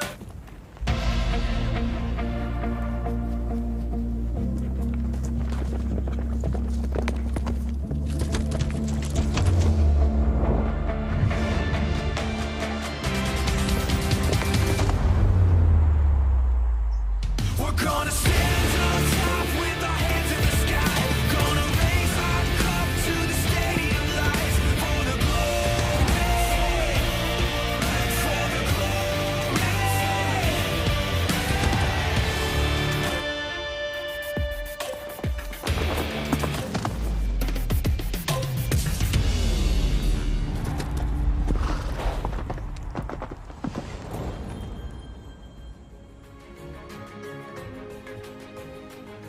Back to our pictures here at Kyalami Equestrian Park, and a big shout out to United Aviation Group, a wonderful new sponsor that we have in equestrian sport behind the Derby for 2021. Also sponsoring a few riders. Nicole Horwood has picked up a United Aviation Derby sponsorship. Oscar Ngube as well. Great to have Jonathan Wolpe and his team involved in the sport. More about that. We'll be chatting to Jonathan a little bit later, as well as tomorrow. You can see the pictures are slightly gloomy over here at Kyalami Park. The cloud cover is rather heavy and low, but perfect conditions for horses. I think the horses, Graham, enjoy the slightly cooler conditions. Absolutely. Today was a good day weather-wise. We were lucky with the weather and the build-up, because it was pretty hot last week. Yeah, very. Building up to this, very. So horses coming in for the prize giving, and we're going to confirm the result in a moment or two. But Lauren McLaren comes out victorious as the only double clear. She was second to go. Thomas van der Reekvorsel, he was the winner on Capital My Lady of the previous class. That qualifier 1m35 A2 went around there like a little demon, but unfortunately the jump off catching him out here at the third fence, that rustic, just, we call it a miss, a slight miscommunication between horse and rider. He was a little bit far off there and Belly, that went through it, and that put pay to his chances. Lauren jumped a nice clear. Last to go was Joe van Achterberg, and unfortunately found 2 rails. So the winner of the 1 meter 30 Derby Championship on the only double clear, Lauren McLaren and Konkaro. Big congratulations to her. Graham, it's been wonderful having you as co-commentator for this class, but you're not done. You're going to be back with us tomorrow, and we're looking forward to that. No, thanks very much, Aidan. I'm not too sure whether I wouldn't be more nervous. I'm more nervous in this chair than out there. But anyway, it was good fun, and it certainly brought to our attention just what to expect for tomorrow and the mini derby later on. This is certainly not the average or the normal competition that we're watching, and it's really, I would have thought, very interesting for the riders who are wanting to get involved, and just the spectators out there, the viewers themselves, to just look at the different types of competition. This is, well, the different type of competition it is, with ups and downs, and how it slowly can have an effect on the different horses. But it was very interesting, and thank you very much for having me, Aidan. Makes you miss it though. Like, are you FOMO? Are you experiencing a bit of FOMO? I'd love to be riding, Aidan. I really did. As I said earlier, I prefer to be riding than talking, but only because I don't do it often. But I certainly would love to be back next year and ride. And I've got some lovely young horses. But like we saw, I really don't. I think they're at a vulnerable position where they are very sensitive type horses, and they're not quite Derby suited yet, but because I'd love to try and do it, I'll do a little bit of homework with one of them. Obi-Wan Kenobi can come back. He's feeling great within himself, and so maybe. Where is he? Not talking Derby, but just where is he now, Obi-Wan? What level is he at? You rebuilding? Are we going to see you back at World Cups this season or next season? Well, I don't think the World Cup this year, but I'm definitely trying to go for Bloberg Cup. We're going up to Bloberg in 2 weeks' time, and I'm looking forward to that. And a lot of it depends if I'm riding well and I'm riding myself confidently. I'm going to possibly give the big class a go. I've got that Calaho Vivaldi, who is really good. I'd love to do my first 140 there with him. So yeah, I've worked a lot towards Bloberg, and it's a beautiful venue. I love it. We go there every year, and but I'd like to. I think Vivaldi's the type of horse that could do this, but I just need the time. And of course, you got the very exciting youngster, the Canan, coming through. How's he going? Lovely. He's also going up to Bloberg, and I've got Obi's son, Big Red, known officially as Onan, Maxstar Onan. We call him Big Red. He's got his dad's bravery, his dad's big jump, and he also, let's have a look, but it's definitely a competition that you have to prepare for and do your homework, and I hadn't done my homework. That's why I wasn't that this year. Well, we're very happy that you are here with us, Graham, and it's been a fantastic experience for me chatting to you, such knowledge. But more tomorrow. We'll see you then, and until then, safe drive back to Springs. Thank you very much, Aidan. Thank you. That's Graham Wynne, ladies and gentlemen, joining me in co-commentary for this 1 meter 30 championship class. There is the winner of this championship. It's Lauren McLaren with that lovely trophy. And there's the man on your right-hand side. That is Jonathan Walping, the man behind the United Aviation Group, giving the wave, the man behind the sponsorship. We owe so much to him in these rather desperate COVID times. He put his hand up and put his hand in his pocket as well, and said, don't worry, I've got this. And a man who's passionate about both aviation and equestrian sport, giving us this fantastic sponsorship. Raises the trophy aloft, does Lauren McLaren, winner of the class. In second place, Joanne van Achterberg on Napolitano Z. And in third place, Thomas van Rijkvorsel on Gulliver. The Watson family, if you are watching, there's your podium. Big thank you to you. Looks resplendent as Lauren walks away to remount, and then we'll have the canter passed. Next class of the day is the big one for the Saturday. It's the mini derby. That's the derby for the 1 meter 40s, and that comes up a little bit later. We're going to take a break.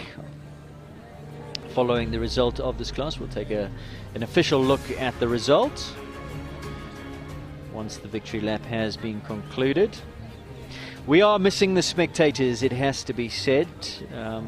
It is what it is, I guess. Sporting events still closed off to the public. It's a pity. We love the crowds and the atmosphere at Derby.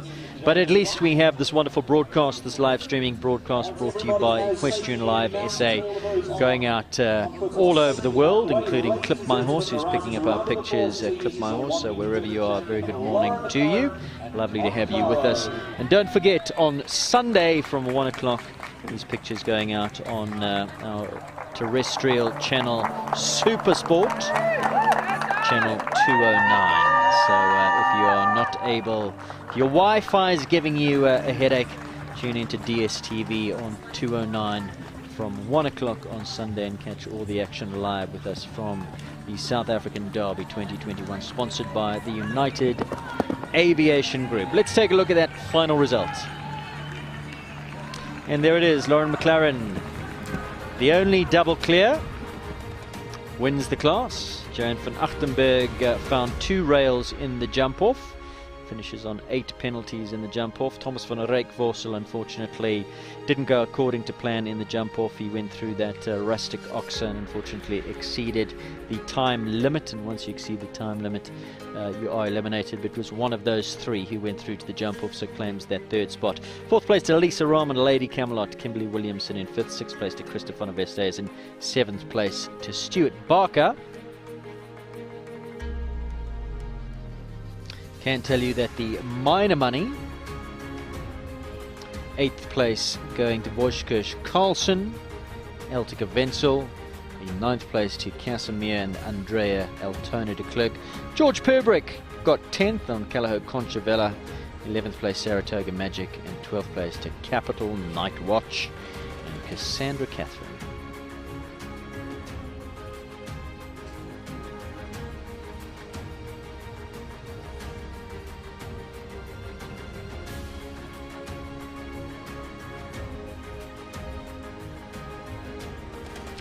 Well, the mini derby, ladies and gentlemen, scheduled start time is 2 o'clock for the mini derby. We are running ahead of schedule. There were only 3 clears in that 1 meter 30 championship class, so the class has concluded slightly earlier than anticipated. So there you see on screen, coming up at 13:45, we'll be back with you. Young man joining me in co-commentary, Chayton Hendricks. He's got quite a lot of experience nowadays for his young years. He's ridden a few derbies in his time, and he'll be joining me in co-commentary with me on the hot seat at 13:45, the 2021 United Aviation Group 1 meter 40 mini derby, first horse in at around about 2 o'clock. We do hope that you are enjoying this broadcast. We're going to take a break. We'll be back with you at 13:45.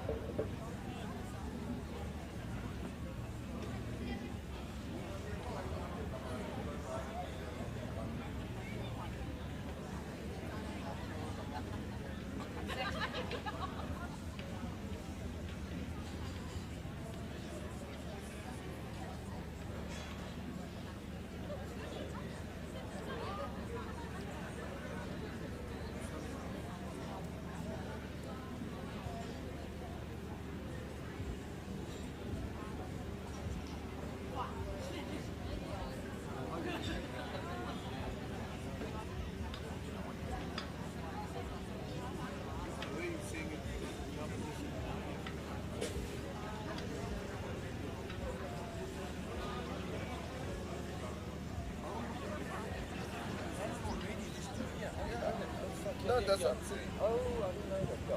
Well, then you just got another 540 over there. 140 there.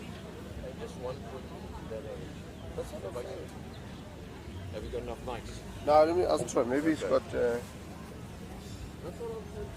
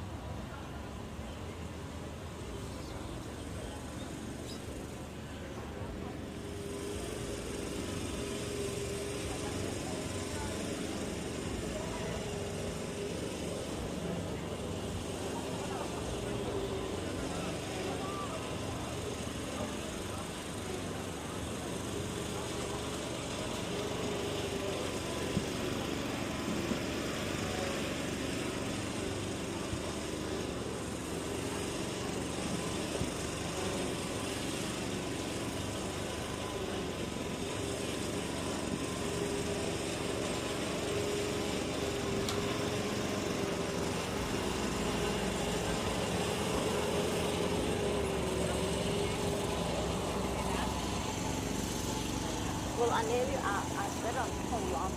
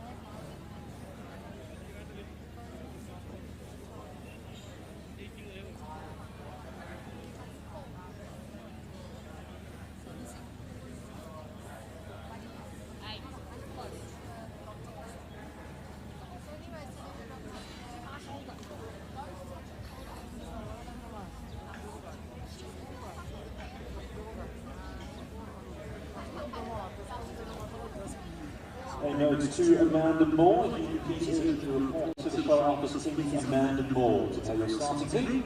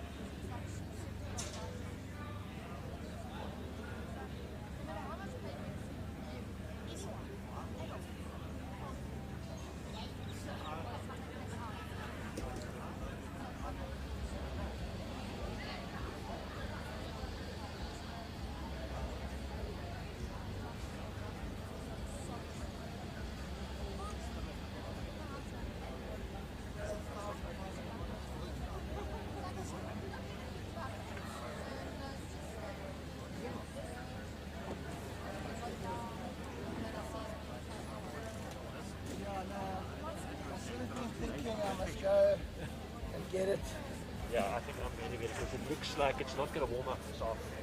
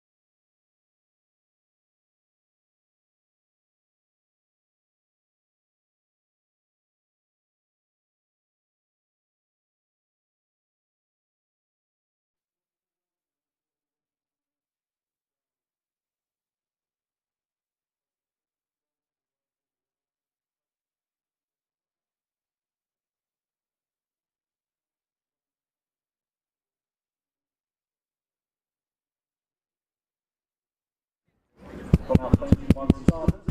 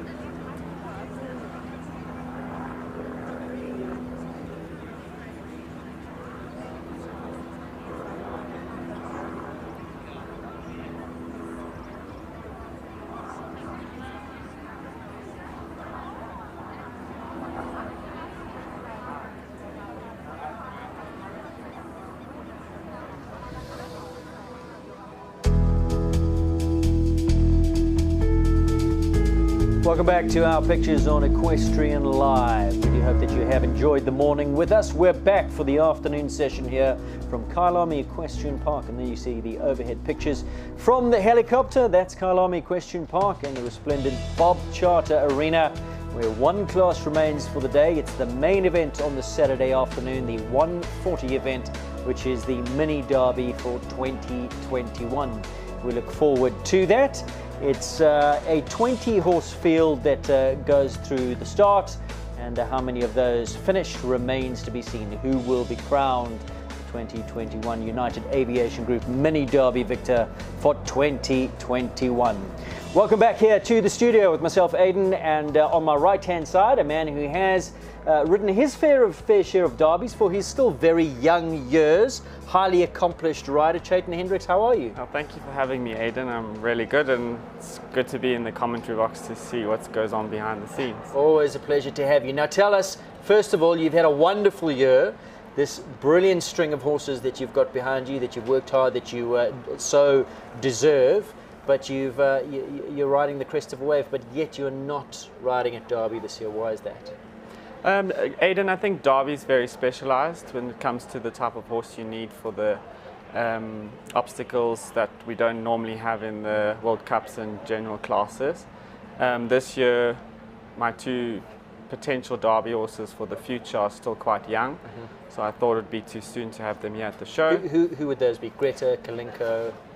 So Greta and Kalinko I'm going to try save for the World Cup Series and not jump them in the derbies. I've had Greta now for 7 years and I haven't jumped one derby, not even the lower things. She's just not a derby type horse. Kalinko's still very new to the 150 level, and I want to save him for the World Cups. And the two younger horses, a Callahoo stallion called Larison, I'd like to jump in the derby next year. How is he? He's doing very well, thank you for asking. And also another Callahoo that I have owned by Shawnee called Callahoo Condior. She'll do the 135s next year, I hope. Excellent. All goes to plan. Now let's talk about the World Cup Series and how you've been going. Kalinko recently up into the 150s. Was it your debut World Cup on the horse at the recent Shongweni, the Highway Shongweni World Cup? Yes, that's correct. Kalinko did his first World Cup now last month with me in Shongweni, and I had no expectations of having a podium finish, but the horse came to form and we finished third in his first World Cup, so I'm very chuffed with him. Absolutely brilliant, big future ahead. Now let's go back to your Derby lineage. You were a young boy when you first, how old are you now? I'm 30. 30, and you were how old when Compton went around the Derby? Take us back to those years. It was 2014, was my first big Derby. I did a few years before that in the mini and micro Derby. So it's been a long time since my first one. And then I was lucky enough to have Casper in the Derby in 2019. And yeah, I mean, you feel honored to jump in this arena on Derby Day. And it's something everyone wants to do, and it's a childhood dream. And yeah, but you don't want to do it just once. You want to keep doing it. How many now? So you've had the two rides in the Derby, and your best finish? I've had two rides in the Derby. The first time with Cowan, we had a few down, but it was just about Cowan getting through I said Compton. Yeah. Talking about the It was just about getting through the track and getting a feel for what it feels like to be there. And then Casper in 2019, he had one down the rustic after the stile and a foot in the water. So I think he finished 8th. So that's been my best placing in the Derby so far. And when you were a young boy looking up to your idols, who were they watching those derbies of yesteryear? Are you of the age group that you would have seen any of the Ananda derbies, the Gonda days, the Peter Gotzes, all of those, or you would have watched on VHS, or is KP what it is for you? No, I watched a few from the Ananda days, and obviously like the likes of Gonda, Barry, Ronnie Lawrence, who are still, you know, amongst us now. And it's something, like I said earlier, it's something as a child you dream of. And then when it moved to KEP, when I was little and the crowd was allowed to walk the course and you could see for yourself how big the jumps actually are, and it's special. It's something, like I said, something you always want to try and work towards. Would you say that as a young aspiring equestrian really is the one that grabs your imagination? That, like I suppose if you were in racing, the Rothmans July would be the race that grabs your imagination if you're a show jumping enthusiast. The Derby is what you aspire to ride in one day and what you aspire to win. Yeah, I think it's very unfortunate this year that we don't have the crowds that are normally attracted to Derby, because like I said, walking into this arena on Derby Day with all the crowds, it's something very special as a rider, regardless of your score at the end of it. But I definitely think it's the reason it's part of the Triple Crown, for what you want to call it. But for me personally, it's definitely in the top 3 SA Champs, Derby, and a World Cup win would be something I'd love to have my name on some trophies. I'm sure there are many, many coming your way. That's the bell to clear the course. As you can see behind us, the riders are walking for the mini Derby. The course pretty similar to the Derby, just the dimensions are smaller. Yeah, I've had a quick look at the Derby now for the mini, and Anna's been really kind to the riders, because obviously from here the next step up would be the big Derby. So there's a lot of similar lines. Like your tabletop to the St Andrews Cross is related, which it is on main day. What's it, normally 7, 8? It's 6 to 8, depends on the course designer. So I see it's quite a long way away from the tabletop, so I assume about 8 strides would be ideal. And would that give you an indication of what's coming tomorrow? Or I could think she so. vary that up a little bit? You never know with Anna. She's always one step ahead of the rest of us as a course designer. So I think tomorrow the St Andrews Cross will definitely be brought in a bit, just because you've got to go to the top of the bank afterwards, whereas this you can turn almost 180 around there and come down the side of the bank for the mini Derby. And she's been kind enough to also give the riders the wall that's also synonymous for the big day tomorrow. Now, as a man who's ridden around the Derby a couple of times, going into that event, are there any fences at the back of your head that you, oh no, that's up next? I think it boils down to what horse you're on. I know the first year I jumped it, the bank was intimidating. I think it is for anyone doing their first Derby, but for the 2 times I've had a chance to go down the bank, it's been really kind. And I know with Casper, the St Andrews Cross was a concern for me, but we got through it. And I think it depends on the horse you're sitting on, but I think with Derby, I think it's easy to get blown away with the whole course. I think if you just break it down to one jump at a time, there's not many related distances, and you just give yourself time to jump each fence individually, you'll be fine. How much homework goes into it? How much pre-prep, and when do you start that? I think it's very important not to overtrain Derby, personally. I think that your horse is either a Derby horse or it isn't. And the funnies, like I said, they only see it once a year, so you've just got to kind of give them a brush up before the show. But I think your biggest preparation goes into your horse's fitness. I think that needs to be considered months before the Derby, and trying to get them as fit as they possibly can before this Derby, but while keeping them sound. What's different about the fitness when you're talking about aerobic, anaerobic fitness? Do you go on more gallops? Do you blow their lungs out a little bit more? Is it more time at the canter in the training paddock? How do you increase that stamina? Yeah, I think your interval training must be quite something that you've thought about and planned prior to the show. A lot more cantering, obviously, because the course is over 1 kilometer long. Whereas with World Cups, it's normally a 10 to 12 jump course, and they quite close together, where this track is quite far apart. So definitely you're cantering to uplift the stamina, but in the same time keeping your horses feeling sound, because you don't want to overtrain for Derby, because they've still got to get through 3 qualifiers to jump on the final day. Right, so let's take a look at this field. We've got a 20-horse field. Take a look at it with me. Cornet's Mandarino, pretty new to this level. Imke Erin DeSantos, pretty new to this level. Of these names here, and there are some big names. Thomas is riding the Crest of a Wave. I don't know Red Ivory got the scope. Yeah, I think definitely a Derby horse in terms of she's quite brave, but we'll see. What about number 12? Yeah, I think that's my personal favourite. It would be. Biogen's Casper is number 12, the horse that Chayton rode around in 2019. I would say Casper, Mr. President has got the scope, a Derby type of a horse. Yeah, Mr. President actually won the Mini Derby in 2018, so I think he's got a good chance, and Tara always comes to the party on Derby Day. Well, let's take a look at the field. While we're on the subject of the field, let's put it up so viewers can see. Number 1, Capital Gidam, lots of scope, lots of power. Fitness may be an issue, going to have to kick on a little bit. Ronnie Healy at Mandarino, that one's coming along in leaps and bounds, Jayden. I think the bigger the fences have gotten, that horse has just gotten better and better. Yeah, and it's a super careful horse, and with Ronnie aboard, I think he's going to give it a good ride. Erin De Santos, Imca, full of class. Maybe a touch on the early side. They might need a little bit more mileage. New to the 140 level. I think she only jumped her first 140 with this horse about a month ago. But she's won the Junior Derby before, so I'm sure she'll know what to do around here. George Cutlass, Capital Athena, anything on its day? Yeah, I mean, the horse is very brave, and she'll definitely get through the finish. I'm sure George is hoping for a good round. Carolyn van Schalkwyk could be a dark horse in the field. Callao Amigo is as honest as they come, lots of scope. Carolyn's getting back in the saddle after having a baby, so she'd have to move on, but I think that's a big runner as well. Jessica De Wit, Nelby, going to have to be accurate, going to have to move on and just trust a little bit in her eye and her rhythm. Amanda Moore, Dacharod Blade, anything there as well, number 7. Number 8 is Gledsmuir's Red Ivory. Thomas van Rijk is a champion rider. I just don't know if the horse has got the scope for this. Yeah, I think I've watched him in a few of the warm-up classes, and the mare looks really good, but every now and then she can find a rail, so yeah, I hope for him. Tina Stressel, Schweiker Begina in Doctro, huge power there.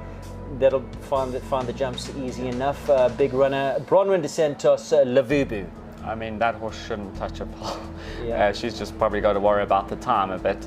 Most economical horse in terms of his jump in the field, he doesn't do more than what he's normally asked, is La Padre. Yeah, careful. I mean, Sten said he's feeling really good this weekend, so he could have a good round. If you're a betting man, Pygens, Casper, class horse, Chayton's ridden him in the big class, that would probably be the odds-on favourite.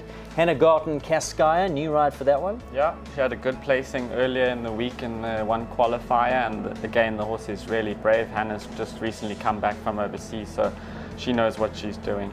Very quickly, Ronnie Healy, a magic boy, huge scope, new to the 140s. Anything possible there? Yeah. Ballard, good type of a horse. Tara Lowe, Mr. President, huge power, huge scope, Derby type of a horse. Martin, Cartago van den Bos, also you would think in with a big shot, Derby type of a horse as well, power jumper. Johan Lotte, huge experience, brings in Poor Moore. Savannah Gierke, Poland's Warza, also a big runner. Jean Corber, what a heart she's got, and that little Lamina, always a fighter. It's a brave horse, that, and like I said, Jean knows that horse like the back of her hand, so she'll be. And then top qualified Tracy Carney, hugely experienced, ridden around many derbies. Callao Lamour, she's a looky type of a horse. Let's see what happens. And she's new also to the 140s, and she's quite a young horse. So that's the field for the Mini Derby, and that is coming up next. We're going to take a quick break, and we'll be back with you with all the action with those 20 horses competing in the United Aviation Group 2021 Mini Derby.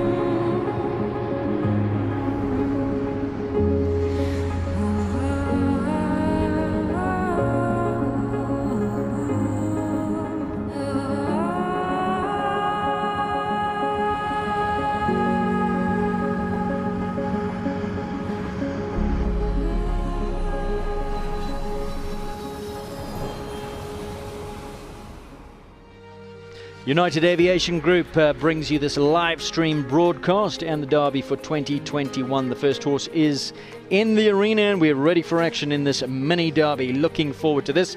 In co-commentary with me is Chayton Hendricks. Man in picture there, Bruce Dewar, brings a huge amount of experience. Veteran rider, he's been around many Derbies in his lifetime. One will remember from the old Inanda days, Okinawa. He then went overseas to France, campaigned there. Rode in the World Equestrian Games in Normandy, I think that was 2008. Holder of Springbok colours, Protea colours, is Bruce Dewar. Let's take a look at this course quickly. 375 metres per minute is your galloping time. 760 metres the length of track. Time allowed is 122 seconds. On track now is Bruce Dewar and Capital Guidam. Chayton, lots of, I was going to say lots of scope as he has that rail in front. Yeah, I think Anna's been nice to them. Started off with the nice verticals. The tip. Yeah, 8 strides to the St Andrews Cross. What is it about that St Andrews Cross that's so trappy? I think the wings draw you in. Obviously, there's 4 sets of poles. And what's the key to riding it? Hold them off it a little bit? I don't think you want to get there with too much space because they see the back rails going to either side, so you want to get a slightly good ride up to it, but not. I would definitely not want to be off that fence. So some tidbits from Bruce. Capital Guidam was given to him by Capital Stud to ride. Derby 3 years ago, he actually injured his back fetlock and was out of work for 6 months, and then he cut his hock bad and he was out for another 4 months. He's come back strong.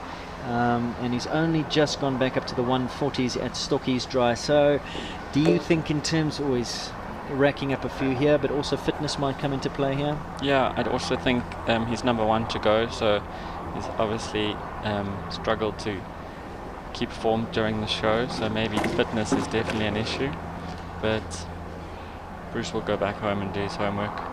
Yeah, in terms of the qualifying, they've had to go through 3 qualifying events to get here, and we are in reverse order of qualification. So in other words, the highest qualifiers, the ones that have gone the best, will be going towards the latter end of the wall. The wall looks like a true 140. Yeah. Probably going to be a true 160, 165 tomorrow. Looks like as the course has gone on, he's settled down a little bit. Yeah, he's got more into his rhythm, and I think maybe... good job. Yeah, the horse just looked a little green and, like you say, a little bit out of puff.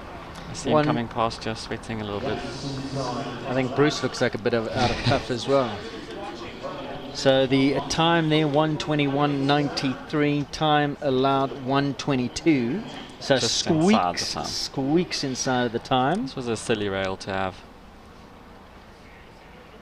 What's the key there? We've seen that throughout the course of the day in the other classes as well. Mostly with the back toes, they just don't finish off behind. Once the front feet touch, they don't finish up the arc behind. Yeah, I think the horses pitch a bit short over the second element. And like I say, it's such a silly pole to have. But I think a lot of that's got to do with luck. Ronnie Healy brings in now number 2, Cornet's Mandarino. This is a mare by Cornet Session out of Mandarina by Mill Reef.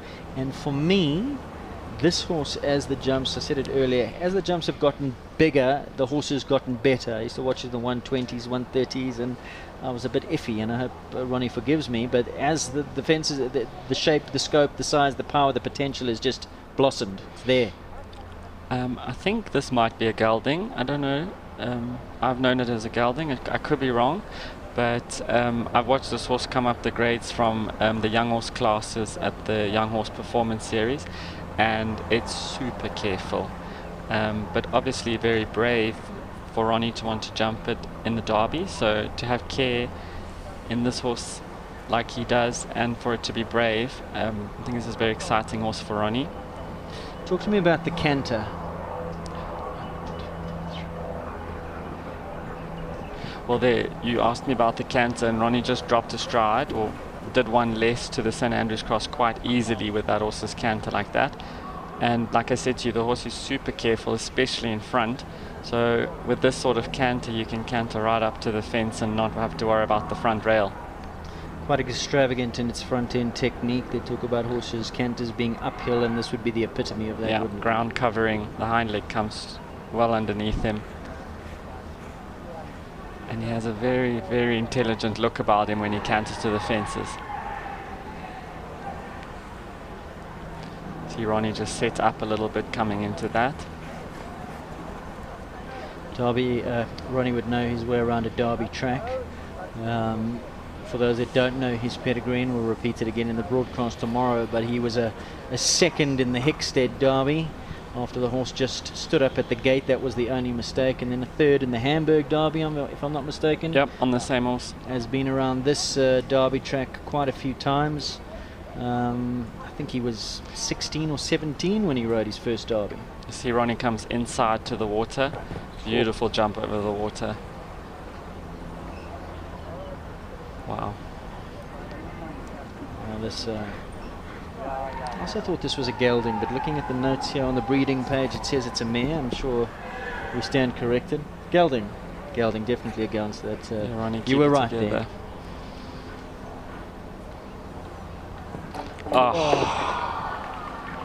What a pity. You can see Ronnie after he crosses the line, just an expletive, I'm sure, came out. What a pity. Last What a fence. horse. 4 penalties at that slightly innocuous, flimsy panel. They just need to lay a toe on that. They just need to breathe on that, and that comes down. The form.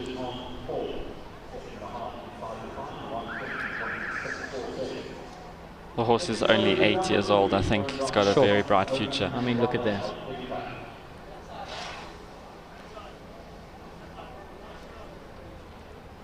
Just breathed on that plank. And watch him, watch him. Oh. Well, we cut away It's the before worst the lip feeling in the readers came world. out. Number 3 now is Erin DeSantos Imca. Erin sent us some notes. And Imca is in the mini derby. Both of our first, it's their first 140 show here, Chayton. Yep. She's young, she's just turned 8. Bodness Lucky Boy mare. I'm low in the qualifying because I was really nervous, but she's incredibly brave and willing and got me through both qualifiers with good rounds, says Erin. You take a look at this horse. It's definitely a derby horse, and I think Erin's nerves will be put to ease once she's into the track. 8 strides down. Ronnie made that 7 look super easy. Mandarina does cover ground.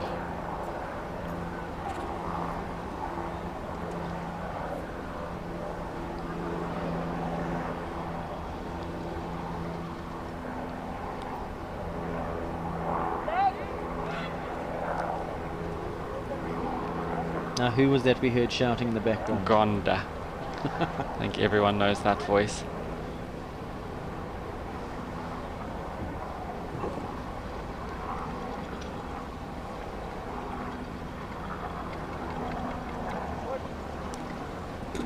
Oh, another city rail up there.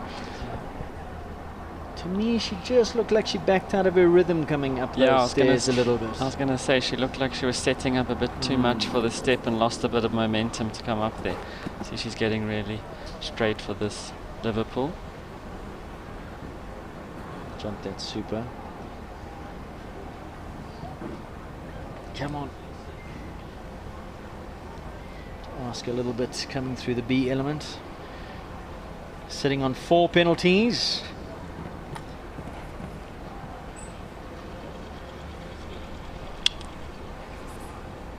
Wow, what a jump over the wall. This is also a tricky fence that some horses can have going in. I'm just a little bit worried about the time here for Erin. Yeah, she's already over the time. Comes to the last. Good round. Well, she'll be happy with that. She's got to be. With that. 1 down and 3 for time in 1:30.97 seconds. A final score of 7 for Imca and Erin DeSantos. Now, I hope those 3-time penalties don't come back to bite her, because if we land upon on a couple with 4 faults, was such a silly rail to have coming up the steps. Just looked like you said, just setting up a little bit too much rather than just letting the horse flow up there. Right, a man you know very well. Yes, he's a very good young rider. He's got another horse in the 150 level, a little bit too careful for the Derby style jumps. Athena's been around. She's very, very brave. I think George won't have too much expectations of this round. I think knowing him, he just wants to ride well, and a clear round will be cherry on top. South African bred mare by Capital Armani out of a Revel Door mare. No. Oh, we've seen this a few times today. The earlier classes, a few horses That's just really sticking weird. up. What happened? She's like spooked 5 strides away from that jump. Don't know if they see maybe jumping into the catering a little bit.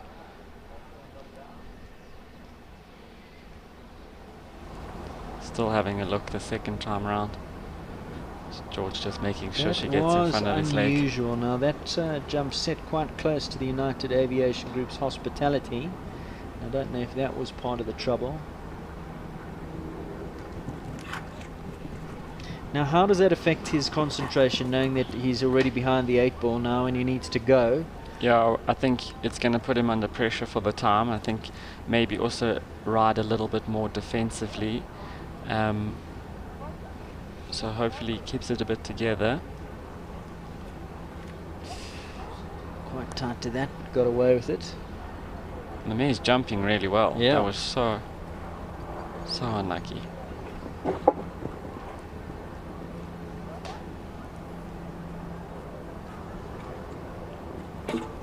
Another one had touched that pole, luckily it stayed up.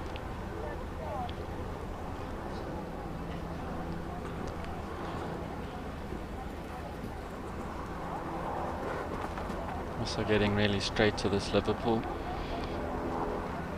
Jumped that well.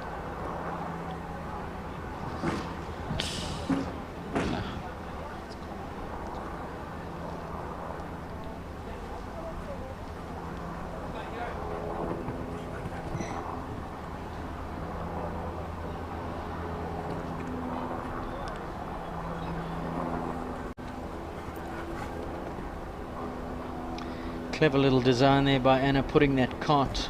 I mean, I know he's over the time, so it really is inconsequential him coming inside or outside there. But for those who are going for the time, who are clear up until that point, decisions to be made whether to go inside or outside. So I think the time is slightly tight on this track. Yeah, I think Anna's really getting them going. And if I was jumping the big one tomorrow, I'd be watching this class, because I think she's might do the same tomorrow.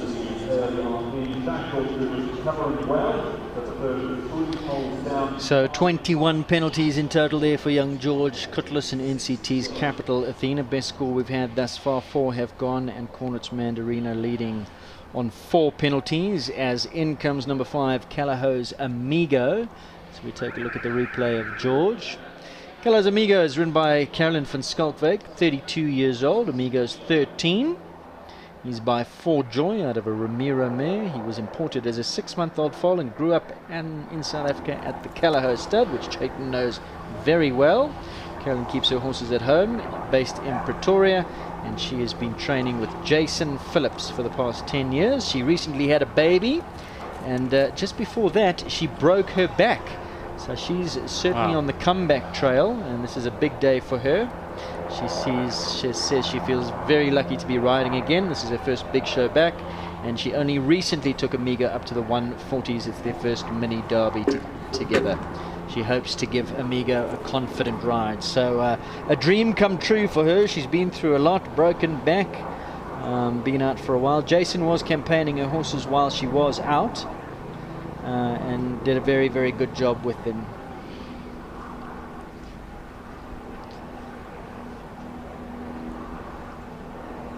Not going according to script. Yeah, I think the first few lines she's looked to be riding a little bit hard. Now what is that? Do you put that down to she's feeling something from the horse, or is that nerves and it's a derby track and she feels like she just needs to be a bit more attacking than she should be? Yeah, I think she's thinking about the derby stuff a bit too much possibly, and could be just riding him a little bit harder than he's used to, and that could also upset the horse just a little bit, because she just looked like she got to that rustic jump a little too close, because the horse seems really brave. He does. He is a brave, genuine, honest type of horse. It looks like she's settling down now. Yes. That she's maybe the nerves has quietened down. I think she was a little bit handsy going into that one.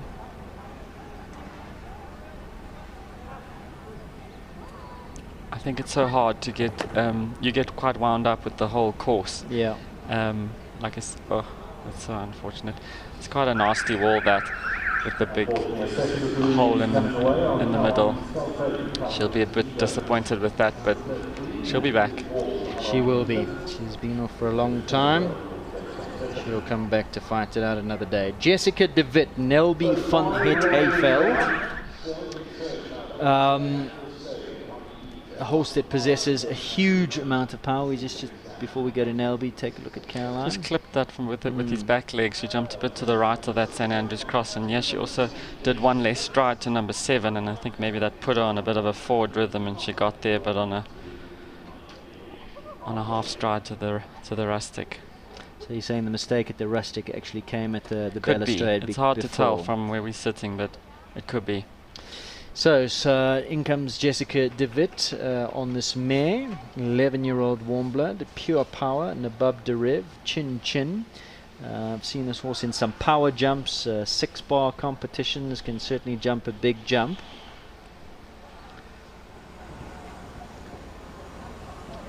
Now she looks like she's on a good enough rhythm here. She's sometimes been a little bit of an Achilles heel with Jessica, that she needs to let the horse just move on a little bit more. Luckily in this arena it lends yourself to wanting to go a little bit more forward than you would normally. So hopefully she gets that forward rhythm from the start. This horse looks like a Derby type horse. Yeah, absolutely.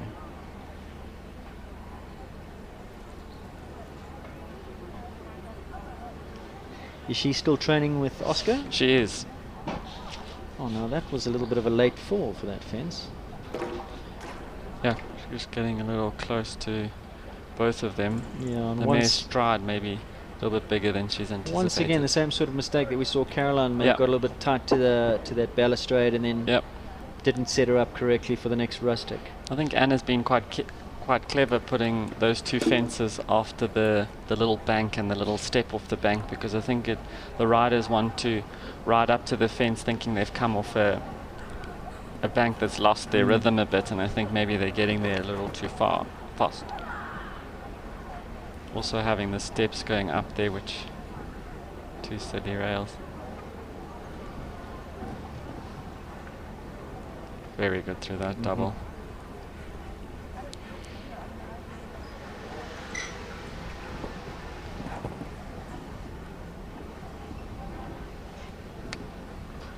Had a little look at the wall there. Good that she pressed her forward. Plenty of power in this mare, lots of scope. 16 penalties currently.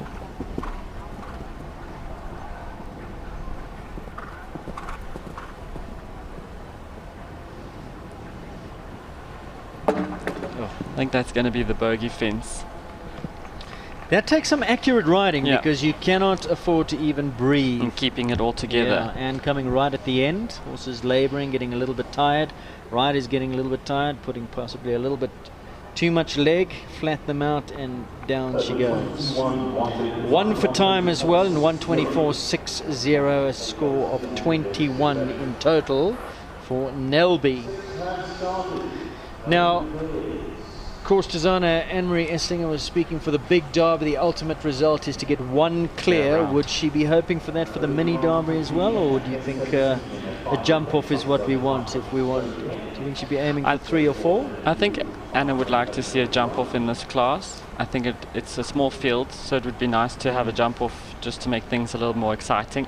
So I'm sure she would like to see at least 2, maybe 3 horses in the jump off.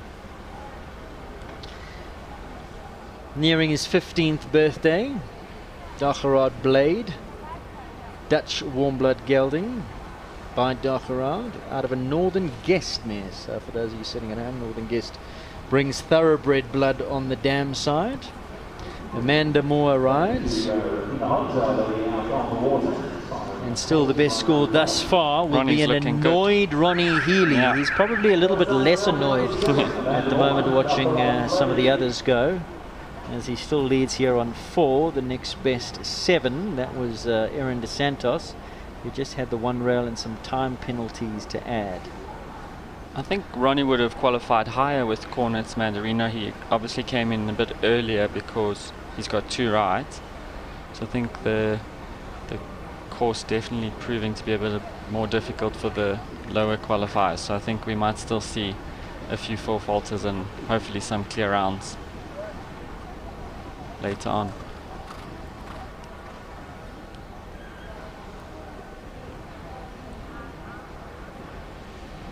Highest qualifier for this class, Callahoo Lamour Tracy Carney, sitting on 94 points. Lamina Z's right there. Mandarino sits on 63, so around about midfield.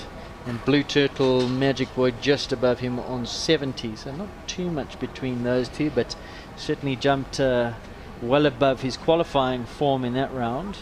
Not that his qualifying form was bad, maybe he just was going for nice safe clears.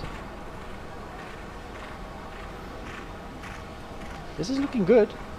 Yeah, I was about to say the same thing. I didn't want to give her the commentator's curse. Leave it to me. Get her up these steps first. Okay. Gave the in element a bit of a rattle, but it stayed in the cups. Oh. You gave her the commentator's curse, not me. I think that was the gate, Chapin. That vertical set right I was next to the about to gate. say. I'm gonna blame it on the gate. Okay, we'll blame it on the gate. She's got in a good rhythm, Amanda. Yeah. She doesn't seem to be running the horse off his feet. And I think that's better. Oh, that was obviously a worry in her mind, because you heard the voice come out as she turned the corner. Yeah. Now, what is your take on that? You know the horse has got a chink in the armour at the water. You hear her get after the horse. Does that, in your opinion, give the horse something to worry about, or is it encouraging? Yeah, like you said, we heard her voice before she even turned to the water, so it was definitely something that's on her mind. And I'm not too sure how she did on the first day when the 140s had the water. So it's definitely something that was playing on her mind, but she was possibly thinking about the time that she turned inside. I think if I had the horse, I would have possibly gone round the rustic and opted for a time fault instead. But you can see the next time she approached that water, the horse still said, I'm not jumping it. So maybe going round was also not even going to change things. She knows that there was a problem there.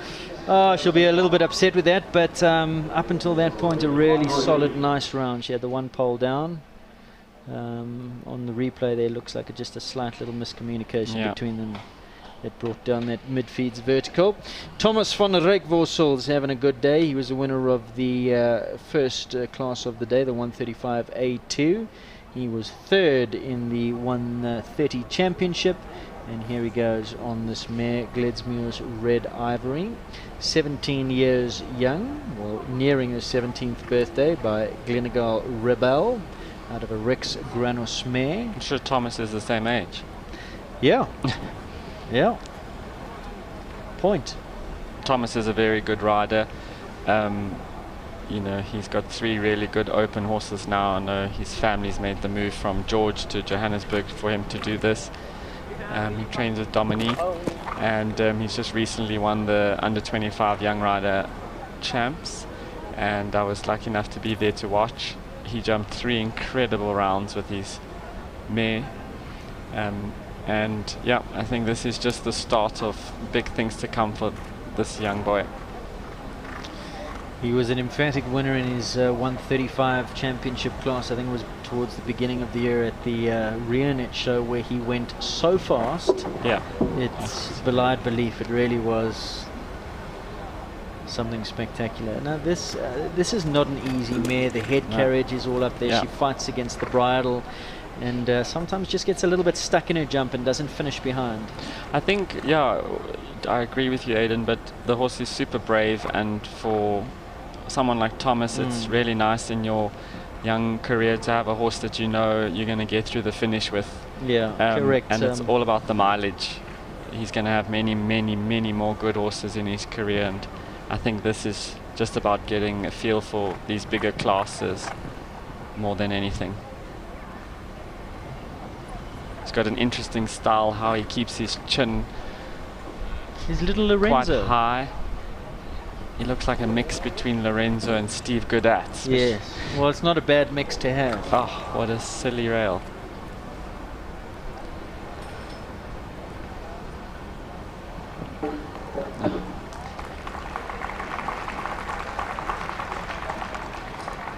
But that's nice to see. Yeah. The big pat. Big pat smile on his face. Yeah.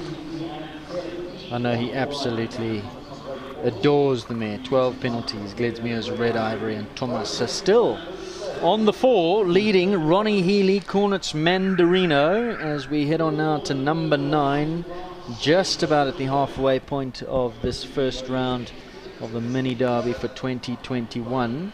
And the horse coming in now could be the dark horse in the field. Tinus Grissel, Schweiker Warmblood Studs entry, Schweiker Bogina, KWPN, Dutch bred, Indoctro, Nimador, lovely pedigree, lots and lots of scope. Could time be a factor? He's going to be clever about this. Tinus is clever about the times. But I was just about to say he's quite smart, and I mean, being a vet student. Well, I think he's qualified now. I think, yeah, well, there we go. Yeah. I think he will know where he needs to make up the time and where not. They've also won a few classes in their career, so I'm sure he knows where he can pick up some time and where not. Listen, I mean, if he goes clear and he has 1 or 2, he's still in with a big shout here. There's still no clears, but top qualifiers still to come. He'll be looking for the clear. Very, very horsey family. Mom rides, dad breeds, sisters ride. They're all in the game. Yeah. He's moving her on. See, they're cantering up to the steps where he just makes up a little bit more time. Like you're up there. Stayed in the cups. Round the corner he goes. Good ride. A little bit tighter to this fence than most.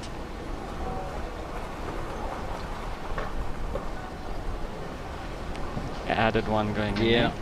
She's got the scope to get out the B element there. Got to get a good shot to the water. Comes inside. Come on now. Did she get a foot in the water? Didn't see. It looked like she was clear to me.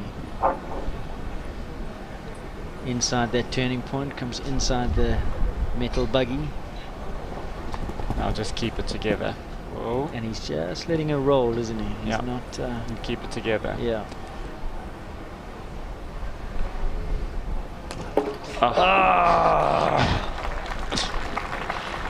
The one fence where he probably needed that little check. What was his time? 173, it's 117. The only person who went yes was Mr. Healy. Ronnie Healy. So the two of them, top of the leaderboards on 4 penalties. At the moment we're going to a 4 penalty jump off unless somebody can give us a clear. And both of them, Ronnie Healy and Tinus Grissel, having exactly the same rail at the death. Rustic panel. I think both boys are going to keep holding their breath for this horse, because this horse should jump clear.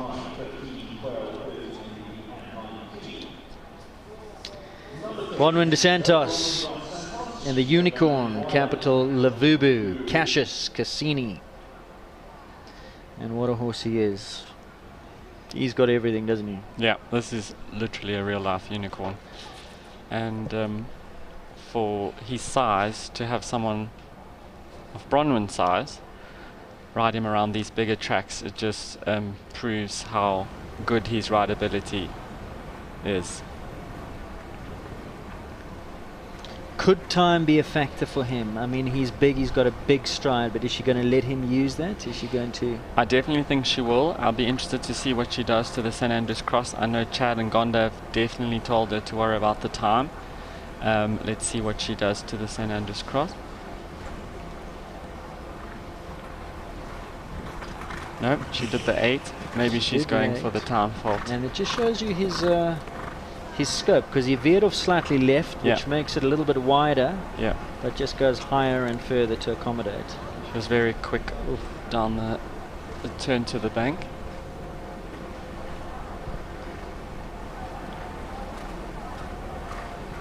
There she lets him stride a little bit.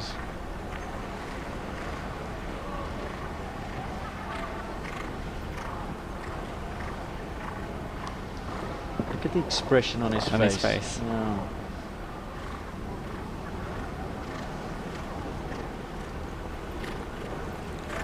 I have no doubt this is Bronwyn's prep for next year's big derby with this horse. I think I heard her say earlier in the week that he's never been around the derby stuff. So I think... he actually looks born for a derby, doesn't he? He looks like the ultimate derby horse. Yeah. Look at that. Look at the scope. And the way he jumped that Tack and Togs vertical at the gate there, he looked like he stepped over it. It's like a Cavaletti for him. Yeah. How big would he be? 18 hands? Would he be as big as that? I think he's definitely 17-1, 17-2, somewhere around there. Jumps the order beautifully.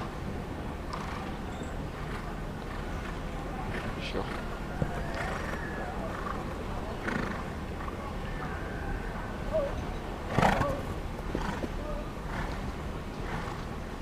Okay, now she wants to keep it together. She might get a time fault. 120, 121. Yeah.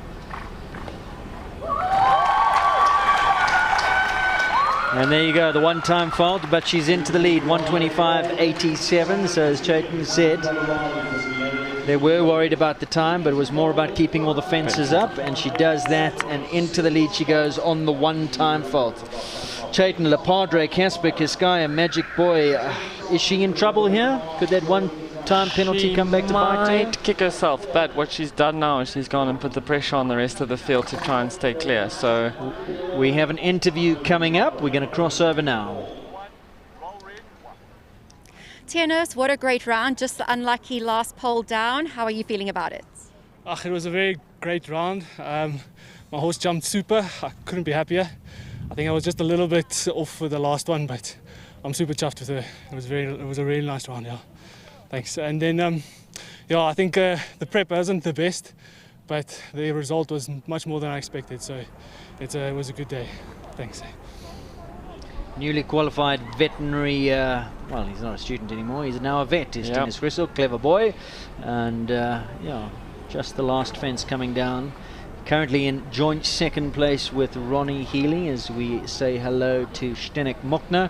Brings in Calaho Lepadre, Lisbon, Padness. And we were saying in the build-up, a horse... he doesn't do more than what he has to. He's economical, isn't he? Oh no! I don't know if he spotted the bigger bank before he went up there, because he hadn't focused on going left. Sten's gonna. They call him the Manador poster boy. Yeah, why not? Hey, he's beautiful. Typical Lisbon, isn't he? Yeah. Come on. Beautiful ride technique. Him a little bit towards that. Super sharp in front. Very expressive behind. Nice rhythm he's in now. Sten is a very, very good jockey. Yep. It's so nice to see this horse in the 140 classes. I was lucky enough to ride this horse on the evening of the auction, and Callow had high hopes for this horse in sport, and it's nice to see him in the 140s. Has dragged his back toes through the steps, Yeah. so currently sitting on the 8.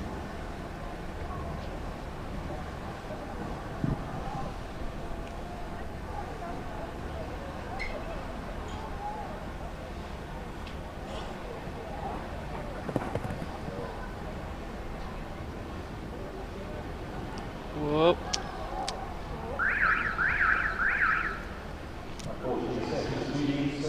So Unfortunately, not his day today. An elimination for Kelleho Lepadre. How did he go in the qualifying? Let's take a look at some of his qualifying results. I know on the first day he came 7th, but I think that wall's quite nasty with that big opening underneath. And have they seen the wall during the qualifying? They haven't. Classes? This is the first time the wall's been put in, and I think, yeah, he's quite a careful horse, and he probably just had a bit of a big look at there. He definitely looked like he thought he was locking onto the big bank. The big bank.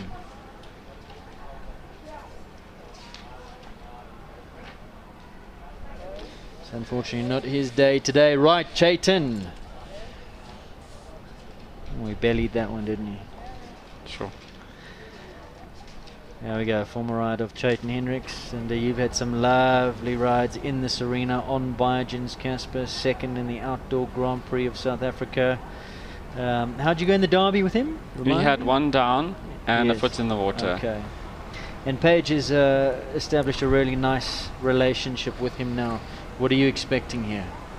I think I try to give her a little bit of advice and just said to her, just take one jump at a time and don't run him off his feet. I said before that he has a bit of an issue with the St. Andrew's Cross. Oh, well done. Now when you say he has an issue with the St. Andrew's Cross? It's just one. I mean, I've ridden this. I was lucky enough to ride him around the big derby, and it was the one jump he just had a really big look at, and it's one jump I've just said to Paige, just make sure that he knows where he's going. She's never dumped a derby before. This is her first derby she's ever had to get round. What a horse to take you around. Exactly. I mean, did Brian ride him around the derby and Lorette rode him around the derby? I think Brian rode him around 2 derbies, and then I rode him around 1, so he's been around the big derby. Did Lorette ever ride around him? I don't think she rode him around the derby, no.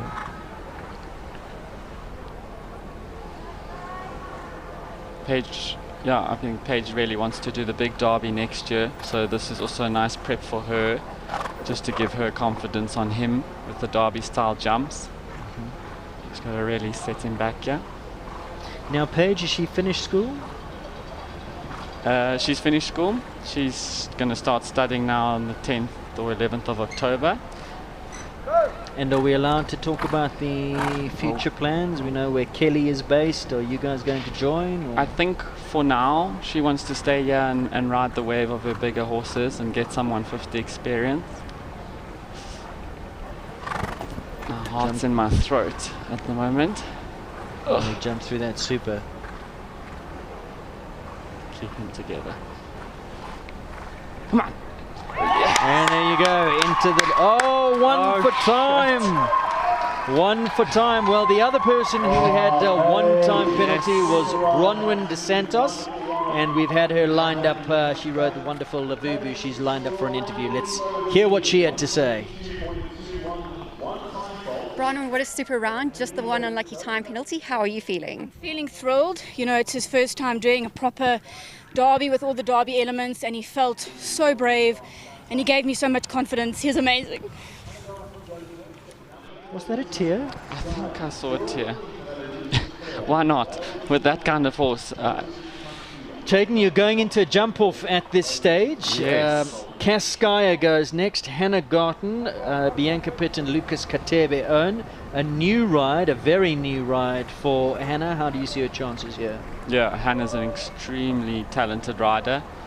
She spent a few years overseas, and she trains now with Chad and Gonda. So since Bianca's recent move overseas, she's got the ride on Bianca's horses. And this horse is also a derby type horse, and she had a good few placings earlier in the week, and I think Hannah's enjoying riding these horses for Bianca until these horses find their new owners. As far as I'm aware, they're for sale. She has only been sitting on the horse for a month, so to come in, oof, gave that air. So to come into a derby track like this after sitting on for a month, anything can happen. She says she's humbly optimistic. So far, so good. The horse is jumping out of its little socks.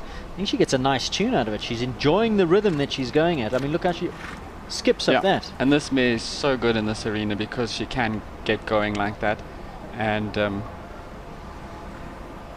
like I say, Hannah will be well prepped for this class. I haven't seen Hannah around too many Derby tracks. I wonder if this is maybe her first Derby. Oh, she looks like she's going great guns here. Like she's been riding it. Almost see that coming.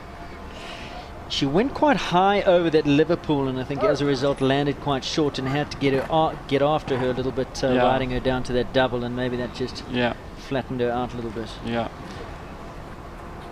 Having a good round otherwise. Well, the pressure's on now because basically you got to jump clear. Yeah, Claire will win it. 1 for time, and we're already in a two-way jump off with 1 time penalty with the 2 greys. Yeah. Oh, got a little bit under that one. Yeah. I think she can be proud of that round, though. Yeah. 2 down, 8 penalties on a very new partnership, Cascai and Hannah Garten. Now, interesting combination comes in. Blue Turtles, Capital, Magic Boy and Ronnie Healy for Blue Turtle Technologies. Horse that hasn't been in the 140s for too long, produced by Ronnie, bought on the inaugural Capital stud sale, was the joint highest price on that sale and worth every penny. Beautiful pedigree by the Boomsire Toulon out of a Darko mare. Brings a huge amount of power and scope. Yeah, Ronnie's done an incredible job producing this horse up the grades, and since the horse has made his debut in the 140s, he's looked really promising. I mean, the horse has an incredible front end technique, and if you see some of his photos, it literally looks like they've been photoshopped, but they haven't. And like we said earlier with his previous ride, Ronnie knows his way around any derby, and these horses have definitely had the right confidence leading up to this class, even though this is a young horse. So this is quite a strong contender for a clear round, I would say.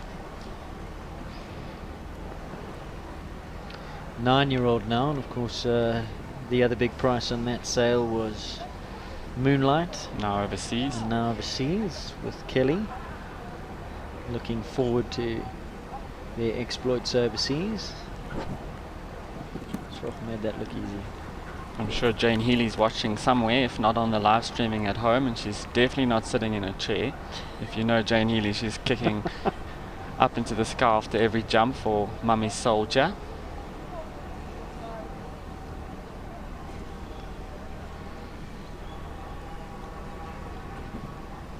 Sure.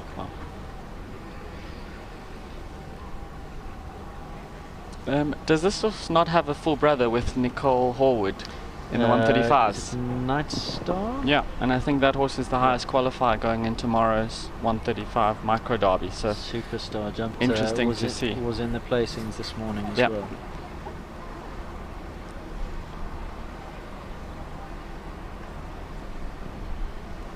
Also quality horse. Yeah, and with Nicole, there's no doubt that horse is going to be very exciting. Well, remember, this is Ronnie's second ride in this class so far. Had the 1 down. Lucky rub there. Mandarino.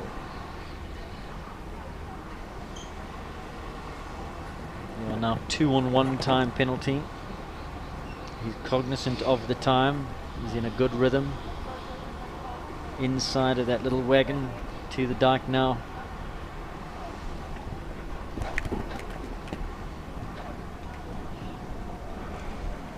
Already Also thinking got about the time, yeah. Did you see him coming out already, turning left in the air?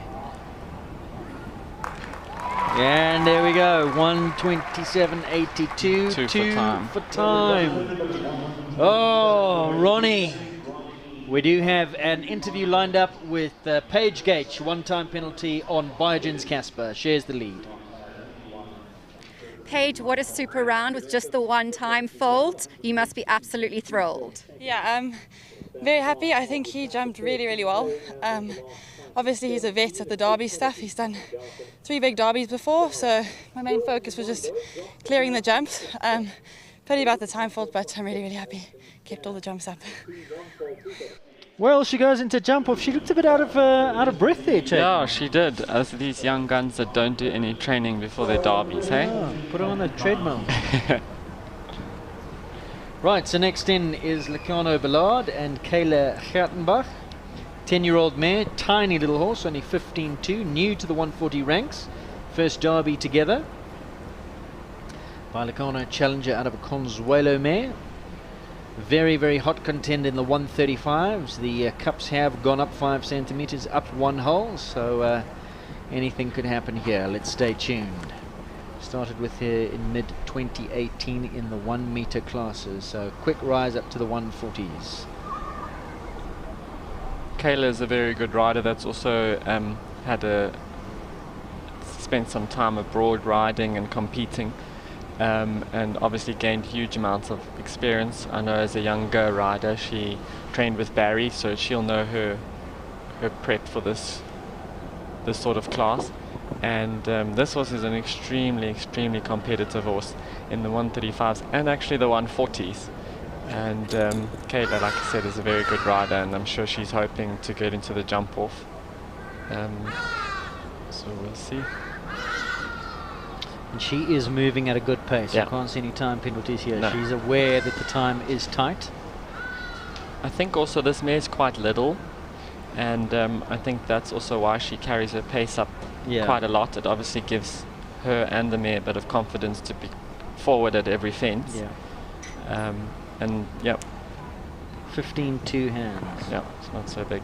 Jumped the water really well.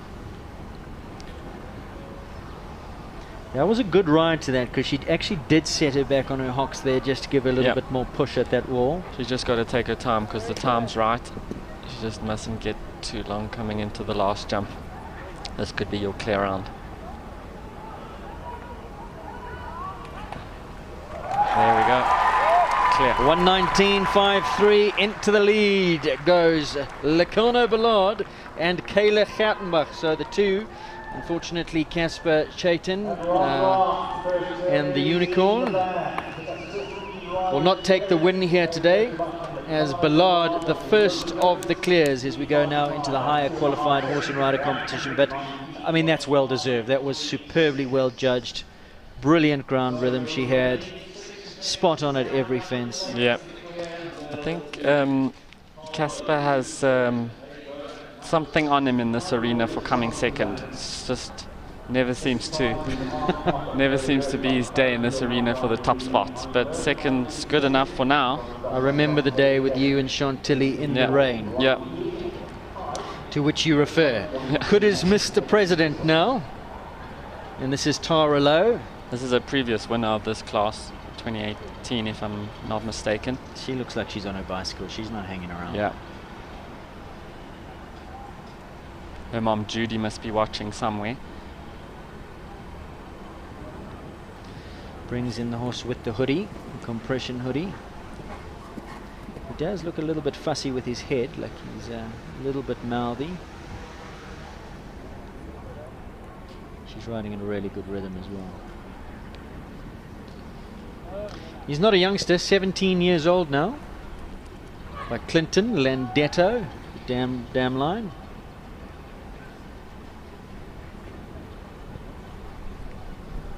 Tara's looking fit. Yeah, Tara's also getting married soon, I think.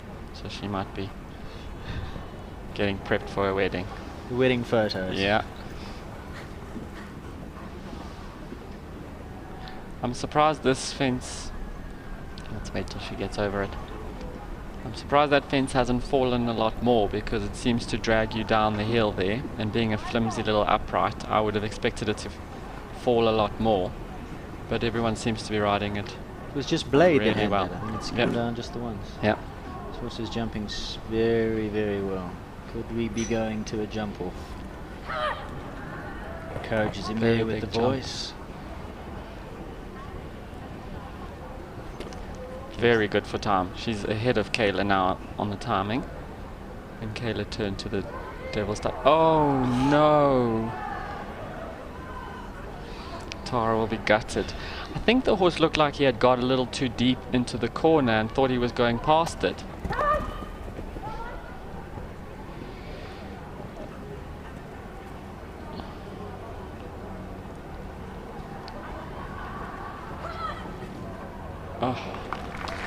Well, Could so easily have been a clear. We're going to take a look at the replay of exactly what happened. Chayton will talk us through it. And then we'll be going to a replay of Ronnie Healy, who's had 2 in this class, both with... It looked like the horse just went a little to the right, and then when she took a little check just to set him up, he thought, okay, we'll just make a circle. Ronnie Healy standing by. Of course, he had Mandarino and Magic Boy. Ronnie, you're currently lying in 3rd place after 2 time faults. How are you feeling about that? Yeah, really good. He, he jumps so big, and he gets a bit, he can get a bit strong with his neck and fights a little bit. So I'm actually thrilled with him. He's still so green and novice at this height and level, and I couldn't ask for more from him. He just jumped his heart out. I'm over the moon. He's come a long way. Big future ahead of them. Of course, he's referring to Blue Turtle's capital. Magic Boy finished on the 2-time penalties, and then he had the last fence down with Mandarino. But we do have a clear. Lecano Ballard leads. The score for Mr. President 6, 2 of those being for time. Martin Swanepoel, this horse full of scope. A Derby type of a horse, but Martin is going to have to go back to his eventing days where he was about the gallop. Time could be a factor here for him. Well, that's where you want scope. Yeah, Martin's a 3-time eventing South African champion, and he looked a little nervous this morning about this round, but with a horse like this and Martin's background, he'll be just fine.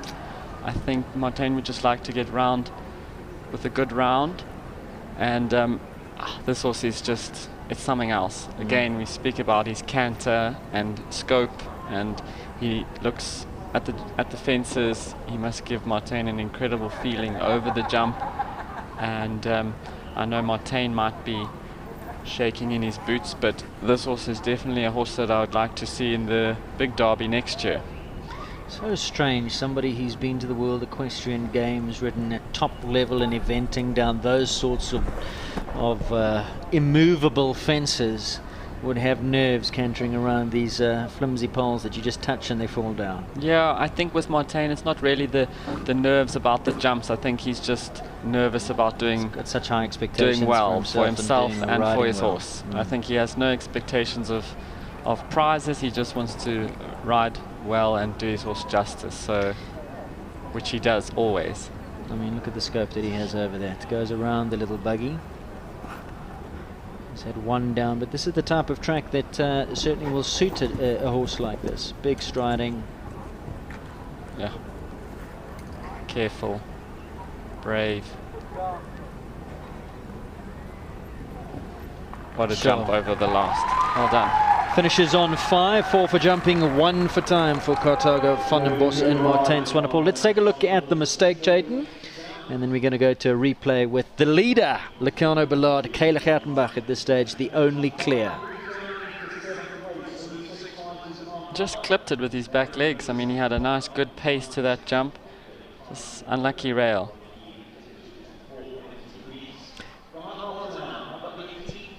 Kayla, you're the first clear of the class. You must be absolutely thrilled. I'm so excited. This is her first time doing a derby, even at this level. She's very new in the 140s, and she just stepped up, so I'm so excited.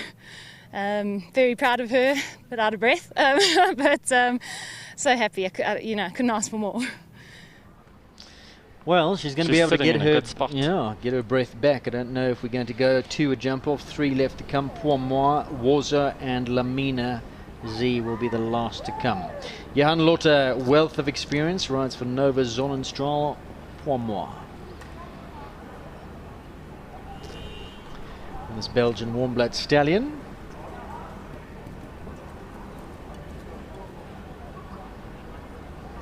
Not a pedigree that I know. I am more Hoover Star. He's out of a very, very famous dam line, the Van Roosaker dam line, and I think he's produced this horse up the grades from what I can remember. Having a little look at taking his time. He was almost halfway there. I saw this is clearly an issue for the horse. He's obviously a little bit unsure of going down the bank because I happened to be here for the qualifiers, and every day Johan cantered into this arena, he cantered up to that bank and walked down the side of the bank. So it's obviously something that was sitting in Johan's mind. And I noticed that in Shongweni a couple of weeks ago, there's a steep embankment next to the warm-up arena, and Johan kept going up and down that bank every day. So he's definitely been prepping for this class, and I think it's just this horse just needs to get round here with some mileage under the belt.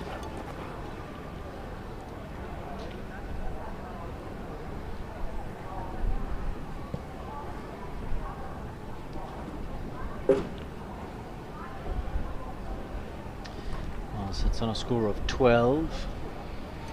2 left to come after this one. Poland's Warza Savannah Gierke just coming into the arena, and last to go will be Jean. Perfect Africa's Lamina. I would love to be Kayla right now. She's sitting in a good position.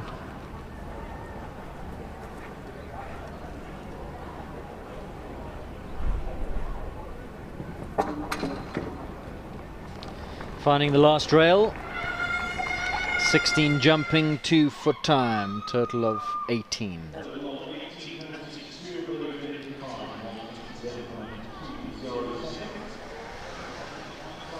So let's take us through this, Chayton. So he goes. He goes. Has a look down. Has a little look. A hesitation, gets but a no further way down, and then.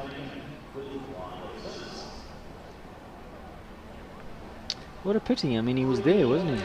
It's interesting to see that close-up of them coming down the side of the bank. And if you watched a little closely, maybe from the rain, the side of the bank's quite soft. And I don't know if the stallion, when he started going down, felt the goings a little bit squishy underneath him and thought, no, let me step back. I don't know. For me, that's what it looked like. So what are you saying? Being a third highest in the qualifying, maybe it was not such a good thing because the bank churned up a little bit with those who have gone before. Yeah, with the weather leading up to the show, and you know, stallions are tricky. They have a lot of self-preservation, and I think you've got to manage it quite carefully. And Johan will, leading up to the next derby, I'm sure he will make sure that doesn't happen again. 24-year-old now Savannah Gierke riding the 11-year-old Poland's Warza. And she says she bought Warza as a green late-back 7-year-old in 2017 and produced her from the 70 centimetre level from 2017. So that's not bad going, 4 years to this level, jumping in the Derby here. First time jumping the Derby classes in the Bob Charter Arena. New to this height. Yvonne von der Seyde helps me and we ride together. Diane Snodgrass helps us. It shows, and Ronnie Lawrence has also been helping them while in Joburg. She's the second highest qualifier. Said, your opinions of your chances? I have no idea. She just needs to remain focused and happy to have a positive, confident round. Jump, that's super. Yeah, Savannah's a really good rider. I've been watching her now for the last year with this horse, and she gets on a really good rhythm and gets forward and always seems to find the sweet spot. And she's a really, really, really good rider that works extremely hard. I mean, her and Yvonne are based in Plet, which is extremely difficult to do and be this competitive. And she needs to just believe in herself a little bit more, because she's not the second highest qualifier or third highest qualifier for nothing. It's something quite special.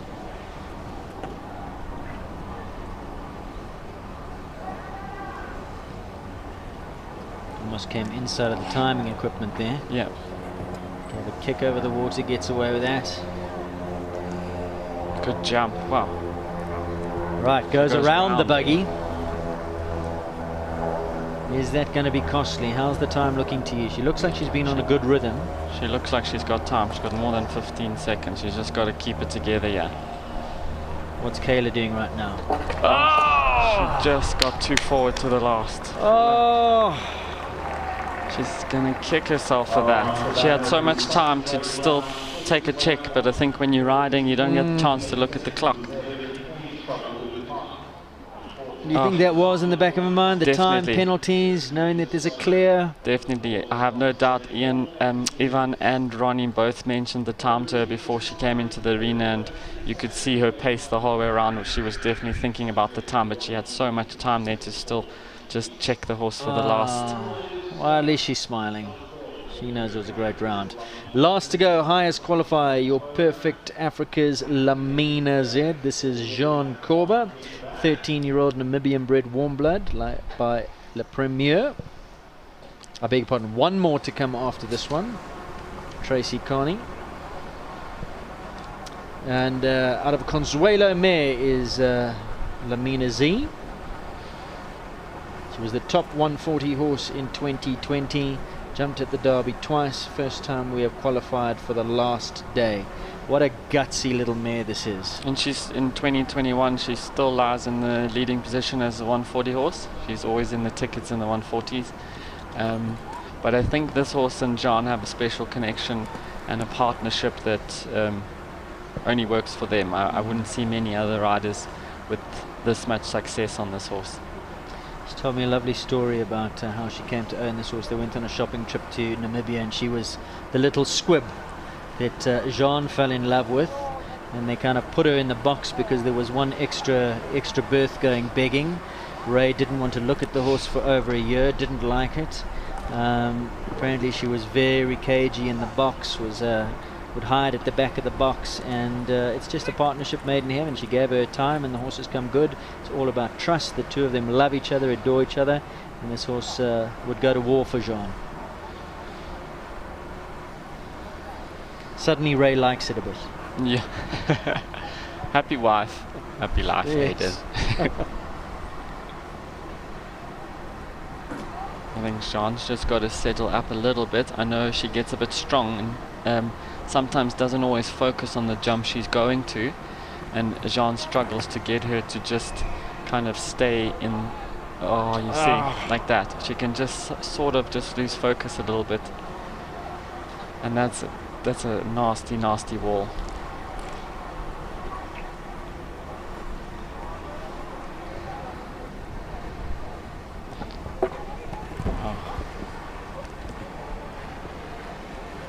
Jean's a previous winner of this class with a horse called Piccadilly. 8 minutes.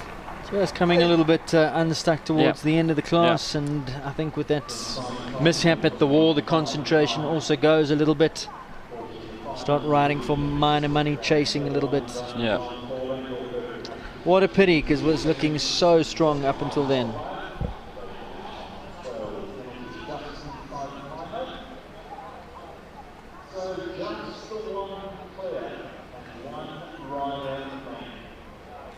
Last to go with just the one clear, Lacano Ballard leading with Kayla Gattenbach, the only clear in this 2021 United Aviation Group Mini Derby on this splendid Saturday afternoon. The sun has broken through the clouds here at Kyalami Park after an overcast and slightly miserable, rainy, cold morning.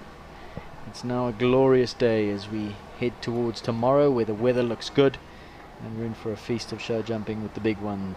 United Aviation Derby for 2021. Tracy Carney in the arena now. This is Kelleho Lamour. Lily, as she's fondly known, she's just turned 10. Tracy says she's far too old to mention. She's only just recently moved up to the 1m40 level. Tracy's twice a recipient of her Protea colours. Lily competed in her first 1m30 Derby in 2019 and finished 5th, so no stranger to the Derby funnies. Tracy's jumped 3 big Derbies, and one of the few riders to have jumped the Derby at Ananda, and then moving over to Kyalami Equestrian Park as well. She says she trains on her own, but Dominique Alexander is her go-to guy. She says she feels her chances of success here are pretty good. Hopefully she makes the Kelleho stud proud for which she rides this horse. She's done a super job with this horse, because I remember as a young horse she took a long time in the baby classes, was quite looky, and Tracy's just a proper horsewoman. Definitely. I mean, her sister also a winner of the big derby, and like you say, Tracy's had her South African colours, and she's just done the most amazing job producing this horse. She was definitely not the easiest, but she's also given the horse a lot of time to find herself and to really now start to show her quality in these bigger classes.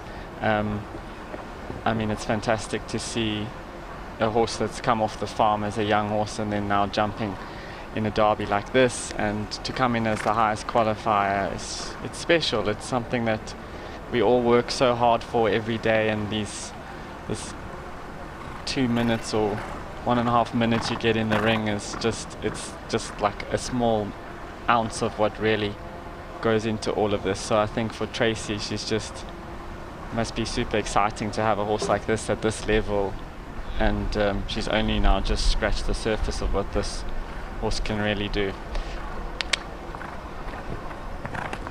And what's Kayla doing now? Is she watching? Is she hiding in the bathroom?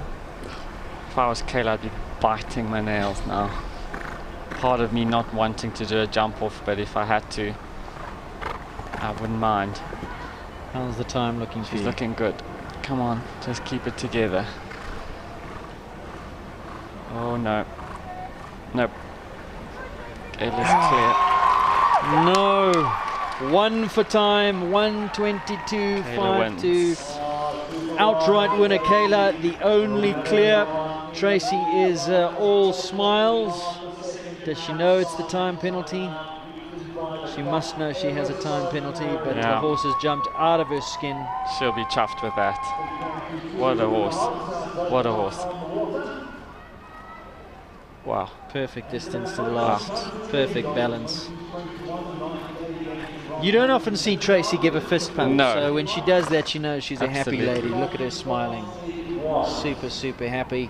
It's so exciting for the Callow stud to see these horses at this level. I mean, there were 2 Lissabons in this class in the 140s. There's 2 tomorrow in the big class, and Lissabon himself jumped around the derby, so it's quite something. Yeah. The future's looking super, super bright. She's chuffed. Who's that with her? Her long-time friend, and she also rides some of her horses. Tracy rides some of her horses. Was it Alison? Alison, that's the one. Ellie Koch. He's a new mum. Congratulations. Just had her first child. Tracy's super, super chuffed. But outright winner. Yeah, a couple on 1 time penalty. Lavubu, Casper Chaitin. Casper sticks to his 2nd place. Lacano Ballard, the outright winner, and the other on the 1 time penalty was our last to go. Lamour, Tracy, Carney. Exciting class.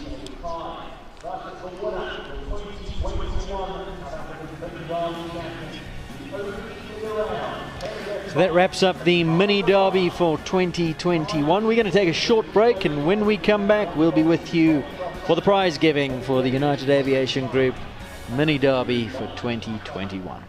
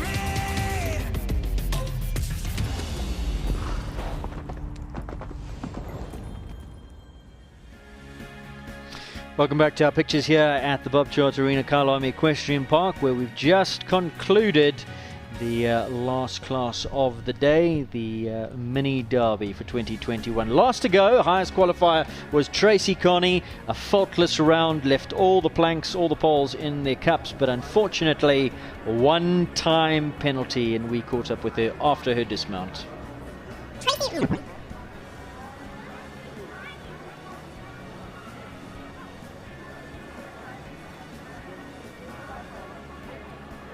Tracy, Lamore gave you a super round, just the one-time penalty. You must still be feeling very happy. I'm so happy with her. It's her first big derby. Well, her last one was in 2019 in the 130s. She's just an exceptional horse. I'm so lucky to have her. Top class rider Tracy Carney, and beautiful, beautiful ride aboard Callagho Lamore. So we've got the prize giving. That's up next for the 2021 United Aviation Group 1 meter 40 Mini Derby. Lots to look forward to tomorrow with the main derby. Lots of history. Derby being going back to 1955, first run at Inanda Club, and the doyen of South African show jumping and the all-time great of Derby. She's won it 6 times. Is Gonda Beatrix, and still very much part of the scene, top coach these days. You train with Gonda, don't you? I do. I'm lucky enough to train with her, and yeah, I mean, what is there that she hasn't won? And as a coach, she's extremely thorough and strict enough.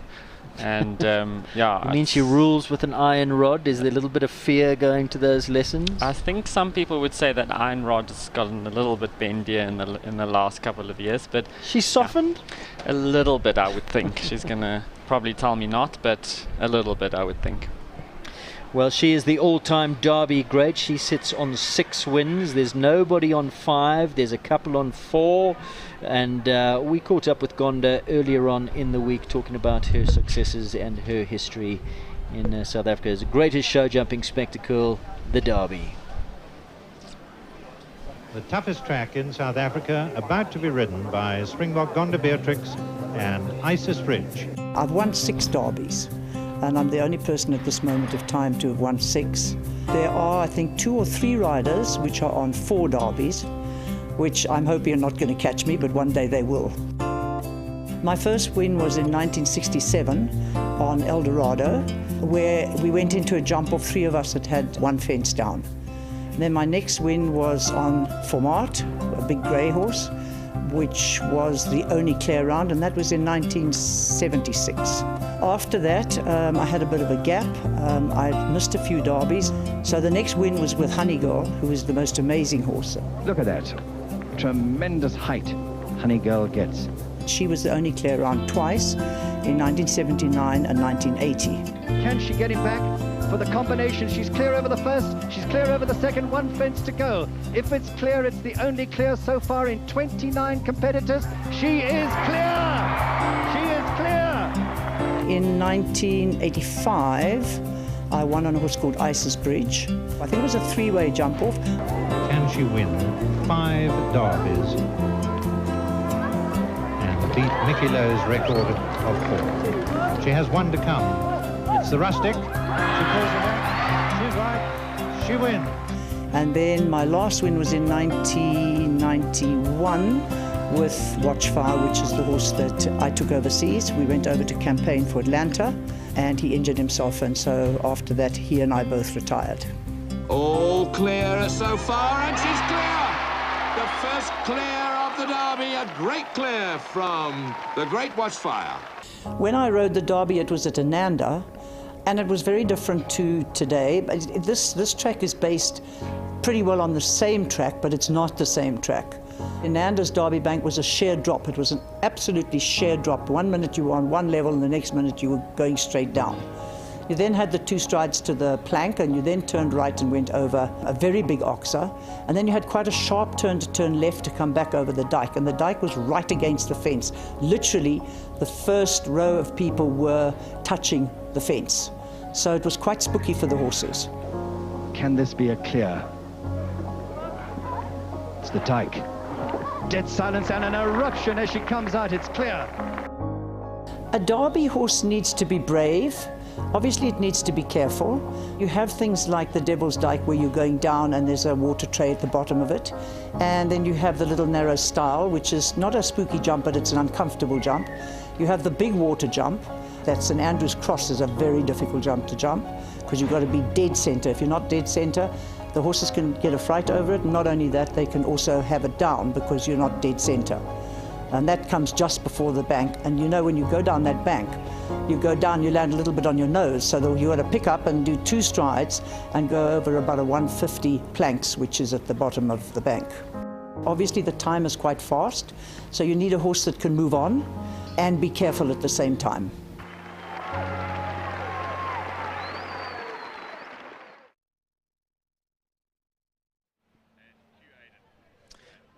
Well, we're back live here in the Bob Charter Arena for the prize giving for the Mini Derby for 2021, sponsored by the United Aviation Group here on the Saturday afternoon.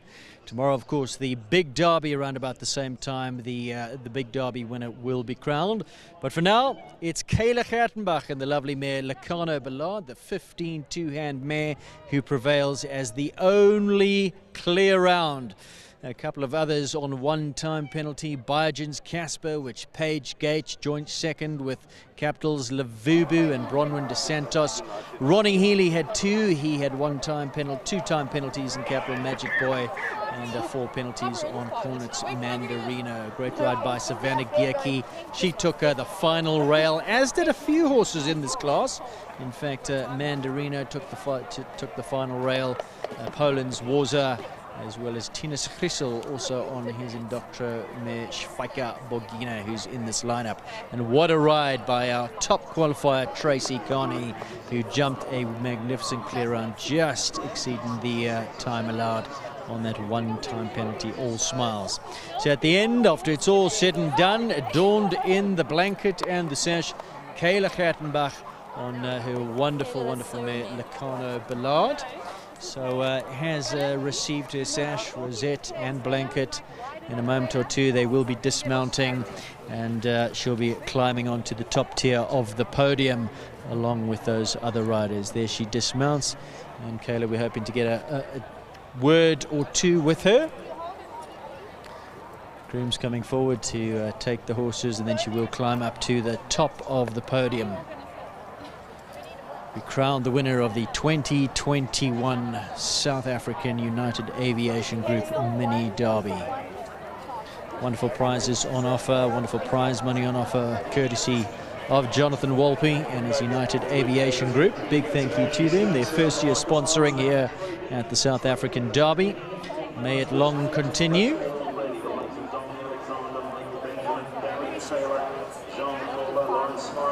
Top tier of the podium. In an all-female lineup here, Kayla Gertenbach raises the trophy aloft as the winner of the Mini Derby for 2021 over the 140 level. 3 of them on one-time penalty. The first of those who racked up the one-time penalty, Capital Lavubu, Biogen's Casper and Tracy Carney, all finishing in joint second. As the 3 riders who managed to clear all the fences but just came home exceeding that time allowed. One-time penalty for all 3 of those riders, which will be significant, one thinks, going in tomorrow's class. Time will be tight. Remember, tomorrow's class, the Big Derby, run at 400 meters per minute. This class run at 375. Riders needed to be cognizant of the time allowed. And tomorrow they're going to have to move on a little bit longer. Tomorrow's course, today's course around about 720 meters, and tomorrow's course a full 1 kilometer. So we'll be testing endurance, fitness of both horses and riders. There is Kayla Gertenbach on the top tier of the podium. I'm going to move in a moment or two and see if we can have a chat with Kayla once the photos have been taken care of. Barney of Denford Studios just finishing up with the photos. Barney is done, so if we're going to have a word with Kayla, we're going to go in. You're a little bit tall for me. You might have to climb down. I know it's nice on top of the podium in that top spot. Kayla Kattenbach, how are you feeling right now? I'm speechless. I'm so happy. I think I want to cry. Wow, I didn't expect this at all. I was coming here today to give my horse experience, and she just completely surprised me. You were pretty high up in the qualification order, so you must have had some confidence coming in. She's a diminutive mare, 15.3 hands high, gets a lot of her jump at running at the fences, and this type of course today would have suited her down to the ground. Definitely. I think that's also why I had an easier time with the time, because she likes to run and jump. She's just naturally quite quick around the course, and yeah, in a big arena that helps as well. Were you aware of those who had gone before you? Did you have a spotter telling you that the time was tight, that you needed to move on, or is that just the way because she is a little lady that she needs to move on like that? Or did you have people telling you, listen, you need to take your inside turns, you need to keep moving here? Because a couple have gone before you, jumped the clears, but found the time penalty. Not really. I just knew the time would be tight, and yeah, I think now these days in the sport the time is always tight. Your ground speed is fast, so wherever you can make up time, you got to use that opportunity, and I tried to do that today. Now, you jumped the clear, the only clear. There were a couple who had to come after you. Tracy Carney as well was going so well. Were you watching? Were you hiding? How are the nails? Were you biting them? Oh my word, I was so nervous. Yeah, it's not nice to have jumped and then have to watch everybody else. I didn't really want to do a second round, I must say, because the pressure's back on again. But yeah, I was squeezing my sister's hand quite tight. Great support team. Tell us a bit. You come from a huge equestrian family. Mom, Barbie, your sister as well, all behind you. Strong support. Yes, definitely. My whole family's involved in horses, and I would not be here without all of them. They help me so much, and it's so great to be a team, to be able to share this sport with my family. Well, congratulations. Awesome win for you. Really special. Enjoy the moment. And a quick word, United Aviation Group, a great day. Thank you so much. I'd really like to thank United Aviation Group for their sponsorship. In a time where our sport really needs new sponsors, it's so fantastic that they've stepped up, and we're just so grateful. All of us riders, I think I can speak on their behalf. It's just so great to have had a derby this year and had such a great derby put on. So we're all very happy. Fantastic win. All the best. Enjoy the moment. Yeah, thanks. Kayla Kattenbach, ladies and gentlemen, winner of the 2021 United Aviation Group on the O Mini Derby on the only clear round.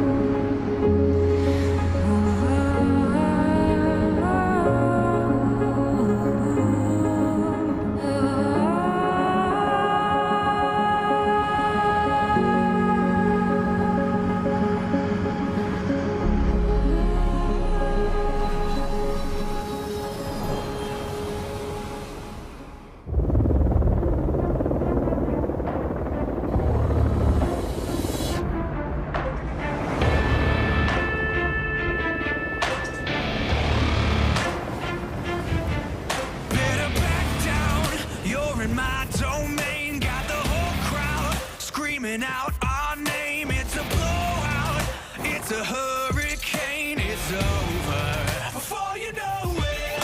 While you're shaking, we're a dynasty in the making. We're the royalty, now we're breaking down the enemy. Move over for the soldier.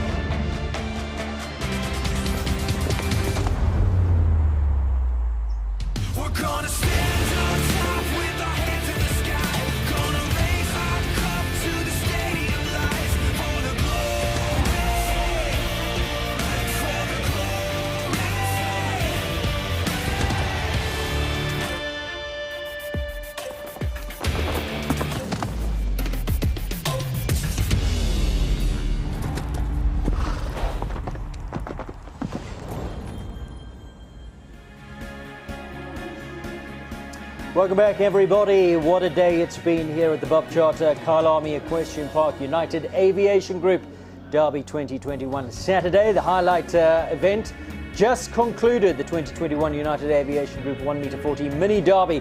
What a win, the only clear Kayla Gattenbach. There are a couple of them snapping at her heels, but all victims of the clock, I'm afraid. So Kayla, the only one on the diminutive 15 two-hand mare, Lacano Below, the only clear.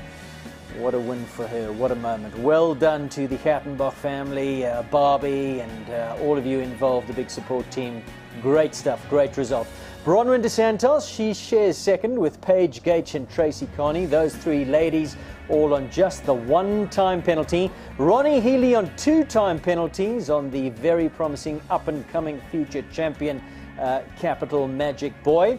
Ronnie Healy also gets the sixth position on Cornets Mandarina, was clear all the way to the last fence. Those testing panels coming down, a few of them coming down, including Tinus Grissel, who also had the last fence with Schweika Bogina.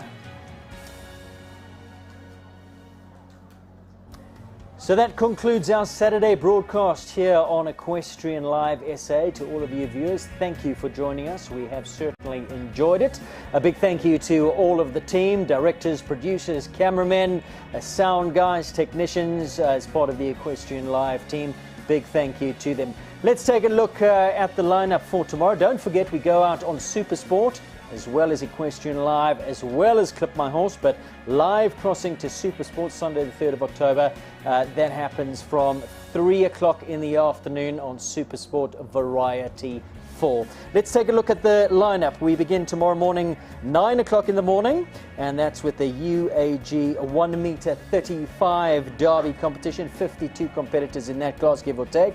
Then it's the UAG Derby 1m30 Championship.